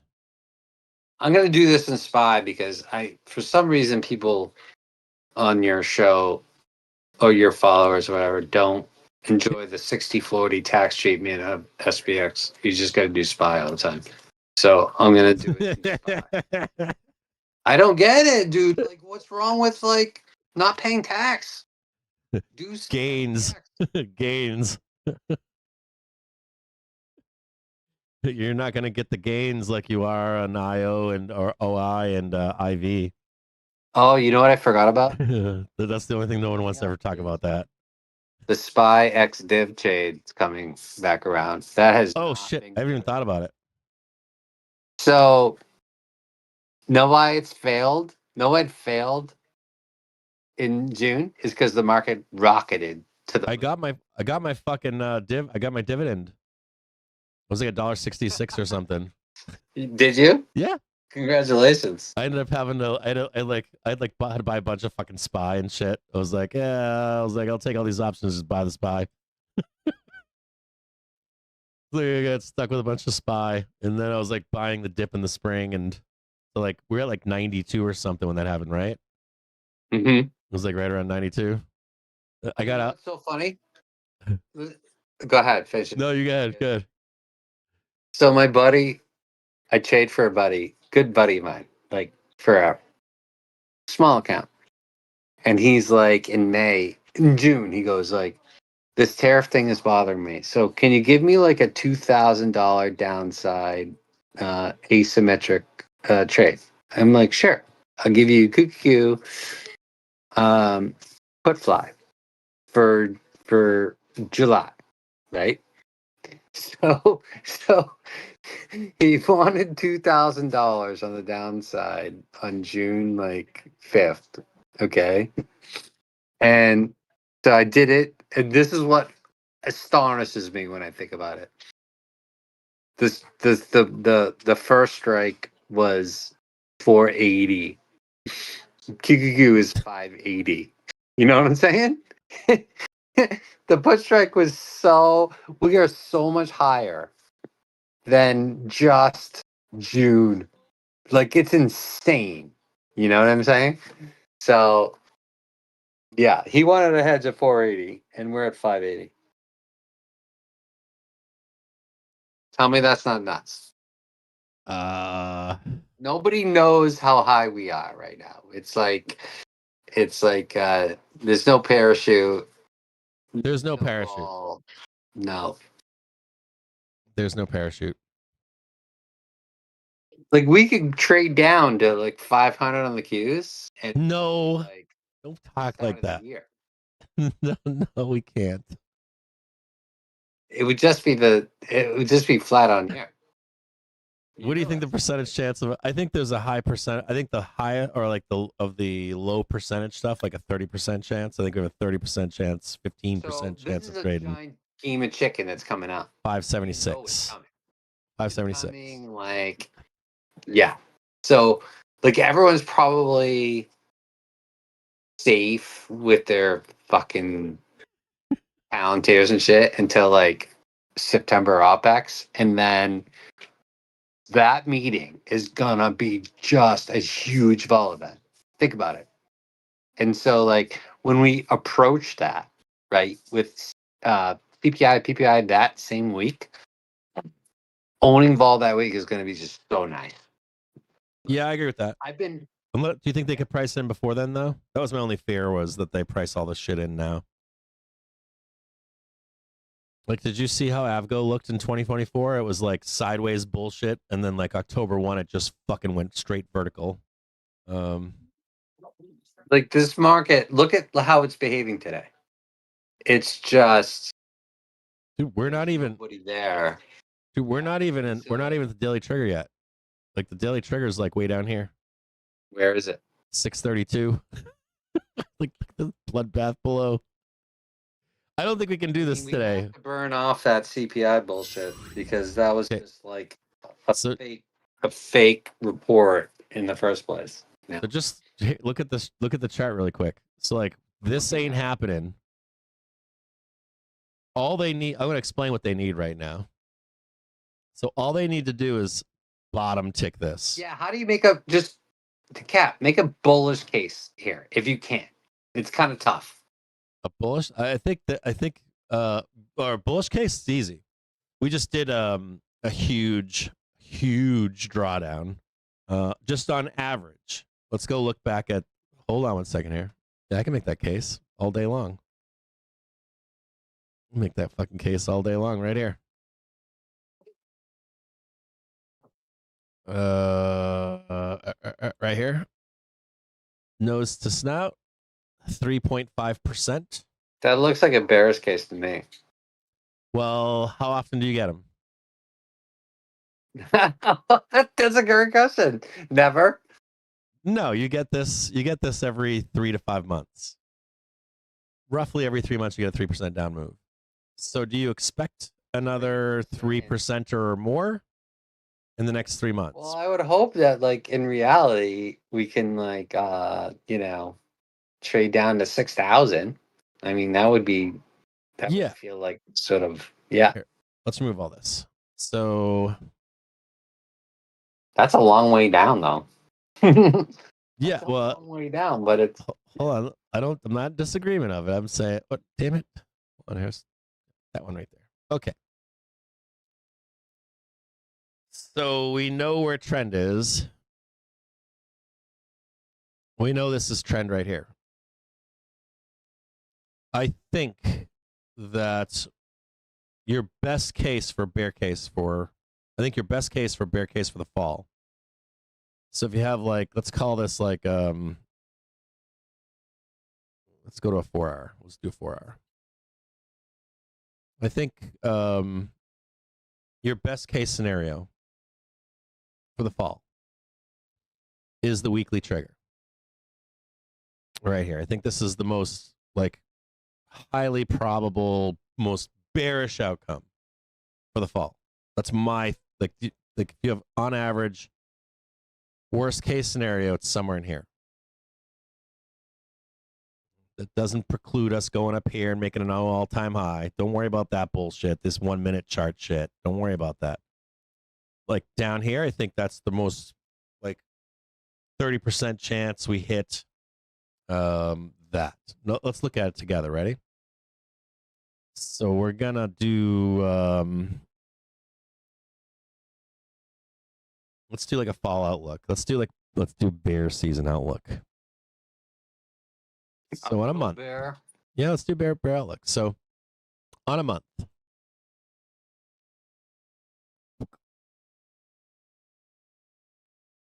There's a few things we can tell here. We'll look at this together. If the top is in, which I don't think that it is, but if the top is in, this is August. I don't think that it is. I think that the top is in, I think 652, right about here. That's where I think the top is. I'm calling it. I'm calling it. The top is in. All right. All right. The top is in for the year. That's just my opinion. Okay. Because it stretched 30% from April, so it's like hold give on. me a fucking break. People are just gonna be so afraid. Hold on a sec. I don't dispute like you're better at this than I am. No, so. hold on one sec. Give me a second. Hold on. Roughly right about here. Right about there. Okay, so I'm gonna measure this really quick. I don't ever do this on the show, bro. Ever. There you go. That's what we need to know right there. This is like the most important line right here. This yellow line here for bulls. It's like super important. Losing, even if for just a moment. Look, pay attention to this part of the broadcast. If you're watching this show, pay attention to this broadcast. So here's the month of August. Okay. Between now and September,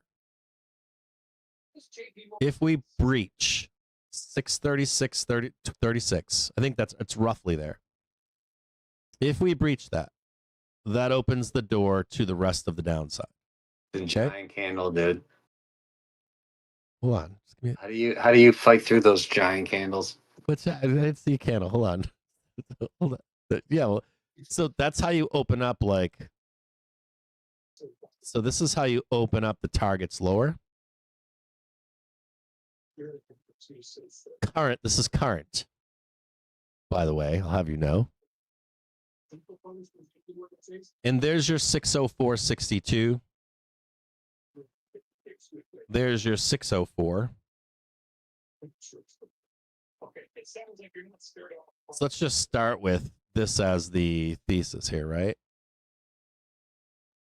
Correct. Not really too spread off because I think the opportunity it's a positive mentality. I think that pulling up and slow relatively So snip this at home. If you lose 636, 626.32 for even a moment, just one moment like this, tick, right? That opens the door down here. There's your 574. Here's your 604. Now let's look at a weekly basis. Bears are all fucking sauced up right now. And on a weekly basis, the reason I like the weekly basis is because this is where the pain lives for me. So if you were going to take this, right, this is where the pain trade is right here. Right there. If you were going to come back down here to take out that monthly, your pain trade is slightly lower right around here. That's 574. So that's how we come up with the 590. You can see the 590 right here. Right, so there's your pain trade down below. I think that's the most reasonable. Now, can we do one more knife down and like end of October and then up, V-shaped recovery? Sure. We can do that. So we're gonna draw these in right here.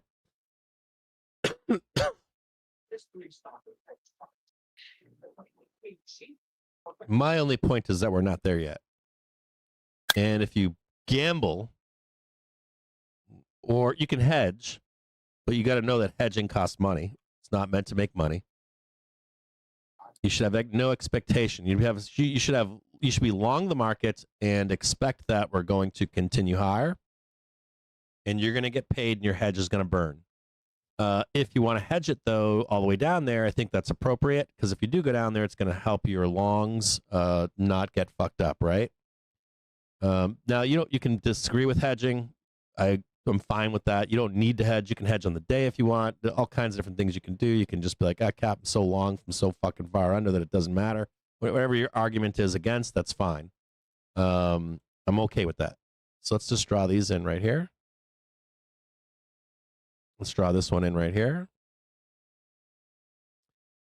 And we already knew that we unlocked lower lows on Friday's low, right? On Friday's low, we said, I think we said it publicly on Twitter too. We said on Friday we unlocked the daily lows for next week. So we're on weekly. We're going to switch to daily right now. We're just going to take a peek. So here's Friday. This is Tuesday, Monday, Friday. And this is the important candle right here. This candle right here. This low that was put in. Open the door to downside this week. And what they'll do is they'll erase that candle, erase all those candles. They erase this candle right here. And what do we have for a target right now? Right here. So you wipe away this whole entire week. This would be one big weekly candle right here. And you want to like watch this candle. This is on a daily basis right now, but these candles become one big candle. So remember this down here, this white one that I drew right here, right? You could literally erase the entire market and still be bullish in this market right now. Oh yeah. Oh yeah. You haven't unlocked shit down here. You haven't unlocked anything down there. So on a weekly basis, a lot of shit going on there. Yeah. there we go. This is pretty easy. So on a weekly basis, just on a weekly basis, your potential low is 626.72, which I already gave you. I think I said that last week on Twitter. We've unlocked 626.68. I think I wrote that on Twitter. I don't want to check it with you, but I think I posted that 626. And there's one more right here.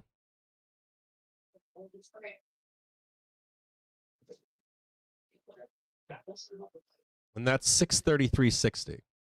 So this is like the target.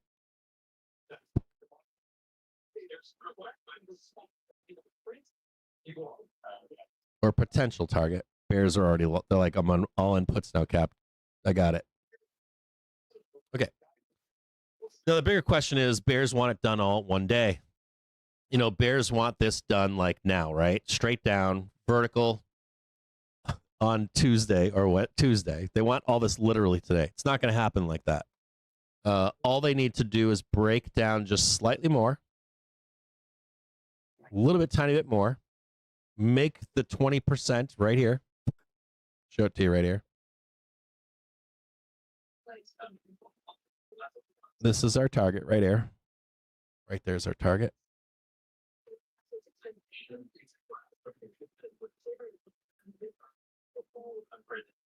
And they literally want to do just that one right there, and then up and then down. Right there. Now, we don't know if they're going to make that today or not. We're going to look on a 4-hour basis next. This is how you can tell if you've trapped up. This is how you can tell if there's a bear trap or not, or a bull trap. You can actually, with confidence, I kid you not, with confidence, say this is a bear trap, this is a bull trap. I shit you not. So this is only a 4-hour right now. We haven't had a weekly close yet. No, we can't turn that red because no weekly close yet. And look closely where we are. Look at right where we are right here. So we're sitting right on this 4-hour candle.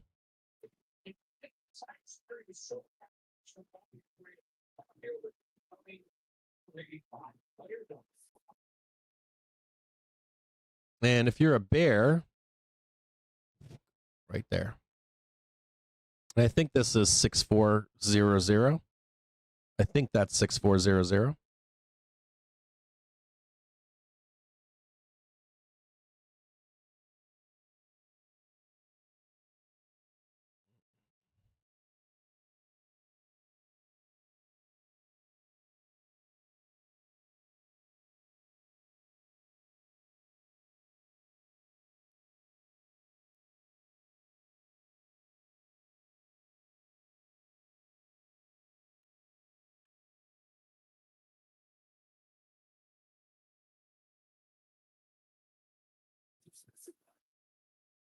Okay, ready?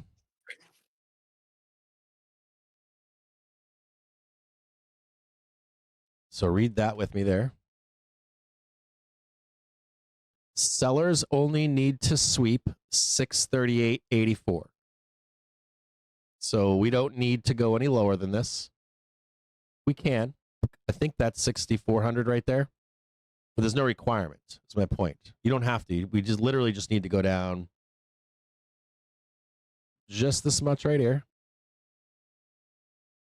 We can go all the way back up here, and we can and it's unlocked to go down. If we turn around, if we come down here and turn around right there, bulls are still alive. Shit you not. still alive. So this close is going to matter, right? We come into this close. You want to be watching this. You don't want to be trading this. Don't be trading that. You can, but I wouldn't be trading it. It's too dangerous down here. The meat of the move was right here. So we're going to watch this closely here. 1600. Watch this close right here. Now, where do you take that trade from is the next question, right? It's higher.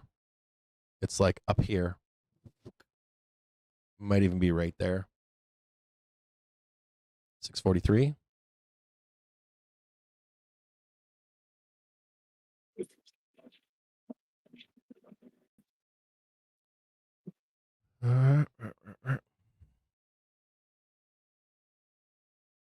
This is your Volatility Friday. Maybe Monday.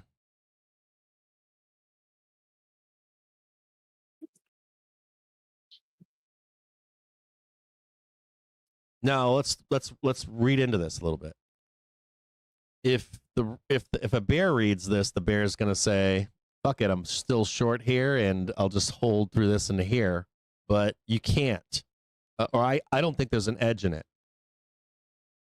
I would how I trade. I would prefer to see the low and be waiting right here. Now, if I don't see the low, I won't be waiting right there. I'll say that's it. We're done. We're going to go back up here and trade 48. So as of right now, how I think about where we are, I don't like being short in here.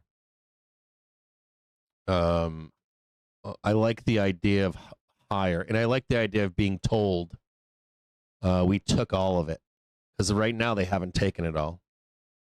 It's a little bit lower. I can actually give you a pin strike if you want to see it. If you want to watch it. Right here. Sellers only need to sweep 638.84. So I got that wrong. 22. Maybe is that changing? Somewhere in there. Where the fuck that is. 22, I guess. You need to go slightly lower. If you don't go slightly lower, bulls are in charge. Kid you not.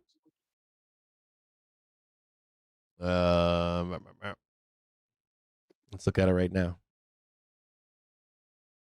Look at how close they are. You need to unlock this here. You don't have a choice.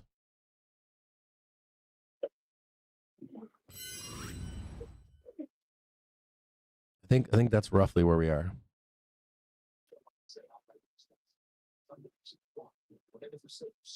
I'm warning you.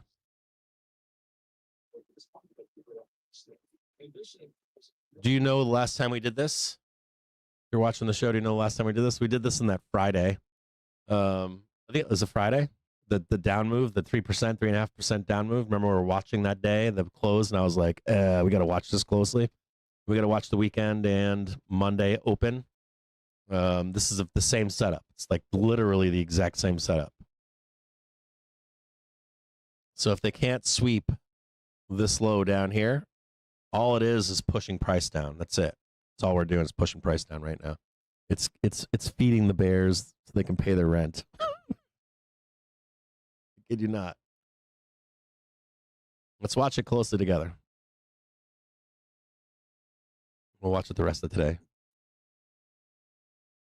By the way, I think you can get one more down day. If you want it like without looking at price or like anything else, like not looking at anything in the market, I think one more down day is appropriate.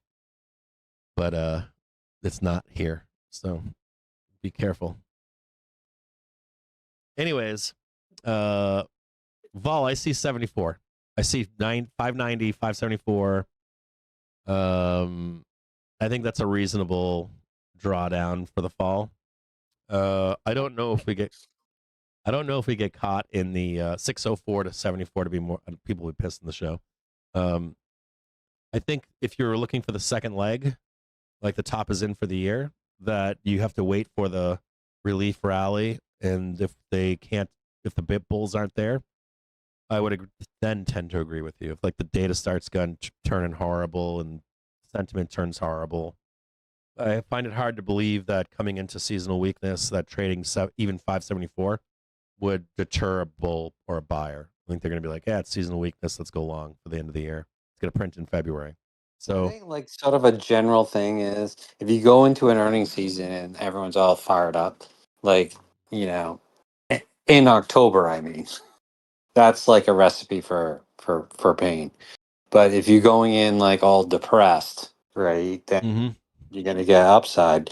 And so I guess the path from here to there is like what's going to determine, you know, how the year goes. And you know, if like I really think the whole market for the rest of the year, from like the outcome will be determined by like what Jay says on September 17th. So like, you know, is he going to give people what they want, or is he going to be, you know, and like he very rarely wants to be like a bad guy, right? Sometimes he is, but I don't think it's going to happen this week. So I think this is going to be a nothing burger on Friday. Even though, but like last year, you know, markets going into both Nvidia and Jackson Hole were like a little bit skittish, and so we could see some like moving. Well, we could at least like get some movement in the indices, you know, as opposed to just sitting here all day. That's all. how do we break below this level? Or like even if we touch it, I don't know. It's going to take special news. like I'm okay with touching it. Like touch it. But then what's the next news that sends us down below 6,400? Um, I don't know what it is. like Thursday, like 250 on jobless or something.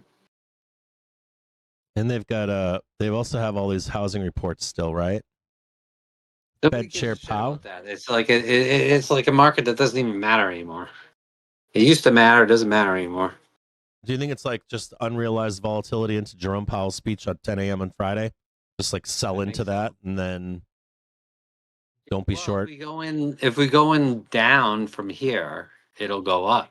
If we bounce into there, then it could go down. Like I'm surprised we're down this much. I mean, like today.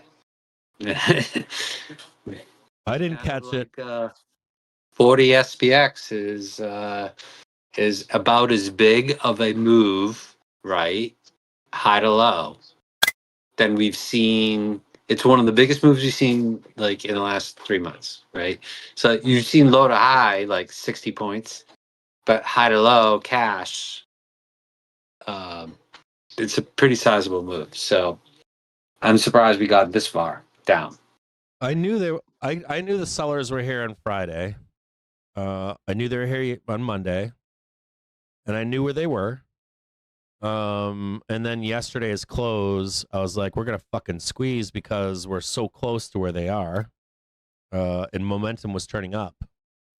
And so we squoze. After the bell, we started squeezing. And right where they were, they fucking sold. And I go, Did you just create a new word called squoze? squoze. That's awesome. I'm gonna use that. Well, no, hold on though. No, when they started selling that shit immediately last night, I was like, fuck. It's like they're gonna fuck us on open tomorrow.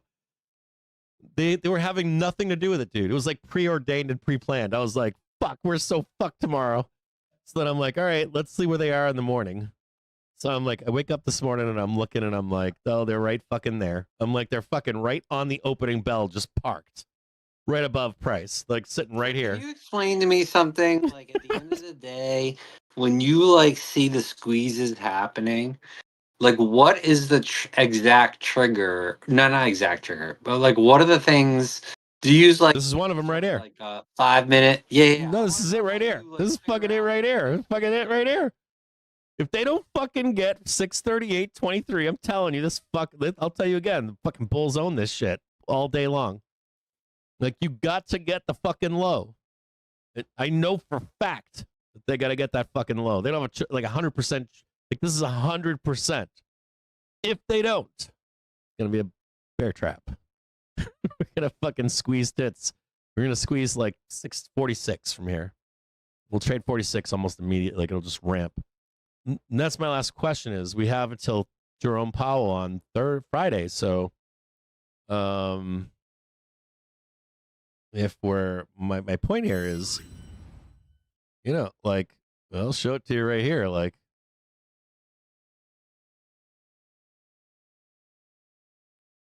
you're gonna assume there's major demand here. Like you literally, if you can't get that, I'll tell you right now, if you can't get this, look at, if you can't get that right, what they're gonna do is gonna bring it back up.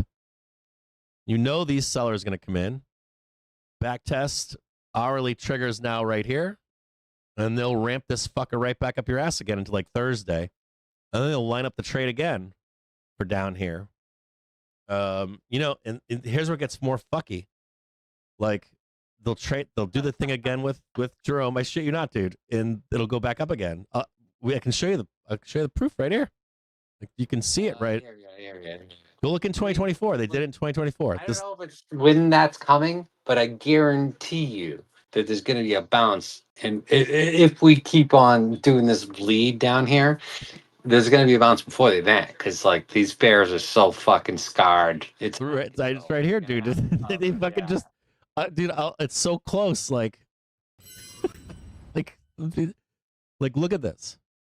I'm gonna tell you, if you're a bear, if I was just like blatantly short the market, I wouldn't be able to handle going into after what I've witnessed in the last 3 months.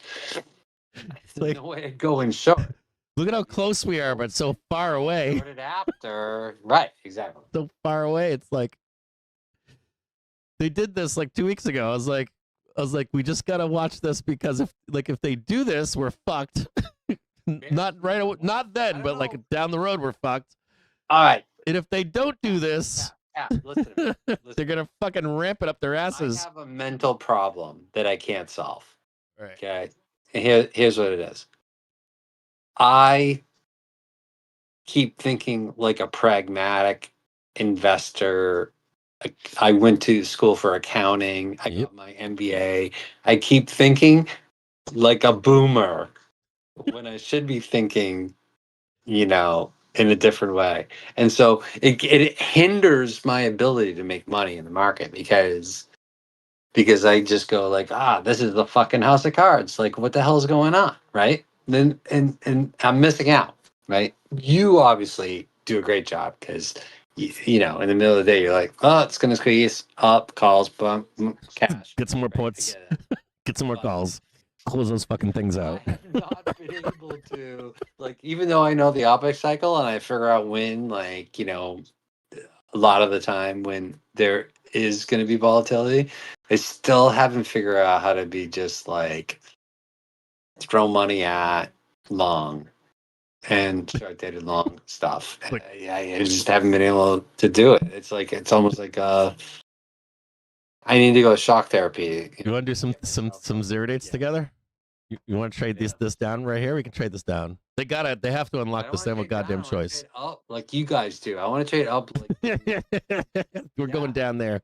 Because it's so much easier. Right in the bell, right there. Complaining. Yeah. We're going right there. Where's fucking 4? It's gonna be an eye bleeder. We're gonna suffer through this. It ain't gonna be easy. Let's just be honest about it. There hasn't been since 10 a.m. one of those, where did that come from? No. Fuck no. How about this? This is the prime time for me to go on Twitter and fuck with them. Here you go. Ready?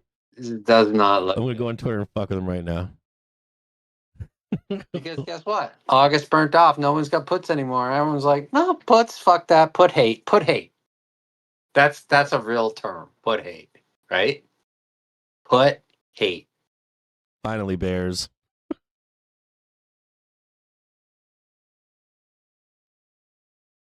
And like the puts I have, they're not exactly going gangbusters. It's No. There's a problem. like You I have 160 puts. must. Okay. I have 160 puts.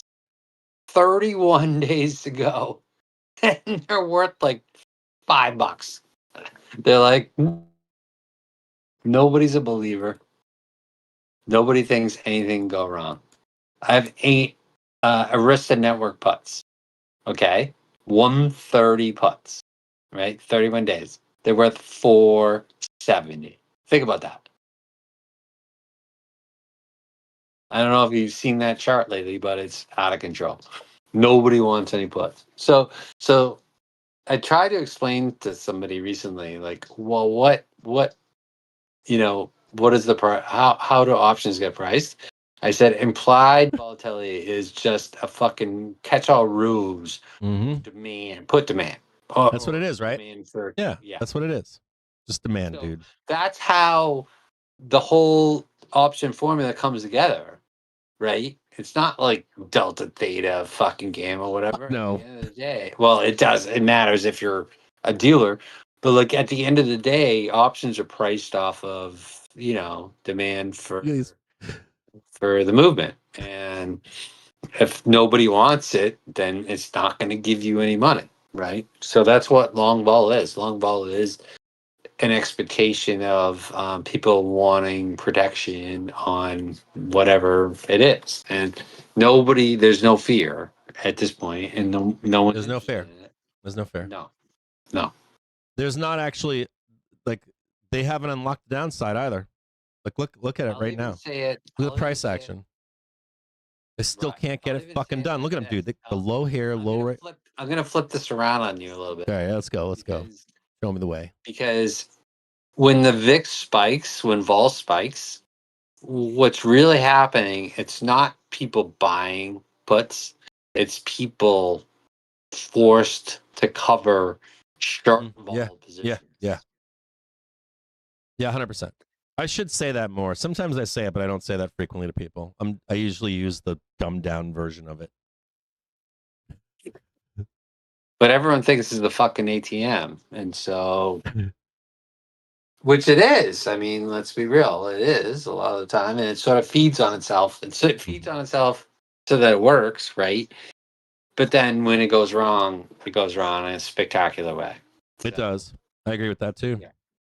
Um, So the one thing that I would recommend, right, personally, to every trader that I would ever talk to is essentially never sell naked puts or calls, because there's just no point. The convexity is there.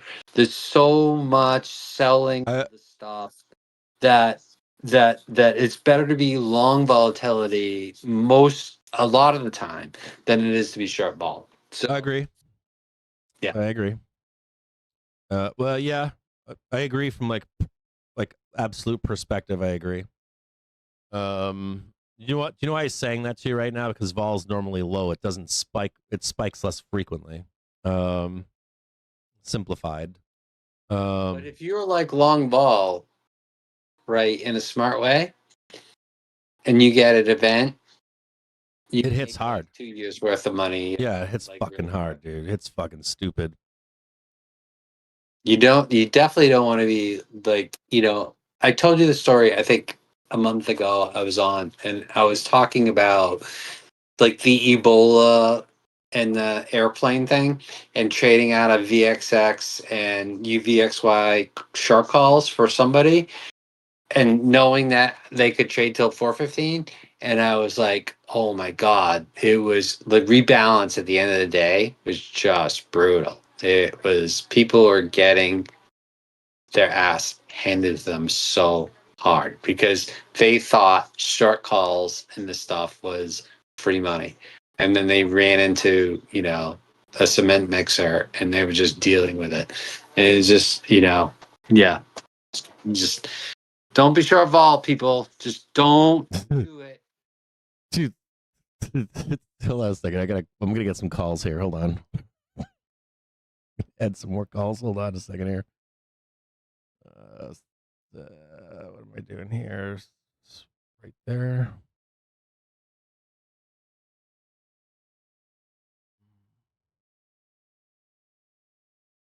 Maybe not that many. I was gonna do a bunch, but they're pretty expensive.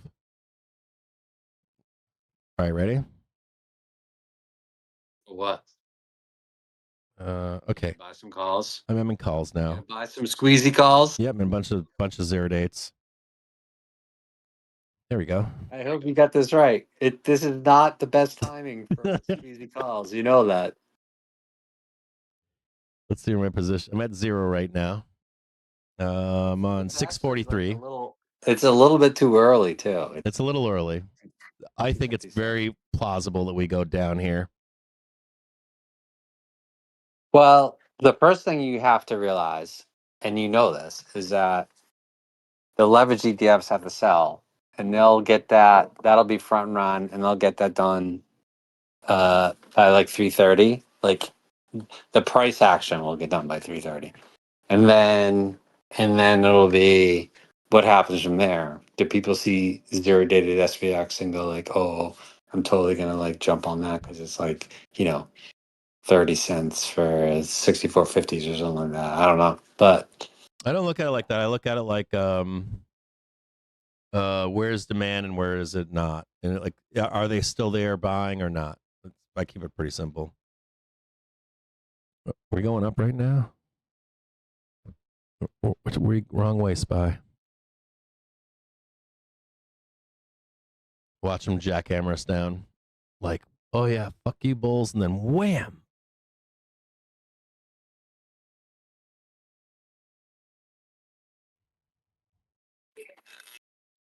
I'm making money right fucking now. We're going up. I just don't know how long. Make sure you have tight stops because you know they're going to try to sell this shit down. See what they're going to do here. Stops where the green box is down here. Go a little bit lower possibly. If they smash us down here, wait to get out so you don't get cut up.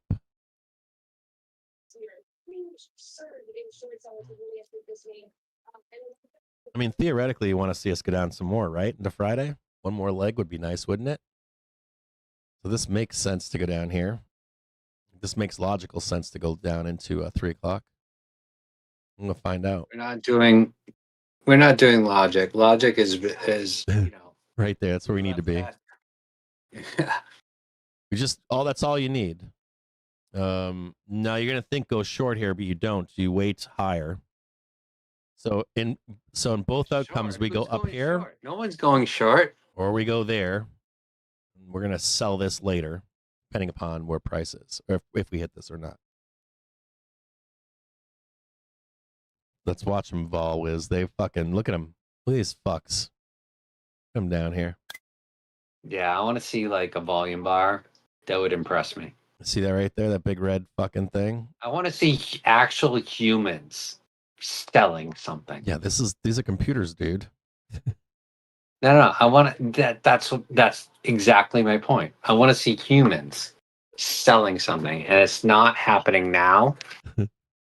And because they are so comfortable where they sit at this point, they're going to need something bigger, more advanced in the calendar. Watch that price action right there. Oh. Look at that. I have a question for you, Captain. Go ahead. So, do you think more algorithms and AI, especially at a smaller scale, and like trading like zero dated options, is going to make it easier for you to trade or harder for you to trade? I lean towards that it's going to make it easier for me to make money. Say it one more time. Do you think that the continued proliferation and growing amount of algorithms and AI algorithms around zero dated trading is going to make it easier for you to trade or harder for you to trade?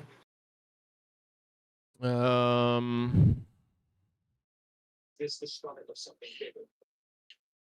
Sorry, hold on. I'm adding position here. Hold on. Sorry. Like building this big position here. Yeah. What do I think about That's a buy that needs to be like recognized. So I hear you. yeah, I'm like buying all this. I don't care regardless if we You're buying. yeah, I'm long. I'm getting long as fuck right now. I got a bunch of longs on God, why? because Okay. we're Okay. close to the turn. You're better than me. Yeah. Well, you could definitely make money till 4, but We have a big week ahead, dude. Tomorrow's Wednesday, and then we got Thursday and Friday. So I'm like, like, you know how these fucking bears do it, dude. They're always in at the bottom, and they're is never not- selling the this is top. not- none of what you're seeing today has anything to do with bearishness. It's just unwinding of. Yeah, it's unwinding. It's not So, bearishness. yeah.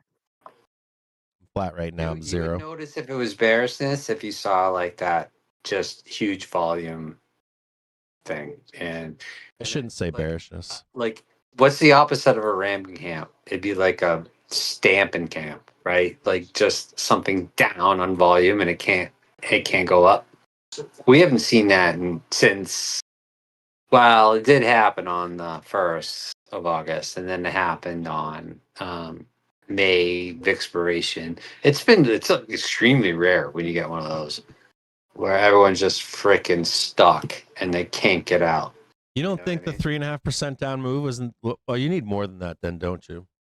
3.5%. Who? What? When did that happen? Did I miss that? Yeah, it just happened like fucking a month or two ago. No, it didn't. Yeah, we had like 2 days of down for like 3.5%, but it wasn't enough to freak people out. You mean? Hold on. I guarantee if we trade this right here, Hold on. if we trade this right here, if we trade this down here, you're gonna see a whole bunch of volatility. Whole bunch. Not a ton, but some. We haven't seen it that though, so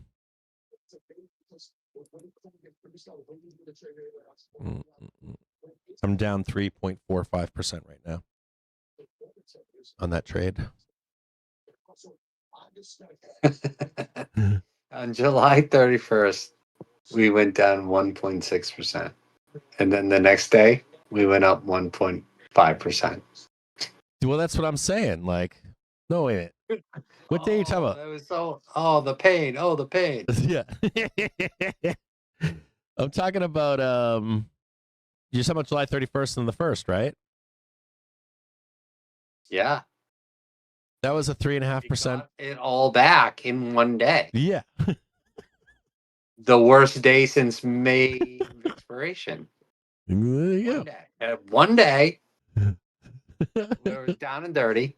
It was down and dirty that day, if you remember. It was so long ago I can't remember it anymore. My hindsight trading is getting the best of me. Was like, if you remember, the price action was sort of like it was pressed. It was like someone was stepping on your head underwater. That's the way the price action was that day. I look at it like they're like you say, like they're just repricing the options chain. That's it. Like literally, like but it was end of the month too, right? So like yeah. that was part of it.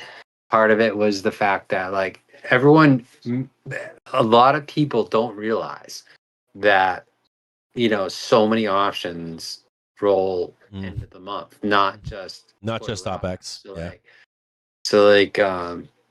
Just look at NVIDIA open interest for August 29th. It's going to be sizable and, whatever.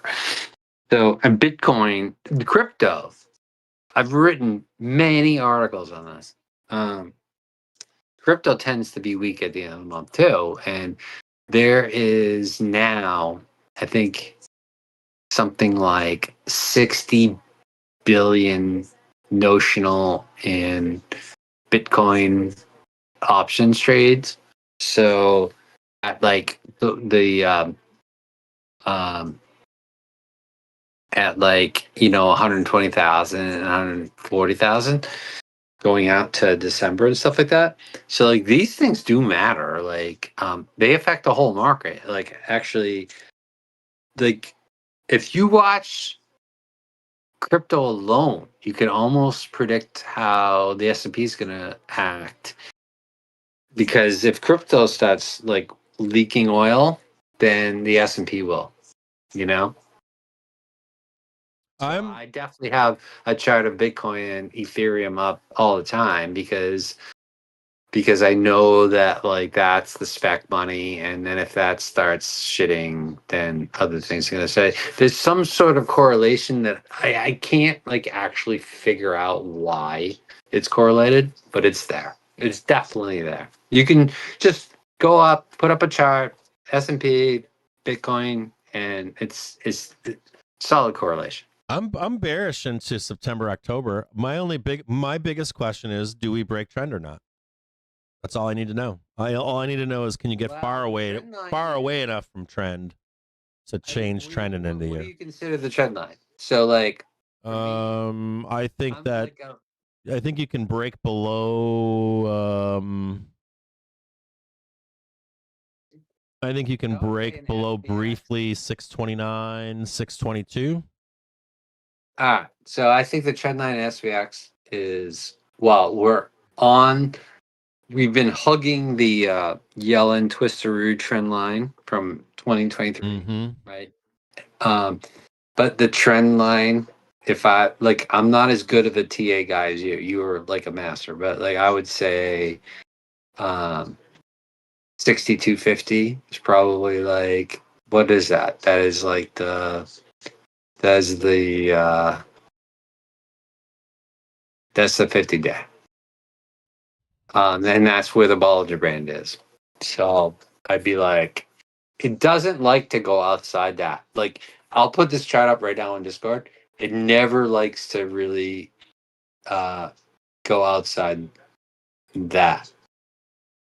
Like, even when it goes higher, it refuses, to continue. I'm putting it out right now. All right, so we're gonna transition while Volwiz is posting this. We're gonna transition to end of the day expectations for tomorrow, preliminary, unless something really changes. We're gonna look closely here at this. This is me fucking around over here, but we got to talk about this. So let's just take a peek. You're gonna assume that there's major demand here, okay? Right where we are. We don't yet see the low that we need to unlock more low. We're waiting for the close to see if that happens. Into this close. Now, I do want to warn you. If you are chasing this hole and expect for us to crater Wednesday all day long, like we blast down here and then we careen down, it's possible. But I don't ever like taking that trade 10 times.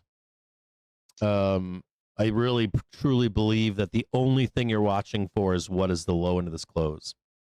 I think in both circumstances, you're way better off looking to short. I think it's 642.23, somewhere right here. Let's just do 642. Now, this is predicated upon. Can I ask you a question real quick? Yeah, shoot. Like, how do you feel about the last 5 minutes? Like, sometimes when you see an ugly close, what does that mean to you? Right now, I think we're I don't think this is an ugly close yet. I think that the close hasn't been put in. I mean, like in the last 5 minutes, if you saw like a big volume bar and like a big down or a big, like on the upside. Well, I've got no. People are fucking yeah. So I've got no. So the only thing that I know at this point is that the close or the low is going to matter today. So like this low is going to matter. If they can't put in a new low down here, this has potential. This up move has potential to trade up here. This is a very ugly day all around because it's broken a lot of things. So not even being able to. I don't agree with that. I don't agree with that. You need to get this low in my view. In my book, you need to get the low. As a matter of fact, down here in the bottom right-hand side, you can see right here, this is 6,400. This is SPX. And you really need to break through this demand here. If you break through that demand there, it unlocks this more downside. So you need to like show that the demand is no longer there, or it's weaker than the sellers, and the buyers are looking lower to buy a dip, whatever you want to call it or whatever. You can say whatever you want. Like I'm short calls, I got to close them out. But you can't open this up, any of that up without literally, I kid you not. It's literally a fucking tick. Let me show it to you how close it is. Like this is what like when you watch like Jedi Marcus on FinTwit, he's watching for this. He's like, what was the? Yeah, by the way, he is like a friend of mine. It's a friend of mine too. Yeah, he's a good guy. Like he's looking for that. Know who he is? He traded the S&P pits. So like, that's right. Watched, say, John Tudor Jones and his documentary, right? Mm-hmm. He was probably in there trading S&P E-minis or whatever, like in the 90s and whatnot. Like he's a legit pit trader. Like, yeah, it's cool. It's cool. So, like I know a bunch of these guys, and they are just, they're obviously look at this market today and they go like, this is fucking dumb. You just got to do this. Yeah. If you can do that, I'll tell you where we're going tomorrow. If we can't do that, the way is higher. So preliminary expectations for tomorrow. So far, we're not at 4 p.m. yet. We don't know. You want to be watching this close because they're going to try to trick you out. They're going to try to fake you out up or down. They don't care. The computers will intentionally, like literally leave you pennies on either side. And that's the only way that you can tell, in my book, with an edge. So, regardless of outcome for tomorrow, we'll draw it like this. Rather than showing you these possible outcomes, the only thing that I'm going to show you as of right now for what we know is this move right here. We'll do it from down there. We're going to go right there. That's guaranteed in my book. Now, some of you are going to say, hey, Cap, we can go down here, hit that number, and we'll blast down. I think that's reasonable. I just wouldn't trade it with money. If I'd ran that trade 10 times, I would be more a loser than a winner. Like Tatooine or something? Yeah, I'd be a loser. I wouldn't even be up on top. So it's that bad statistically. Now, if we do unlock this down here, I will look to be a seller tomorrow at some point on open or whatever and try to sell this fucker down. Now, if we don't do that close over here, if we don't get that, not even close, just the low. If we don't get that low today, I am long to here, and I'd be looking at that point for a high and then a back test right here. In continuation to the upside. And I think that's valid right now. I'll be honest with you. It is. It's valid. Okay, so like, can I ask you a question? So like, I think everyone's really thinking about the speech at 9 a.m. It's like 9:30, 10:30, something like that. yeah, it's at 10, right? And something like that. So I think so. Only thing we're watching They're is all this right freezing their asses off when they do it or whatever. Dude, is it really cold there, dude? I thought it was warm. Well, it is cold in the morning. It's cold. Yeah, it's cold in the morning. Montana's cold as fuck in the morning. They don't get a real summer either, do they? I don't know. Like, they were just out there last week. Did you see them? Like, freaking Sorkin was out there. And no, I didn't see it. These guys. Yeah. Were they banging out boys and shit? Like, what are they doing? I don't know what they're doing. Like, Tinder boys. Using money. Oh, here's what they were doing. They were getting a vacation, a work vacation. So, like, all these people were out there hanging around, talking about shit. So here's the bottom line. If you like to speak in public, you get free vacations. If you're good at speaking in public, of course, right? So that's, they were out there doing that. And you know, he interviewed like everybody, like Brian Moynihan, like blah blah blah blah. Brian Moynihan is the biggest mumbler I've ever heard in my entire life.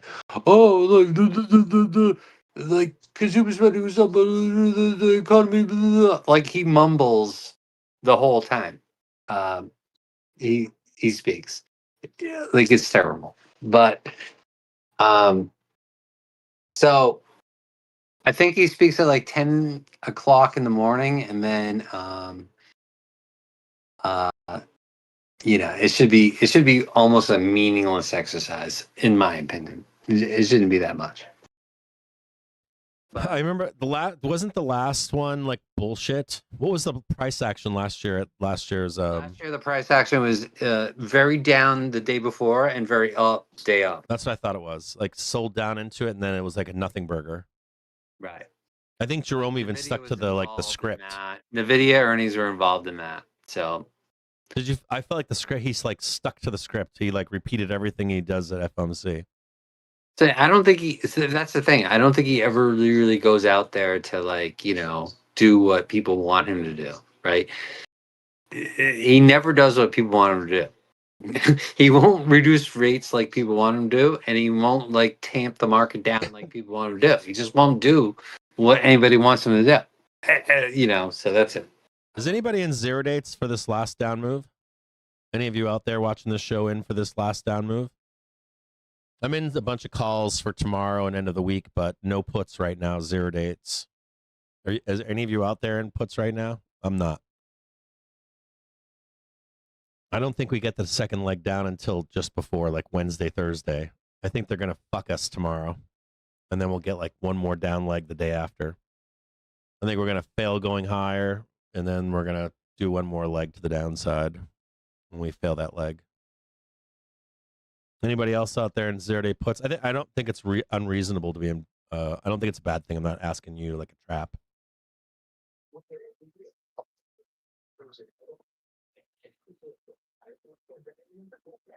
All right. The chart is just so gross, like on like an hourly scale, that I just.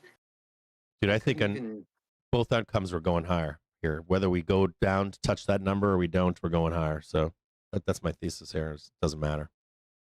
And I'm watching the chain right now because they're trying to reprice it. If you watch the chain closely, watch tomorrow's options. You can see them repricing them right now. In the background, dealers are.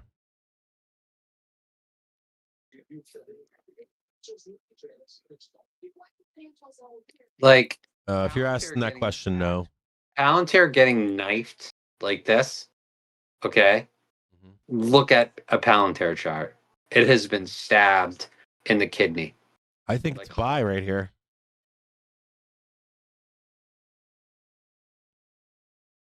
I do. And it's in the volume zone for sure. It's like the one of the three places I want to buy it. It's like literally the first stop on the train to hell.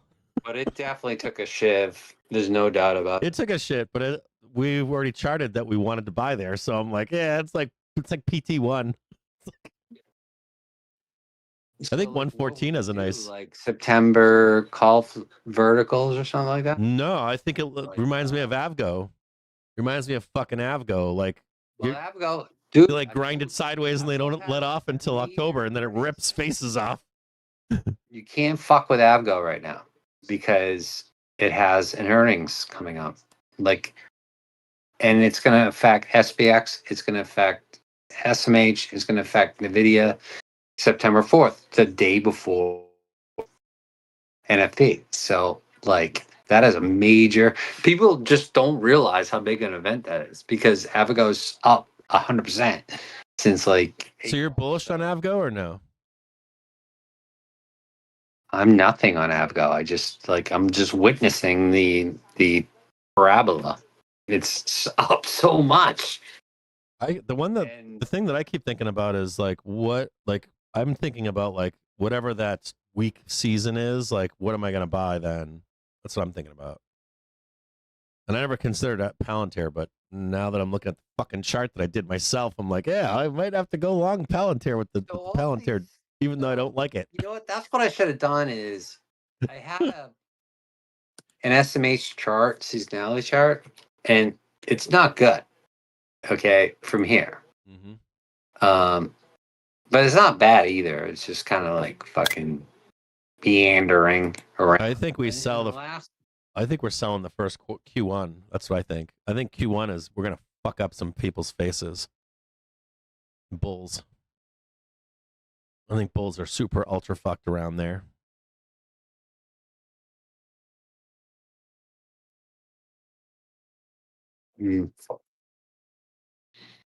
There's a lot to look towards. I mean, there's a lot of vol events coming up, man. Like I'm it's kind of crazy when you think about it.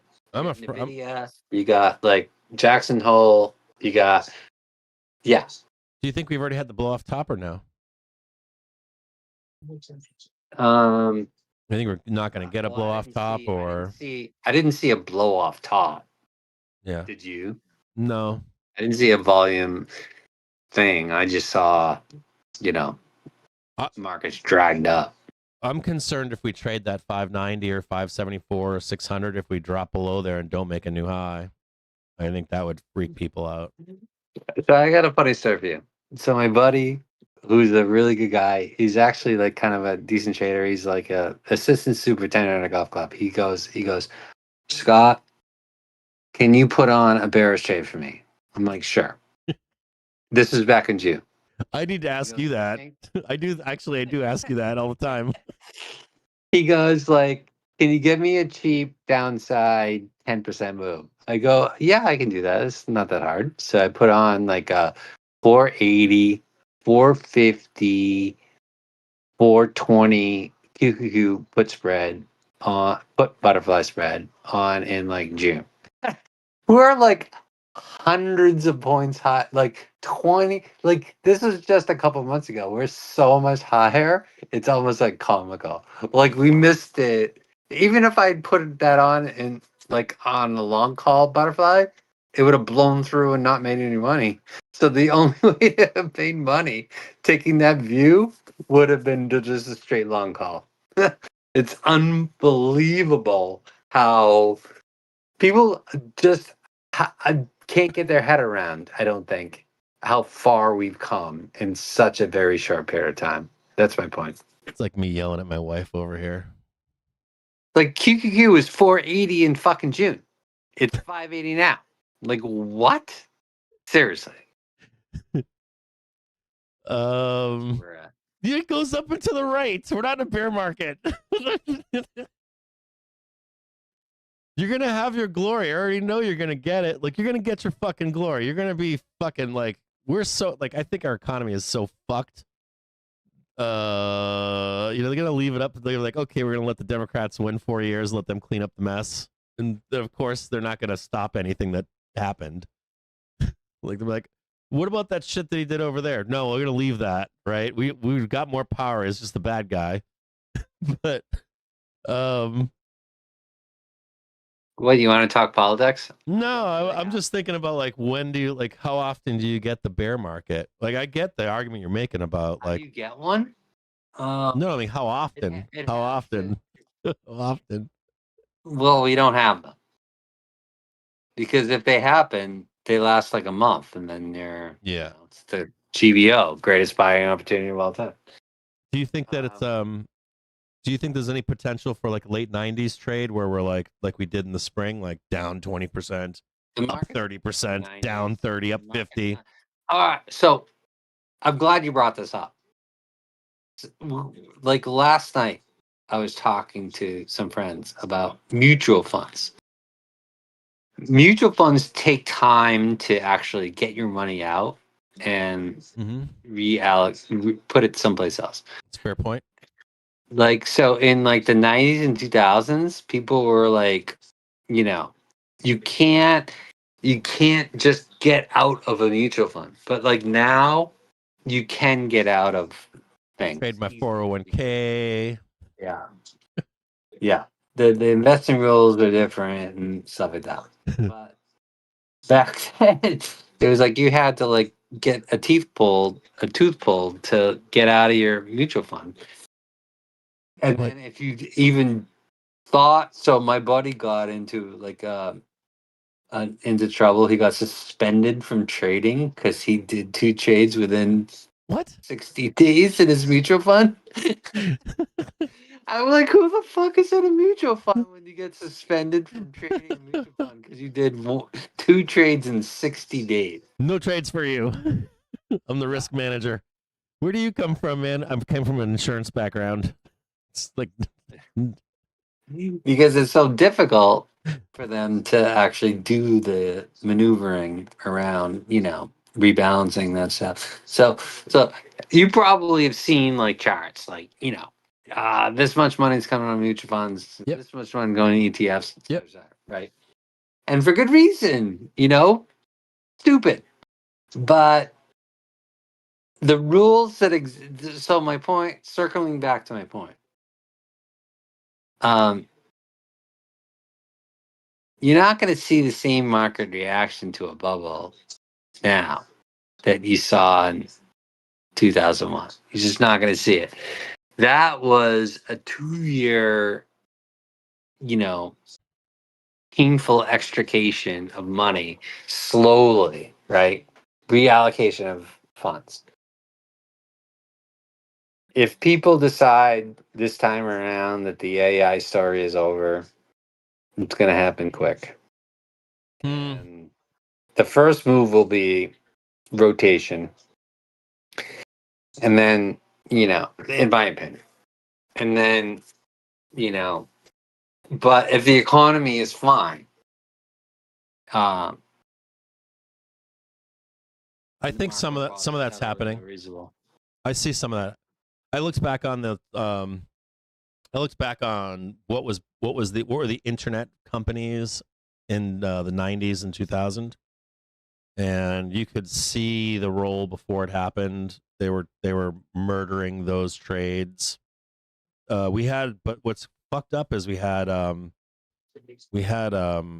breadth expansion, the last leg. I see BBG bring that up. They don't say why, but I know why. It's because in 2000 we had breadth before the roll. They ran everything else up the last year or two. We haven't seen that in this market, right? They keep bringing it up, so I'm wondering. I think that's what they mean by that. There is some of that going on in AI stocks. I notice there's a lot of major high, major double top going on, but in 2000 we kept going higher. The indexes did. We did that with COVID too.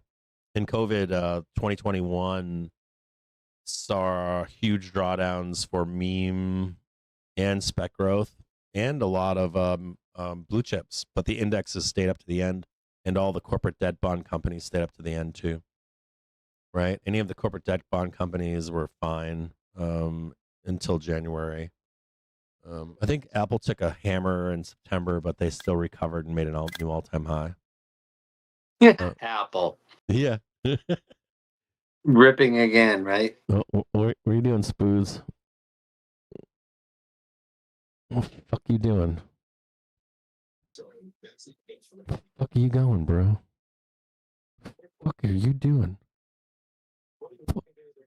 What the? At the end of the day, Bears can't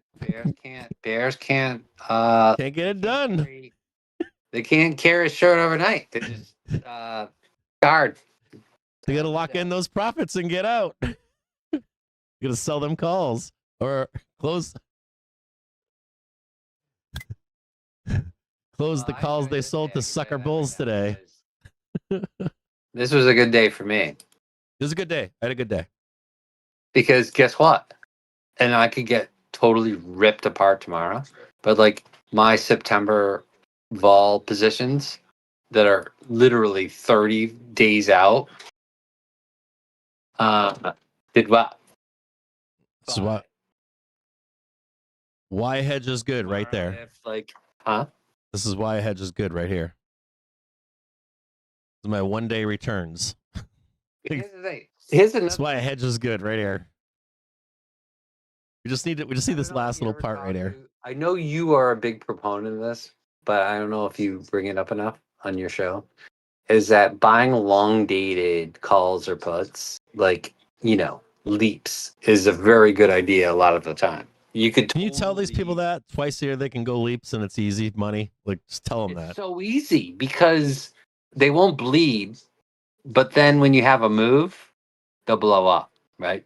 Yeah. So it's awesome. Twice a year you get it. It's a good idea. If you're in a bull Nobody market, dude, plays twice, even in a these bear market, twice a year you can usually buy a major fucking low. Yeah, like you don't have to be right within the next 2 weeks No, for these things to work. Yeah, but we're I degenerates. should do more in that space because it Yeah, seems like it's so much. Yeah, we have a lot of people in our community I that have that's a all they buddy, want. He goes like, That's all they want. What's Like 2 easy trades a year. Like side of the barn, knock them out of the park, grow wealth slowly over time. People beg for that in our community.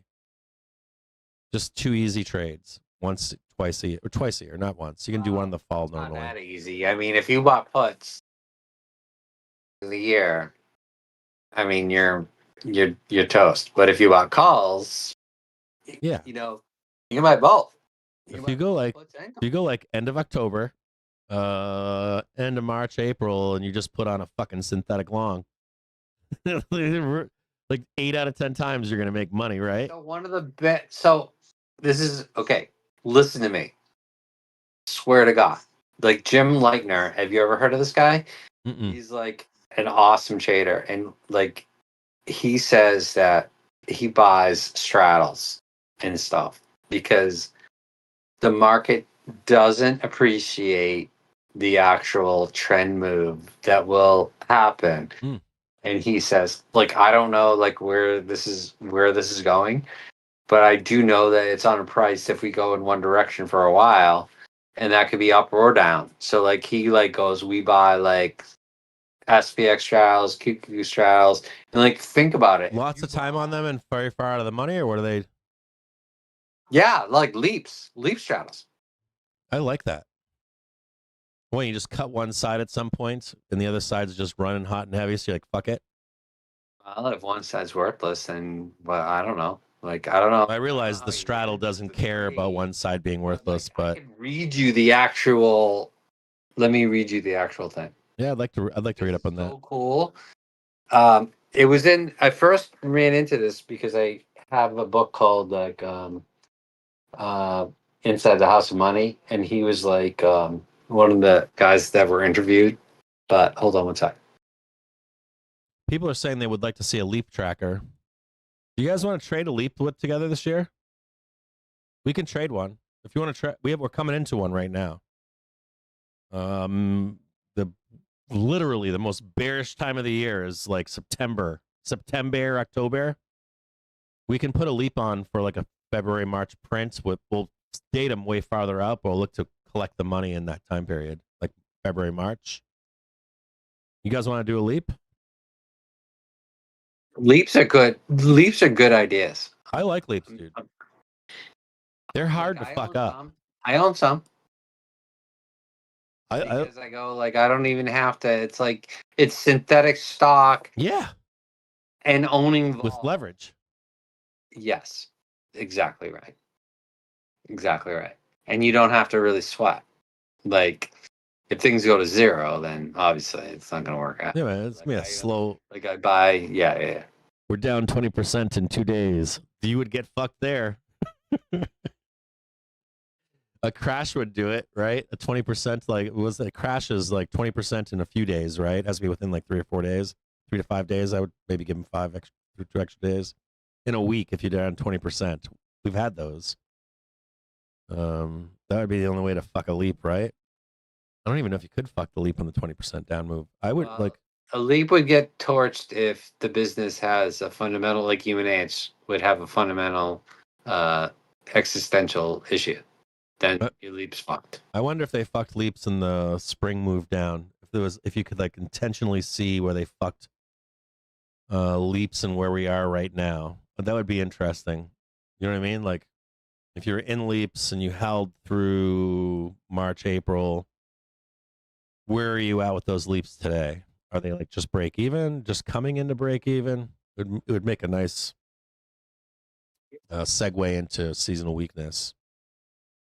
I've always assumed that that's the intent, right? So it's like dealers trying to get neutral on every frame.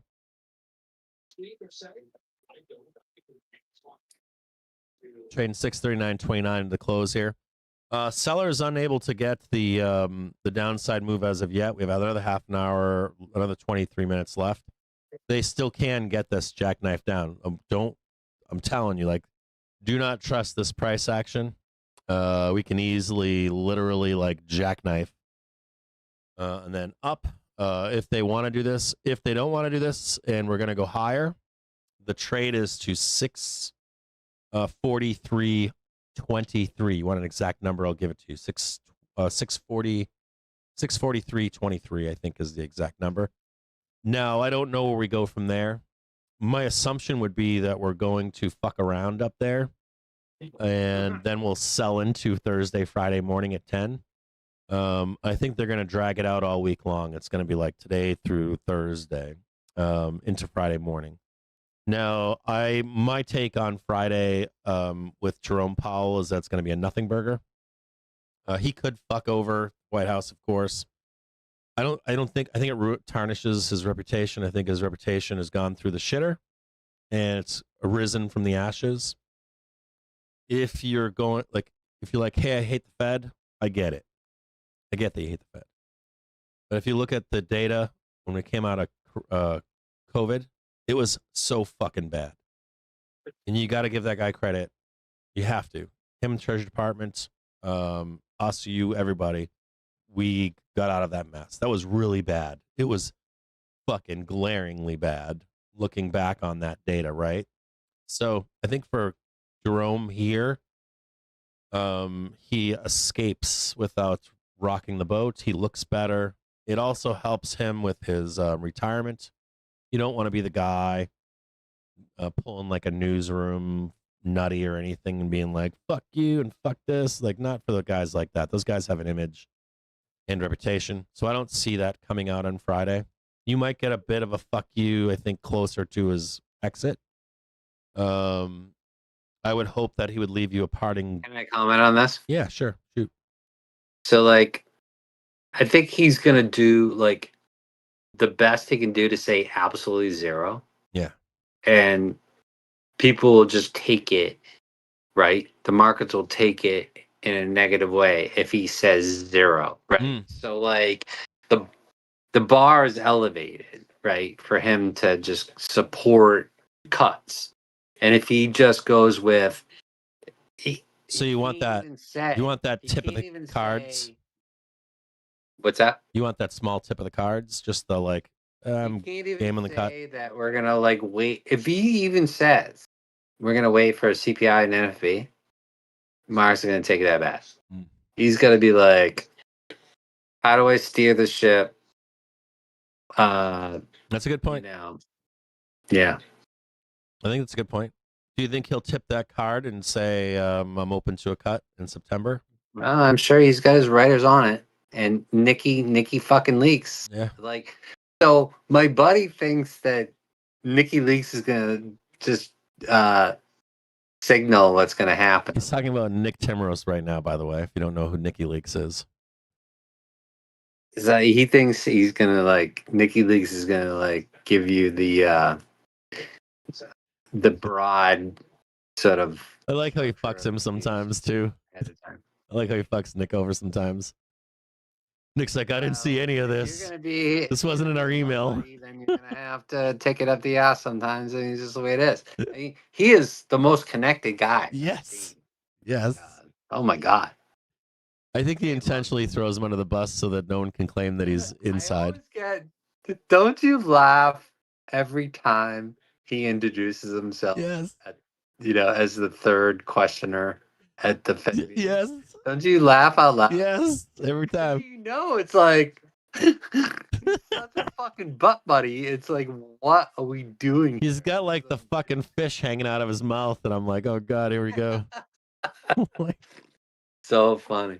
So funny. I always like when Jerome too, like, he's like, oh, on that question you just asked, I just happened to bring some paperwork to talk about it. And I'm like, oh Christ, that was a fucking plant. It's like, oh, so Jay will really give up how nervous he is by how much he's reading. Yes. So if he's like pouring through The eyes down, eyes up. notes, yeah, he'll be like, I don't need to deal with this right now, so I'm just gonna read. I'm just gonna read this shit. But look, let's be honest. Are you complaining about him as a Fed chair? Good. No, I didn't like him. I didn't like him. I didn't like him, and then I thought he did a good job during COVID. I didn't like the Fed. Well, I shouldn't say I hated the Fed. I don't hate the Fed. They have a place. I think they're good for the blunting of Crazy Town. The blunting of crazy. Yeah, I think they're like a bear seagull in a good capacity. They are. Is that my next note? The blunting of Crazy Town? The Fed? The blunting of Crazy Yeah. Town? They have to deal with Crazy Town with White House policy and with the Senate and all that shit, no matter who's in power. They have to. I think that they do a lot of that wrangling. I think the Treasury does as well. I think the Treasury is more dangerous than the Fed. In absolute terms, I think the Treasury. Have you noticed that Besant is present at everything? Yeah, dude. It's not like he's the Treasury guy. He's the IRS guy. He's the everything guy. He's literally the chief of staff. Yeah. Have you noticed that? Yes. So today he was there. He was like right there. Yeah. No. I really shouldn't say this, but like whenever I hear Trump say something, it's like an admission of guilt. Whether it happens or not, it's an admission of guilt. Just the other day, he was talking to the guy from Zelensky from Ukraine and saying, I want to do away with elections in wartime, which is not in our Constitution, but he's thinking about it. Like Trump is thinking about it. Suspending elections. He wants to do this stuff, like trying out the military police in a state that he can. The DC is not a state, of course. But what do you think about that, actually? What do you think about that? I think that it's throw shit on the walls and see what sticks. I think it's dirty politics, but it happens in our country. We have a history of it happening. You have more than that. Like, no, dude. You can't just say that. Dude, I can list them off. FDR did it. Democrats have done it. Nixon did it. I can literally list them off one by one. Presidents that have gone against SCOTUS. Presidents that have thrown shit against the wall. Presidents. I'm not talking about going against SCOTUS. I'm talking about militarizing Washington D.C. Yeah, I think if he could do it, he would. He was quoted in 2018 with Kim Jong Un. I think now it's Un, then it was Il, right? I think I could be wrong. Like I'm mixing the two of them up. But in 2018, he had a hot mic, and a reporter was talking to him about North Korea, and Trump was quoted as saying, "I love strong men." Now I'm paraphrasing, but you can look this up. Look up Trump hot mic 2018 North Korea. That's you do a Google search and listen to it for yourself. On that hot mic, he said, "I fucking love strong people like him." From North Korea, Kim Jong Un. He goes, I remember this. Yeah. I remember this. He said, for sure. Yeah. He said, I want my people to react the same way that his people react. That's a direct fucking quote. And his point was that he really, he loves Putin, and he likes strong men. He likes Putin, Kim Jong Un, Il, whoever, and anything that he can do to throw shit at the wall to make something like that in our version happen. Yeah, he'll try. Yeah. He'll try it, dude. He will. Don't ever not trust that guy to do it. I mean, obviously, yeah, dude. We're testing. Yeah, that's why they like him. That's why banks like him. That's why corporations like him. He will do the dirty work. Like part of me. Let's be honest. Hate this entirely.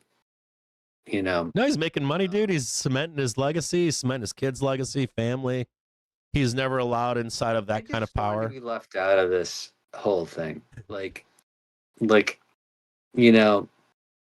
he's fucked in the midterms. Left me out of it entirely because I don't want to vote for anybody anymore, and I'm in a state where I can't even vote for anybody. It's freaking frustrating. Right? He's on a timeline, dude.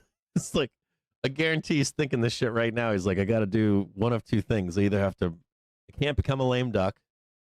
If I can get into a war with China between now and then, he's running for president again. yeah, wartime president. I'll change the rules. Dude, he's running for president. Yeah, fuck Again. yeah.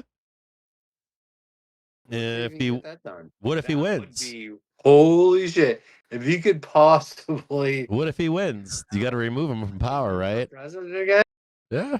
Like, I think, I will be like, all right, dude. I'm in. or what's the other thing that you do? You get rid of elections. You pause elections. You facilitate some way to not have elections. Well, this whole election thing is just like becoming, a comedy routine at this point. Yeah. You're like 5 over here, 5 over there. Like, what are we doing? Let's call the whole thing off. I don't know. I think it's. Do you don't think it's a little crazy or no? I can see the power dynamics as we're doing this new age in the world, but Well, I don't have any opinion on it because guess what? I live in Massachusetts. What happens in Mass? you guys I have fucking no burn shit down. You guys revolt. You're the only state that does revolt. We have no vote here. We succumb to Elizabeth Warren. Yeah, you're one of those Whatever you want. You're one of those lib commies, aren't you? Fucking masshole. Don't have a vote here at all. You're one of those lib commie. Just by not voting, you're voting her in. You're a Democrat by not voting, Paul. Yeah, Just fucking with you. I went and I voted. Actually, I went and I Did you? voted. Of course, I vote. I Fuck always yeah. vote. Do you vote? But I do for the too, yeah. first time in my life, I didn't vote for the presidency. That was the first Oh. time I never did. Yeah. Interesting. I left that, and then I None of the went above, right? through the ballot, and I was like, I think I was there just to vote for like will you let school days be like 3 days less and like stuff like that. Like I was voting for those things, like the whatever you call those things. I was not there to vote for anybody. Yeah, like the Motion what? or potential changes in your community sort of votes. I did those. Yeah, like hold on a second, I gotta watch this. These fucks are trying to sell it right now. Watch them. Look at this right here. That's gone. Watch this right here. They're trying. Watch this right here. You want to watch real closely here. They know they need this. They have to have. What is going on? Yeah, I'm telling you, dude. Like, telling you right now, they have to get this for the next light. This market action is not healthy. It's you know how everybody was like on, Goldman says, oh yeah, buybacks, whatever. That shit is fucking junk. Like Apple buying back their own stock, right, is not bullish. Like, do your listeners realize that, like, when these companies announce buybacks, that they're only buying back the compensation that they gave during the course of the year? Mm-hmm. There's no actual like share accretion going on. It's the same. So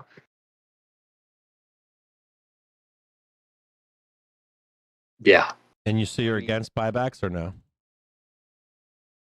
Or you just don't like the scam of it? I'm in general, I'm against buybacks because I go like, why would you waste millions of dollars or billions of dollars on when you could like go take out a new company, go right, go like steal a company with your money. Like, don't do that. Like, Yeah, go steal a fucking company. Go steal fucking Sam Altman or whoever. Like, just go do something, right, with the money instead of wasting it. Share buybacks have no place, in my opinion, as it's just literally flaming cash. It's pointless. So when you could actually go like, fucking gamble on this thing, you know. Do you think the market would adjust to it, or do you think they would? Do you think the market would adjust to something new, or do you think that that does have material impact on the market?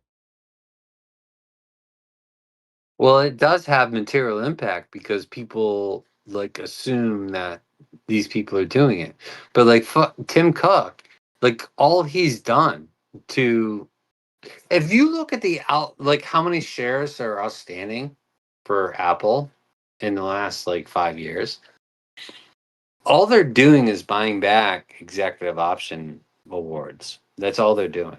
And they announce it as something that's supposedly like great for shareholders. And it's not. So in general. I'm goading them right now. You see that? I'm goading them. They know what they need to hit. They don't have a choice. They gotta hit it. They don't have a choice. If they don't, it's gonna fucking moon.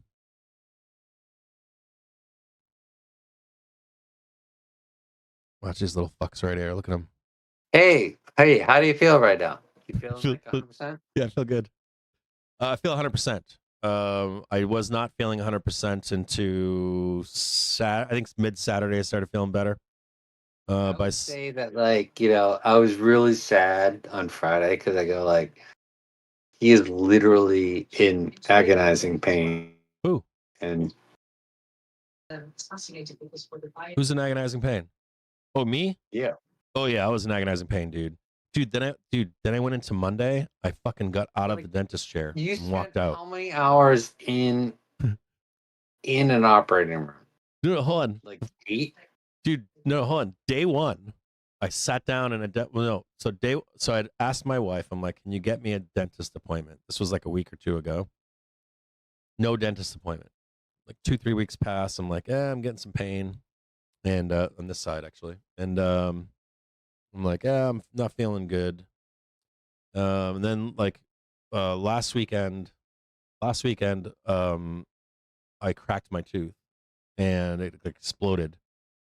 So I could tell my wife, I'm like, that whole story. I know that. Yeah, so I tell my wife, I'm like, I need to go to the fucking dentist, like fucking emergency, like right now. How did you do that, by the way? I just, you know, I think it was red pepper flakes. But I didn't realize like how you got to that point.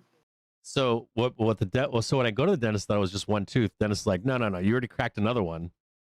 He's like, and that other one has rotted out your tooth and the other tooth next to it. I was like, fucking serious? They're like, yes. So, this was at the first dentist.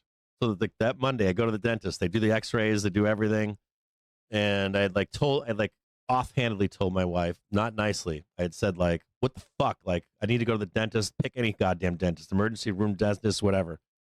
And I'm in the dentist chair, and I just like somehow think to myself, I'm like, I wonder if she got me a dentist that's in my network or not, because she told me that there weren't any available. Yeah, I heard about. Yeah, yeah. Dude, I'm in the chair and I text her. Dude, brutal. Text her and she's like, "No, honey, like this isn't in the network." And I'm like, "How much is this going to cost?" And she was like, "Oh, it could be like $10,000-$20,000." I'm like, "Fuck on me out of here." So literally stand up in the chair, and I asked somebody like, "Show me where the fucking exit is." They start walking out. I got the thing on me and everything. Yeah, dude, like I'm out of here. I can suffer a day or two, and I'm like, we can find somebody in the network. I got like 90 fucking dentists in my network, and within like 10 miles. On that shit, like, you know, there's no way I'm spending $20,000 on, you know, a broken. Well, like we don't know what's wrong. Like they think it's like 8 to 12, but they're not sure. It's like $6,000 a tooth. So I'm like, we don't know. That's what I'm saying. So I'm like, fuck this noise. Yeah.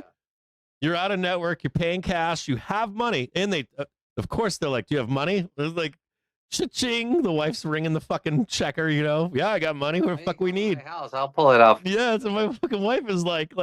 So these fucking people are like, well, we'll make problems then. Ever seen the movie Affliction? I don't think so. I'm gonna look awesome movie. It won an Oscar. I'm gonna look it up right now. I'm gonna write it down. I'll watch it tonight. I got a big screen TV, dude. Like big. Nick Nolte pulls his tooth out with a wrench. Yeah, Sissy Spacek won an Oscar, and James Coburn won an Oscar. Is it? I'm telling you, I give this. This is one of my favorite movies of all time. But there's one scene where he's in the kitchen and he has to pull a tooth out by himself with a wrench, and it's cool. It's excellent, actually. Dude. Yeah. Do you see it? Dude, no, I haven't seen it, but I literally. No, do you see like the awards and the ratings? No, I haven't looked it up. I wrote it down. I'm gonna watch it tonight, dude. I've got like a big fucking. I got like a movie theater. Like it's got like 120-inch screen on it. It's got like the fucking projector and all that stupid shit, and you get the surround sound system. I'll watch it. Like, dude, I'm so down with that. Look, I'll watch it tonight. You're big movie fans, yeah, because yeah, same movies. And like we went, my 12-year-old and my wife and I went to see Nobody 2. Was it good? Friday night. Oh, it's freaking. We were so happy. Did you see Nobody Won? So there was nobody. Yeah, of course. But there was like an old couple, like they were like 80 something, and they were like sitting closer to the screen than we were. So after the showing, I had to go up and ask them if they liked the movie. They were like, it was awesome. And then we were in the restroom, and the guy was like telling me how awesome it was. Yeah, because Sharon Stone was like, so hot in it. This guy's like 80 something years old, and yeah, it's really good. Like it gave me goosebumps. It's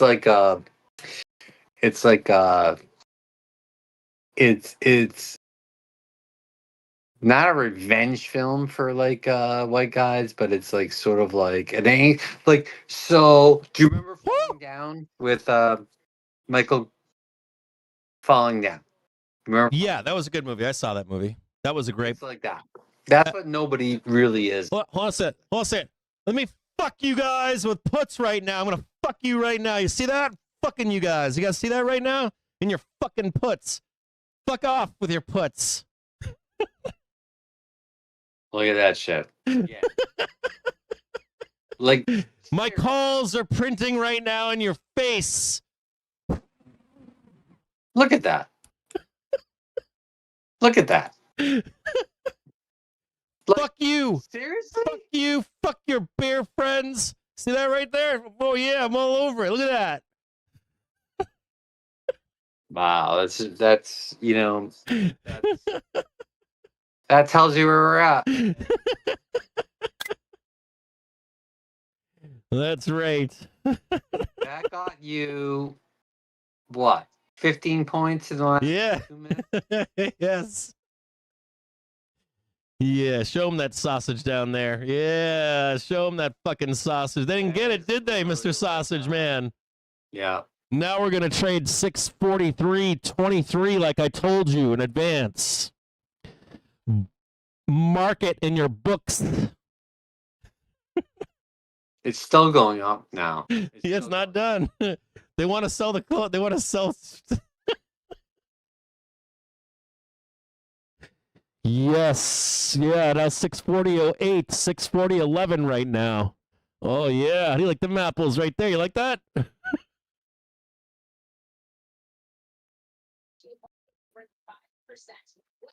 And look, carnage everywhere. Yeah, carnage. And the index does that into the bell. Right? What's that tell you? Fuck you. This is what it does. This market sucks. It's like constantly like, we got a down crash day. All-time highs. 5% down. 10% up. Like, there's only pain, in certain areas. There's no real pain. Yeah. The bullshit market, man. Until it does matter, which it will. It's just a matter of when, right? Well, dude, it's August 19th. It's not October 19th. So I'm probably going to have to hold counseling sessions. Like, we'll have to like open an office in the Discord, and we'll see patients Monday through Friday when we tell them we're in a bear market now. I'm sorry, there's no bottom. Not for the foreseeable future. I'm sorry. can you imagine like the weeping and the the stock market is now the economy. We could all Right? right? Yes. Yeah. So when it goes down, everyone's gonna be like laying off people and being really sad. So I went back and looked, dude. They were accumulating every major low in 22. Like, they were accumulating. The fucking banks were buying every fucking one of them and not telling anybody. Like, Mike Wilson's out there. We're going down to this, and I'm like, that guy's down there buying the whole fucking thing. You know what? Fuck you, Mike Wilson. That guy would just go away. Like, you got it all wrong. You know, you're still getting it wrong. Can you just leave me forever? Like, I want a divorce from Mike Wilson. That's how you can I tell don't you're a wanna bear see market his when Mike face. Wilson's on CNBC every week. Like, he's weaseled his way back in. Yeah. By being bullish, which is just almost like stomach Top is in. disgusting. What are you, a whore? Like, go away. Go. Wait a minute, let me just put this up here for you. You ready? Oh. Yeah. Oh, not you, the people watch. Oh, what's that right there? Woo! How you like that? How you like that line? Is that okay? That work for you?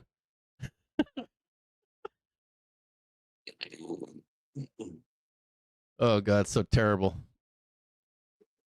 All right, we need to do a show, dude. Yeah. We work well together too, and we have different perspectives on market, which I love. Like, I love it because But it's not adversarial. No, it's nice sounding board. Bulltard. If you're gonna be a bulltard, it doesn't like hurt my feelings or anything. Dude, did you see it? Like, no, like I came into the Discord this morning before open, and I said, buy some fucking puts in the bell. Start buying puts. Yeah. We're fucked. This morning they're right above us. I'm like they're like standing right over our heads right now. Mm-hmm. I mean, let's be honest. Like, it's gonna get interesting from here. Like, yeah, I agree.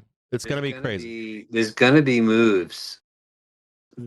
6 vol isn't gonna stick. It's gonna start happening, and for the millionth time, like, you've been screaming at your viewers, like, Vixperation matters, and it mattered again, and we're getting through that, and then we'll see what happens from here. It's going to be a different story. Like, it's not going to be like a typical fucking, like, every little dip gets bought. It's not going to be that. Today was a change in tone, right? So like what would have happened last week? Every wick, it would have wicked immediately, right? Not today.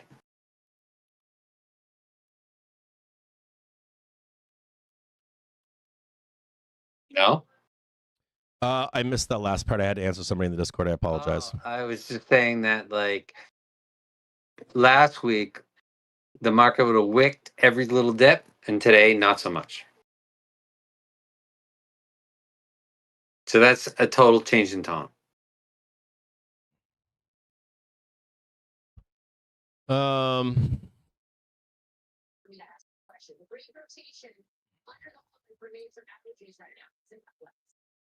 I don't know. I can't say yes to that. I think that once we get to like 646, we're gonna know more information. Okay. We didn't get the low today that I wanted to see for the next leg lower. So now I think it's I think right now the point here is to see what the buy, like, are the buyer, if the buyers are weak today, would have broke below 6,400.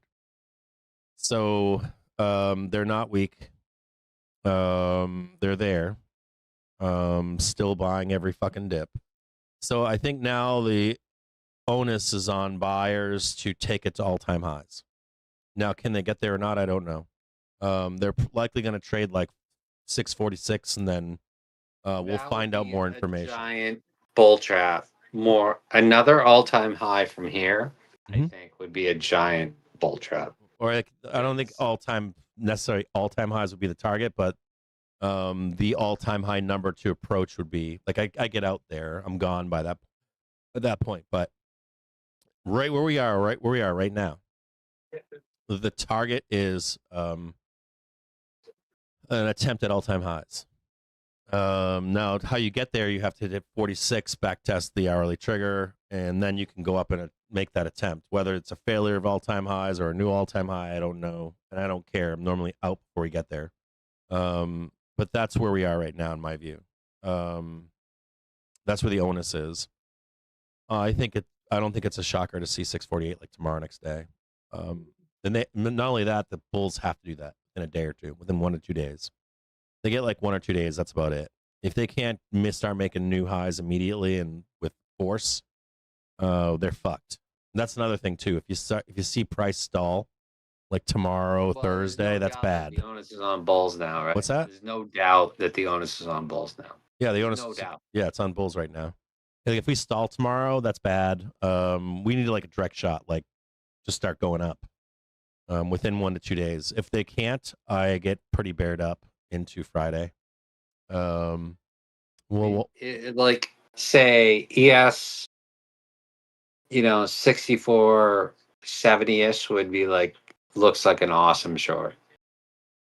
yeah. Or- You want to look at ES? We can do it on ES. I can show you an ES. And then the other thing here too is this. This is where we don't escape. Listen, pay attention if you're still watching the show. If they can't get this done now, like if they can't get the second leg done this week, you will see that second leg end of month. You'll see it on like the 31st. Captain, Second, what did third. tops look like? What did tops look like in your, like, generally? Don't they? Isn't it just like a battle to get back there, and then it just fades because there's no strength left? Like that's what. If you ever watch the all-time high and then we lose it, it's either really quick to all-time high again, or it stalls. It's pretty easy to see. You can see it pretty clearly. It doesn't take much to see the stalling. I mean, I don't think this has any gas in the carburetor right here. It looks like it's gonna Looks just. good to me. Just remember something, right? When we did those 2 days and we went down 3.5%, we watched that close, and there's a gang of traders that remained short into that Friday, Monday. I want you to remember that out there. Yeah, burning donkeys. And they got Donkeys. fucking annihilated. Yeah. I mean, they've had a very rough trip. I mean, Yeah, dude. it's been, Packed full We is the watched- key. So when you see IDM behaving like it did last week, I wrote a whole post on it. When you see IDM go that fast, and it was like lightning fast. It was out of the gate. Remember? Mm-hmm. When you see that, that's just pure short covering. Like, because that's hedge funds that adjusted their net exposure down, but Yeah. being short the shit that can go down, but being long the stuff that so like their exposure, they thought their exposure was like, but they got burned. So that's usually the end of a move. I think a bullish move is when you see people hedging short positions. That's when you see, right? So that's my opinion. When I look at it's like 30-minute vol, 30-minute tomorrow, whatever. But 30-minute velocity is on a major low right now. I would be really afraid of Rubner, man. Like these guys, like these guys, Rubner, like they want their print on September 2nd. I think that's what Rubner said. Like the high will be September 2nd. I think in his last I note. don't really even care what he says because last year it was a bad day, the first day of the month. Well, that's another big question too. Is will future sellers be here tonight? Hold on, sorry, Paul. I'm trying to track both these conversations. Pesky Bio pesky B00 said something important, and that is a valid concern. I was thinking about that a few minutes ago. Let's look at that right now with VolWiz2 because there is potential for that same group to come in and swat price down. That is possible. That they could swat futures down here. So let's take a quick look and see if let's take a quick look at ES really quick.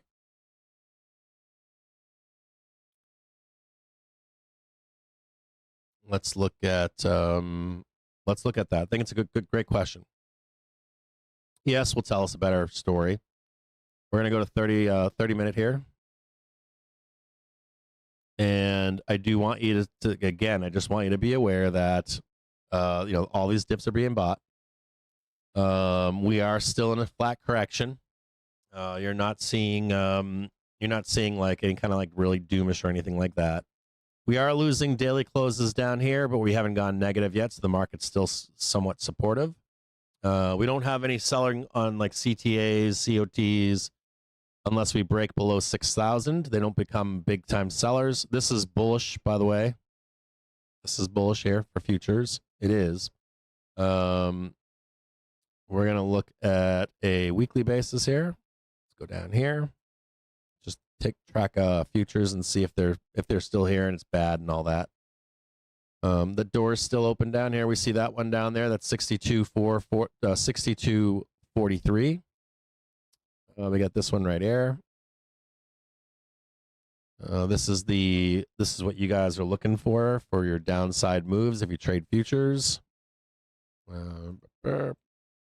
Into seasonal weakness. 61.65.75, 62.43. This contract might be roll at that point, but hold on here. Let's go look at this. Let's take a peek. Hey, you see this here? There ain't shit here. There ain't nothing down here. See that? This is what they want. The sellers want that move again. There ain't nothing down there. I could mark these out here, but they're not as important. We can, if you want me, I can knock these out if you want, so you can see them. There's one right there. There's one right there, and there's one right here. But I think it's elevator down. I don't think these matter personally.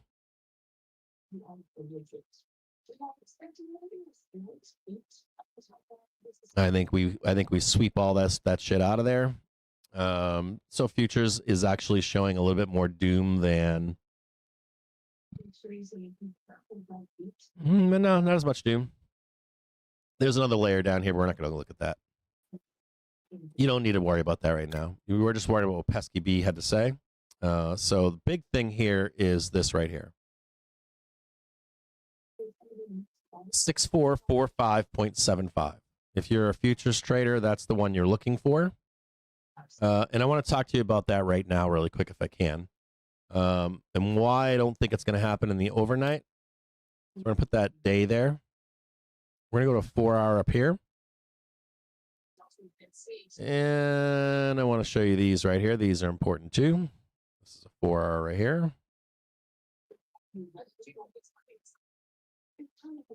4 hour right here.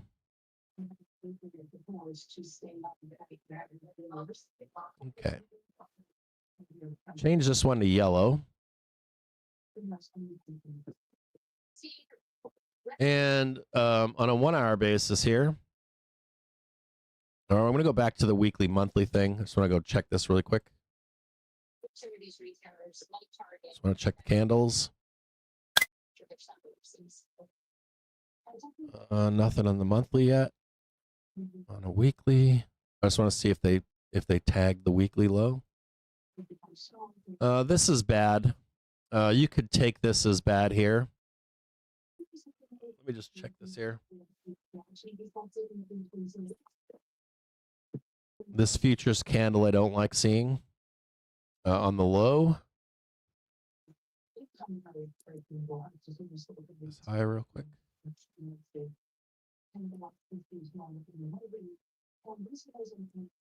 1.86%.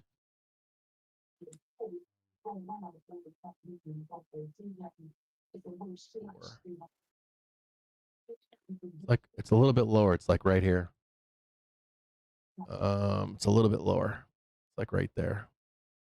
I think. Yeah, it's right here. Okay, so there's your white. It's roughly there. I think. Could be slightly lower. It might be a little bit lower, like right here. Gotta measure it maybe, but it's somewhere in here. And it doesn't matter. What matters is they didn't get it.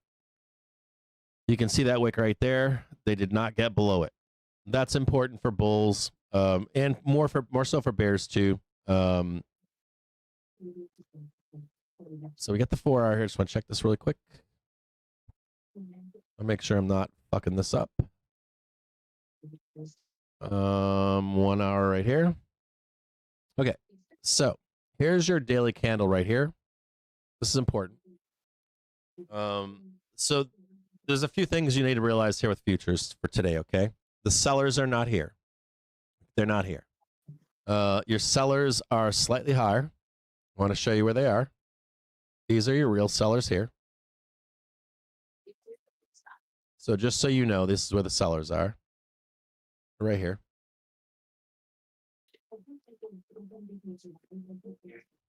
This is all just basic, right? Declining trend line, sell it down, sell it down. These are the sellers. We already know that, right? Sellers are here, sell it down, come back up, sell it back down. We're going to assume that sellers are on this line. Now, when we get back tomorrow, or whatever price is tomorrow. So this is Tuesday, right? This is Wednesday at 9 a.m.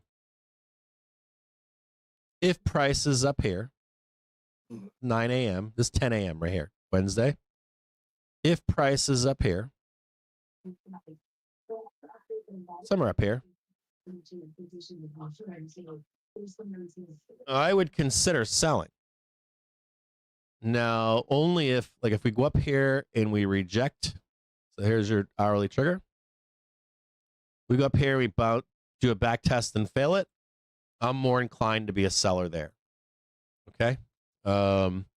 If we trade up here tomorrow and we start puttering around on the open, I'm inclined to be a seller here. No problem. But for right now, the buyers are in charge. You have not broken the door to get down there. Not only that, even if you go down here, it's still going to bounce back up again once you unlock that, and then it'll go down. So there's still work to be done if you're a bear. Now, saying all that, yeah, this is big down here. You need to this is a big thing down here. Bears have lots of work. They get a lot of work here. Can't get it done. No. They just can't get it done. They can't get it done. Now, for the bulls, what they need to do is they need to break above this right here. They need to trade 64, 75, 25. You don't want to be long in here. You don't want to be fucking around with these guys selling. You let the market do that shit. You can take the trade from here, but you don't want to be up in here fucking around. You just let them you don't. Oh, Kappa would have made an extra $5. Fuck you and your extra $5. We want to see a nice successful back test of the hourly trigger, make a new high, and then be a buyer. Right? Wham! We're out of here. Sweet. We're out of here. Gone. So the buyers are in control right now. Door is not open below, in my view. Can the sellers step in the overnight, let's say? I don't know. Maybe we think they're right here, and maybe they're right here, and they just come down here and all this. I don't see that. You need an event, some news. I don't think the mechanical selling's enough. And this makes sense, too, because what it does is, just let's talk about making sense here. You still have, all of Wednesday. You got Thursday. This is the bell. This is the bell with on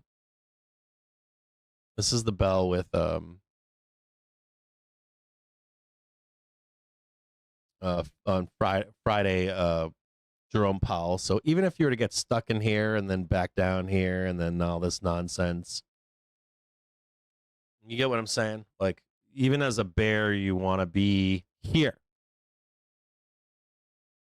You understand me? And you want to be here. I know they say I don't like bears. That's not true. You just want to be a tactful bear.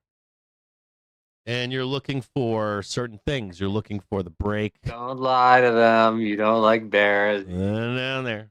And down there. We didn't get the break. The bears aren't out of it. But they can get back into it. Like if the buyers fail up here and start dicking around, right? Start fucking around. Don't get that all-time high, or at least approach it, right? Even if they fail, that's okay if they fail that. But if they start doing this bullshit, you know what we're doing, right? We're gonna sell the fuck out of this week. Just be honest with them. It's like the market's rolling over, really, at the top. No, it's not. Am I wrong? Yeah, you kind of need so this yellow thing right here is trend. This is yellow. This is trend. Trend is up. Trend is up. Trend is up. You know, if you want to roll the market over, I need to see that right there for market rolling over. So yeah, you got this is it's looking very exhausted. If you look at OPEX, there was no exhaustion. It was a nice high, 651, 0 on S and ES. That doesn't look exhausted. That was like literally a porn movie right there. Ching, right? And then it took how many days to get to where we are? To not get a new low? I don't know if I would say the market's exhausted. If you want to beat the fucking bulls, you really, truly need to fail in here and get underneath. Not only that, but ready? We're not done yet. If you're looking for an exhausted market, it should look something like this. More through. Hold on. It should look something like this, below this yellow line. Right? And then you want to see the exhaustion there. Like right in here, you want to see that exhaustion. Maybe slightly higher. The thing is, the option fuel is exhausted. There's no more options like to help it. It's a 5-week cycle. There's your exhaust. This is your exhaustion right here. And then we start breaking trend. Like you need to be here by like the 1st of the month, September 2nd. I mean, I have no fundamental reason to be bearish, right? I mean, is there one? No, I don't think there's like a fundamental reason. I think there is down the road. I think right now it's just seasonal weakness. Like that's simple. Right. Everybody wants it. Exactly. So just what happens. Exactly right. It's literally that. It's just what happens. So like if you break that trend, there's this giant move here. So I want you to think about, you know, if you're on sell side, right? This is your first mission. This is your second mission. This is your third mission.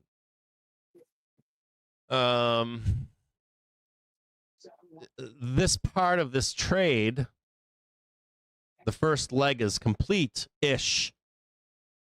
Complete-ish. You know, even if you see the swing low here,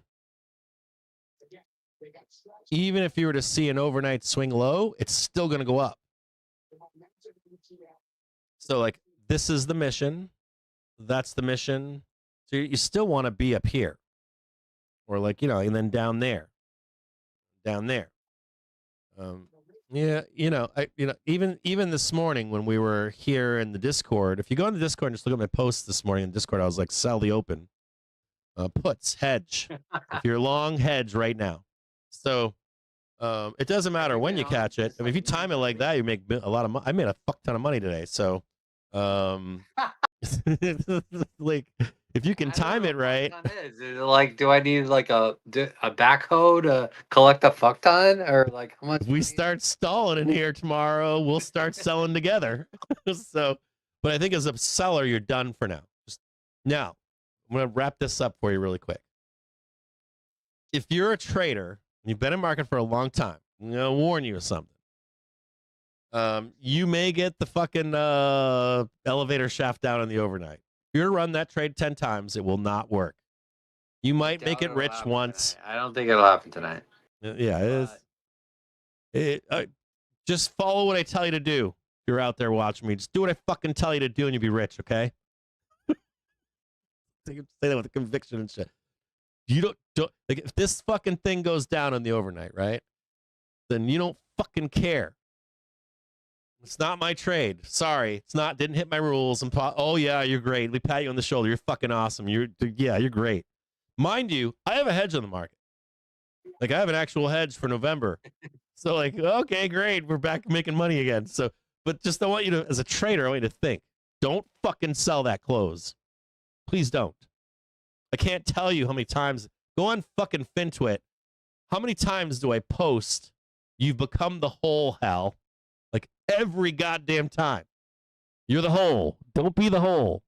And they're like, oh, he's such an asshole. I hate him. I don't fucking hate you. I'm telling you in public. Like, don't be fucking the hole. Even if you win that one time, don't do it. Just don't. Please don't. We can sell this open tomorrow. So now what's fucked up for Bears is, they didn't get this low. So, and what is it? Something like this, then up. It's still kind of honky wonky. It's not clean. You want that nice clean, like boom, sell. it doesn't look. It's got like the worst feel, but like that doesn't mean it can't go up. It just like has a horrible feel to it. Yeah. There's like cleaner trades. So, and as long as you're aware of them, and as long as you're like, hey, we're gonna go down, our view is up or our view is down. This is more important here. Listen, gather around the fire pit. Like, when you have a thesis, you're gonna be wrong. Do we have to? Can I say that again? Vol, can you repeat that for me because I know you know this. Repeat what? Like sing. You can have a plan and a thesis, and it will be wrong, right? Right. Right? If you can't accept that, get the fuck out of the stock market. If you're watching my show right now and you think you're smarter than the market, exit stage left. I don't care how smart you are and everything you do. Get the fuck out of my face. Fuck out of here. So you can be wrong. What's more important is if you're making a plan, a thesis, and how to manage that trade. I don't care what it is. Exactly. I'm long, I'm short. You have to have a way to manage the trade when you are wrong. Like, he comes on, you come on in the morning, you go like, all right, it's 10 o'clock. Yeah. It's 10:30. This is when the Europeans are doing their thing. And you're like, good time for long calls or whatever. Like, Yeah, whatever. Doesn't matter. Sellers are here. We're going down. Let's go down. It's not like you need to have like a plan. You need to have like, you go into the day going like, all right. The concepts of a plan, Correct. as Trump would say it. Exactly. But then like a trader trades. If you don't want to trade. And you need to be able to adjust to being wrong. You need to be like, hey, I think we're going to do this. We're going to do that. I'm going to plan this. If it goes the other way, you have to be able to win every fucking trade. No, you got to be able to adjust to that. That's key. Like, hey, I'm long calls. All right, can you DCA lower? Can you buy some puts? Are you in puts? Do you have a hedge? Do you have to close my calls? No. If you make the downside move in, let's say 0-day puts or in a put hedge or whatever the fuck it is you slap on there, and you make that money rolls into that long position that you had. Does that make sense? So you can't be just one or the other, and I just bought one thing, and I can't DCA, I can't manage, I can't take the other side of the trade. Two trades on at the same time. You could have. Yeah, they don't think that like that, dude. Like that.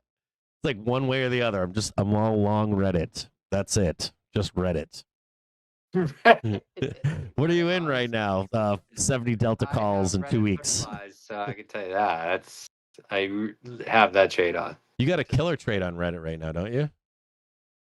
Well, I did 220, 190, something like that. Put flies, and because you pointed it out like on Friday, I was like, holy shit, this stock is totally op-esque manipulated, and I was like, I have to grab something on the downside for that. So I did, and I'm up so far. Congratulations. I'm gonna hold it to SEP fly, so I'll hold it for a while. What I mean by SEP fly is a September butterfly spread for September ABAX. Look what I misspelled this. It must have been some Freudian shit. RRDT. Sounds like a Yeah, like when I see a chart, if you zoom out like to like a daily chart, when I see a chart like that with every single candle open to close is green, I want to love to hate it. Do you know what I mean by that? Mhm. Zoom out and do a daily open to close candle chart. So remember when someone asked me last week, they were like, where should we buy the dip now? Because it's already run. I go, here. I said 163. Yeah, I'd actually put a timer on it. 163. That's where Let me see. I got a buy zone right here. Matter of fact, slightly higher. It's like right in there, I think. Let's do it on move. the daily. Let's move. Let's look at it together. Ready? We'll do it together. Ready? Yeah, let's do it. All right. So we got monthly candle here, right? We know that we will not lose this candle this month unless we break down below about 20% of it, right? As David You have AMS the would say. earnings call on the chart. I can. Where it is. Let me just look at this here. You Right have to there. show that. It's obviously important.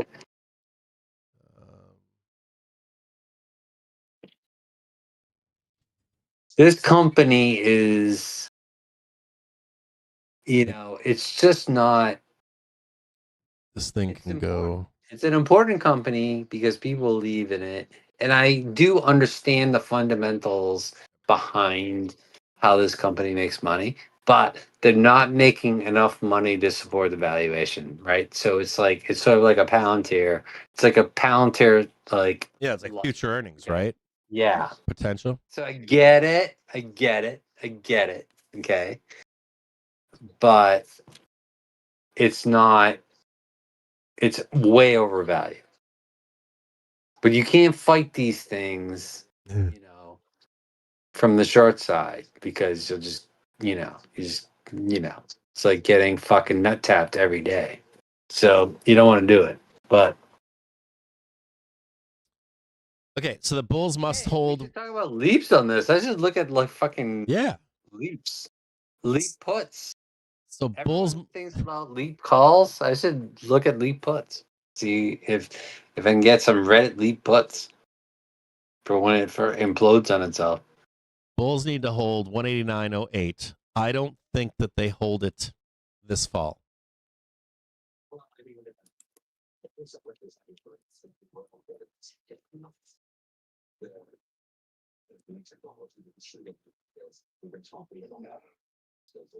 Now, we have room to work in here now, though, don't we?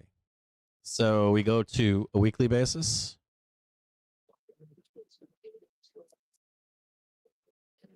So the 200 if you're a seller, you're working this zone right here. That's it. That's all you're working.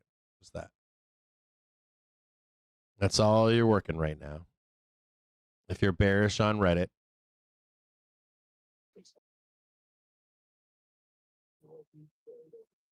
This is your target. So if you're a bear on Reddit, here's your target.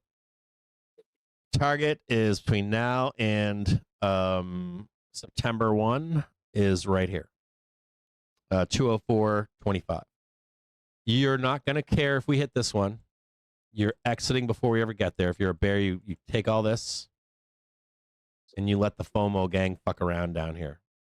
Now, if they get this, if they break down here, you're then going to jump back in on a new low and a rejection above. And we'll start talking about the second leg lower. Okay? Now, for right now, we're not going to deal with that. So on a daily basis, I'll show you where to buy a dip here in just a moment, or where I think you can begin buying dips. Now, on a daily basis, this doesn't look good. This looks like individual stocks will get reined in my view. Just show that right there.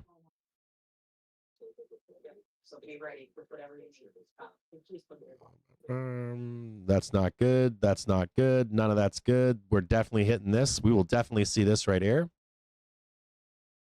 We are definitely going to see like almost 100% sure that you will, like 90% sure that you're going to see 218.75. And more than likely the weekly sweep at 204.25. This is almost written in stone, not quite in stone, but pretty close to it. So your highest percentage target on Reddit is, if you wanted to like put in the money, 220p, and then ride it into the money for extra gains lower. Daily there. 4 hour. Let's just take a peek.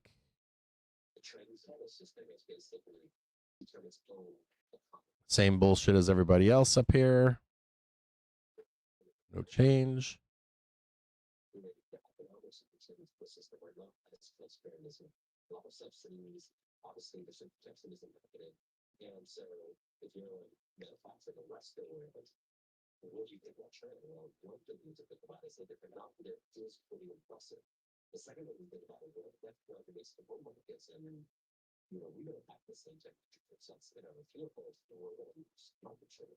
This opens a whole nother door lower. You don't need to worry about that right now.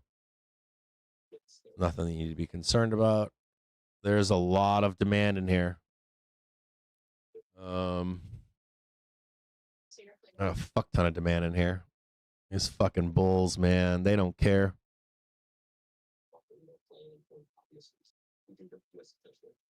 There's a whole gang of sellers up here.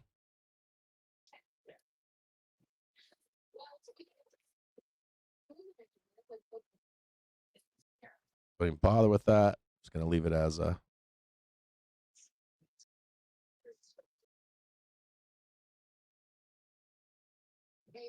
There's this little sweep right here. Do you see it? This little, they missed it too. I'm gonna leave this. Let me just check this really quick. Remember that Reddit's not an index; it's spec growth. It goes risk off first.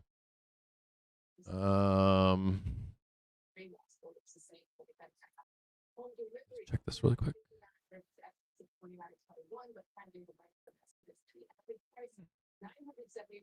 Estimates would have been higher at $976,100.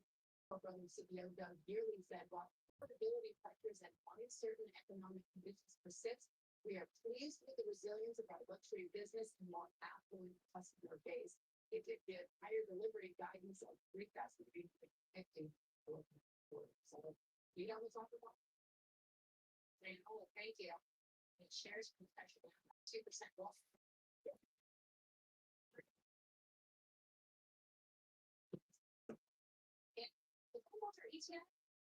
XHB is having a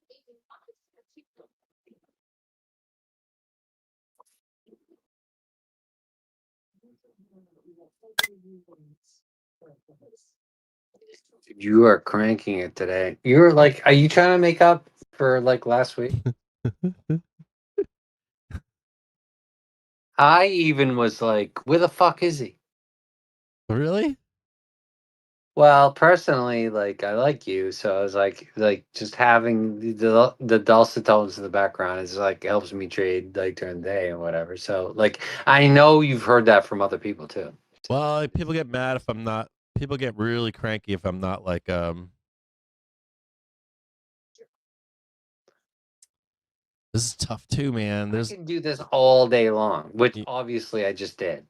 Man, So- that's a fucking hard get right there. You need that right there. Reddit's a hard one. Okay, so what's interesting about Reddit is this. If we don't go down, big time for the fall, if you look at like Avgo in 2024, this is set up to grind. This is actually set up to like just grind.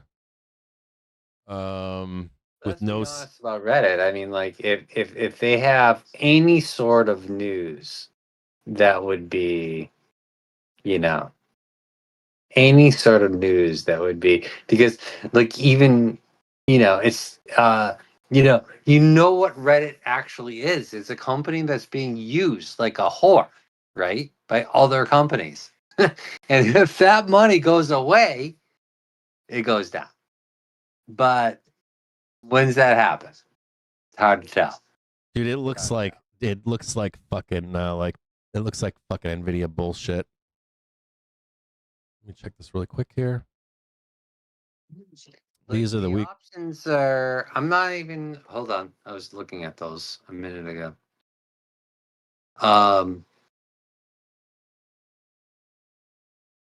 The options aren't that expensive. Like 80 ball, 60 ball, actually, a month out.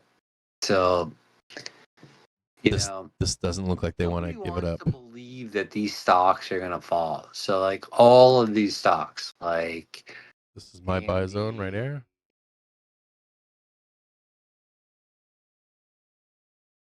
That's my buy zone right there. Want to see it right down here? 170 to 127, 134. I don't know if we can get down here. You need to break. So my actual target is 189.08. That's my target. 189.08. If you can break down there, we can do this quick V shape. Sure. Set an alert on 189.08, 189.08. And then you want to be watching that number. And then if we break below it, look to be entering calls down below here at 170, 165, 148, 150, basically. Maybe some of that doom. I know that people think we'll never get down there, but Volwiz knows that we can get down there. I'll be off and running down there. Remember, this would be a wick, not a candle. It'd be really fast. Won't be like, oh, cap's bearish down to 128. You're just looking for that capitulation day. It's normally in September or October, last day of September, first week of October.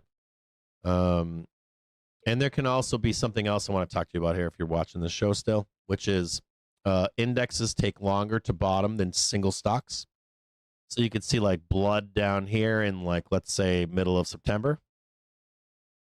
And so that's middle of September. And then it would putt around as the index is bottomed and then caught up for the two of them to go higher. Make sense? So the only thing I would be wary of with a single ticker like Reddit versus an index would be expect the low before, and the indexes will, it's like pulling teeth on indexes, as Volwiz is speaking about. Not so much with single tickers. So this has been a matter of days, like 2-3 days, 5 days a week. NASDAQ usually turns up early as well. That usually bottoms before SPY does too. But if you're, we're trading right now 228.18, so I don't think that's a far reach. I think if you set your alert right here on 189.08, you can make the decision depending upon time in the market. Are we in the middle or end of September, October?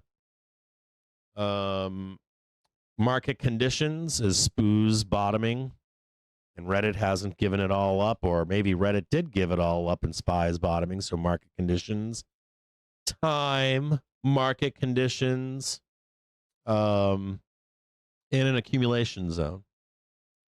And you're looking for a print into February, March, if you want to know. Like in a higher frame. Just something simple. Feb 18. Call it 23rd, I guess. That's Monday. With Friday. I don't know where that is. We're on the weekly right now. But just as a base case down here, there's your cup. There's your handle. We traded 248. The thesis here would be that we come up in here, trade that high up there, right? And then we ramp up and we're going to trade 280 to 300 and sell that. Okay, so right in here.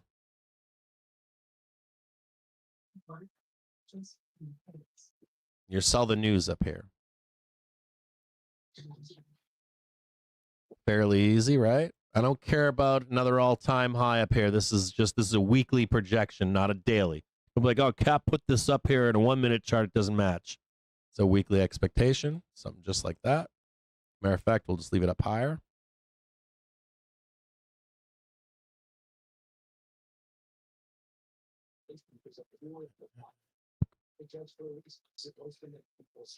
Fairly easy. Not rocket science. Not reinventing the wheel.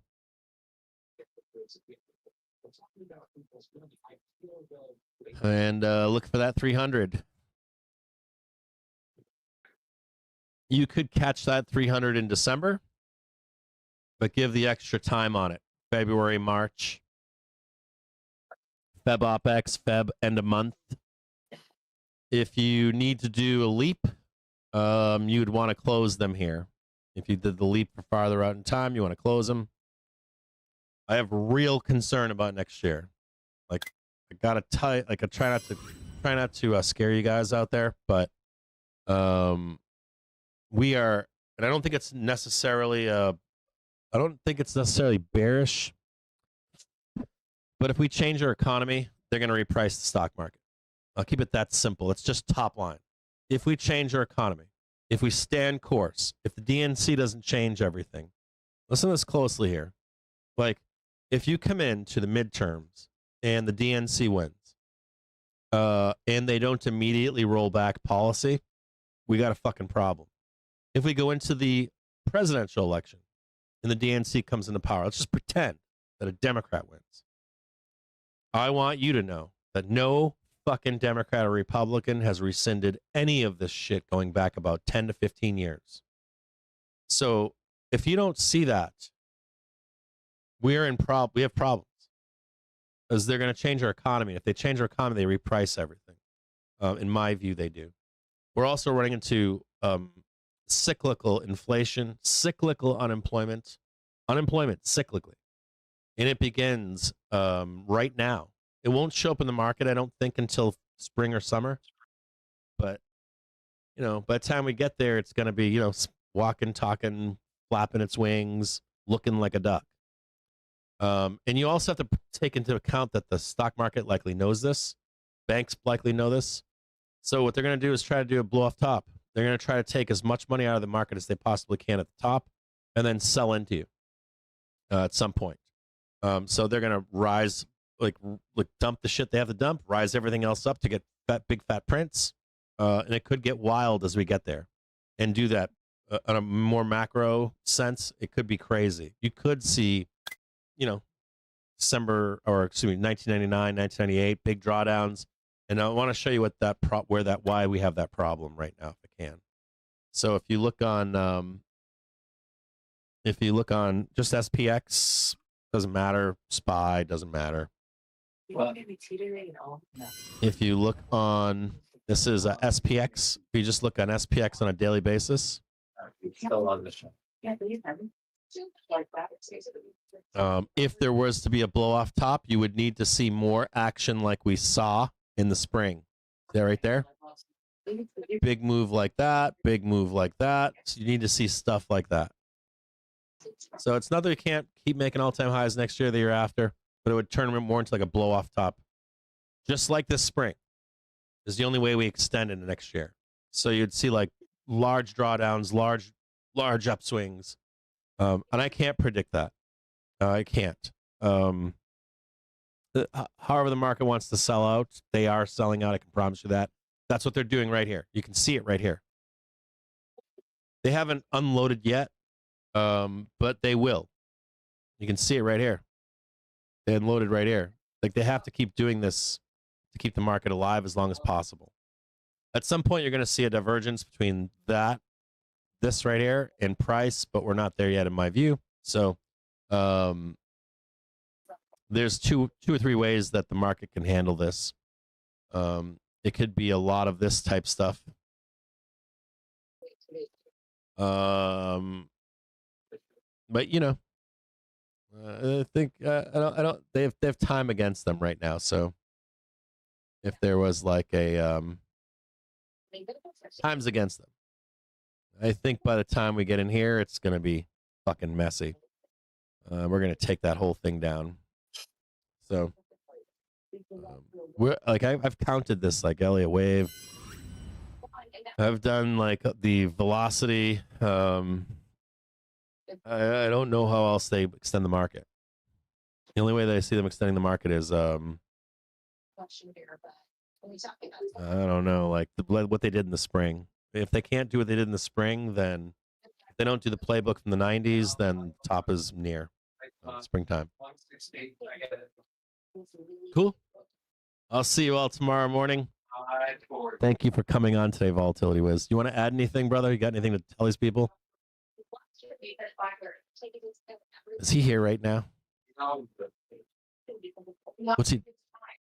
Oh, wait a minute. He's talking to somebody. We don't want to intrude in his private life. How about we do this? I'm going to stop the show. I want to say thanks to Volatility Wiz. If you don't follow him already, follow him. He's on FinTwit. If you're able to, this is number 2. This is the second time, right? Second time they rolled us down. We had a hedge on. We made money. I didn't close mine. I stayed fucking long my fucking put spreads, but you get the gist, right? We're not caught on tops. We're not caught on bottoms. I'll see all of you guys tomorrow. That's why we're here, for these moments right here. Hopefully you shut up this morning, was inside the Discord. We told you what to do this morning. You should be well.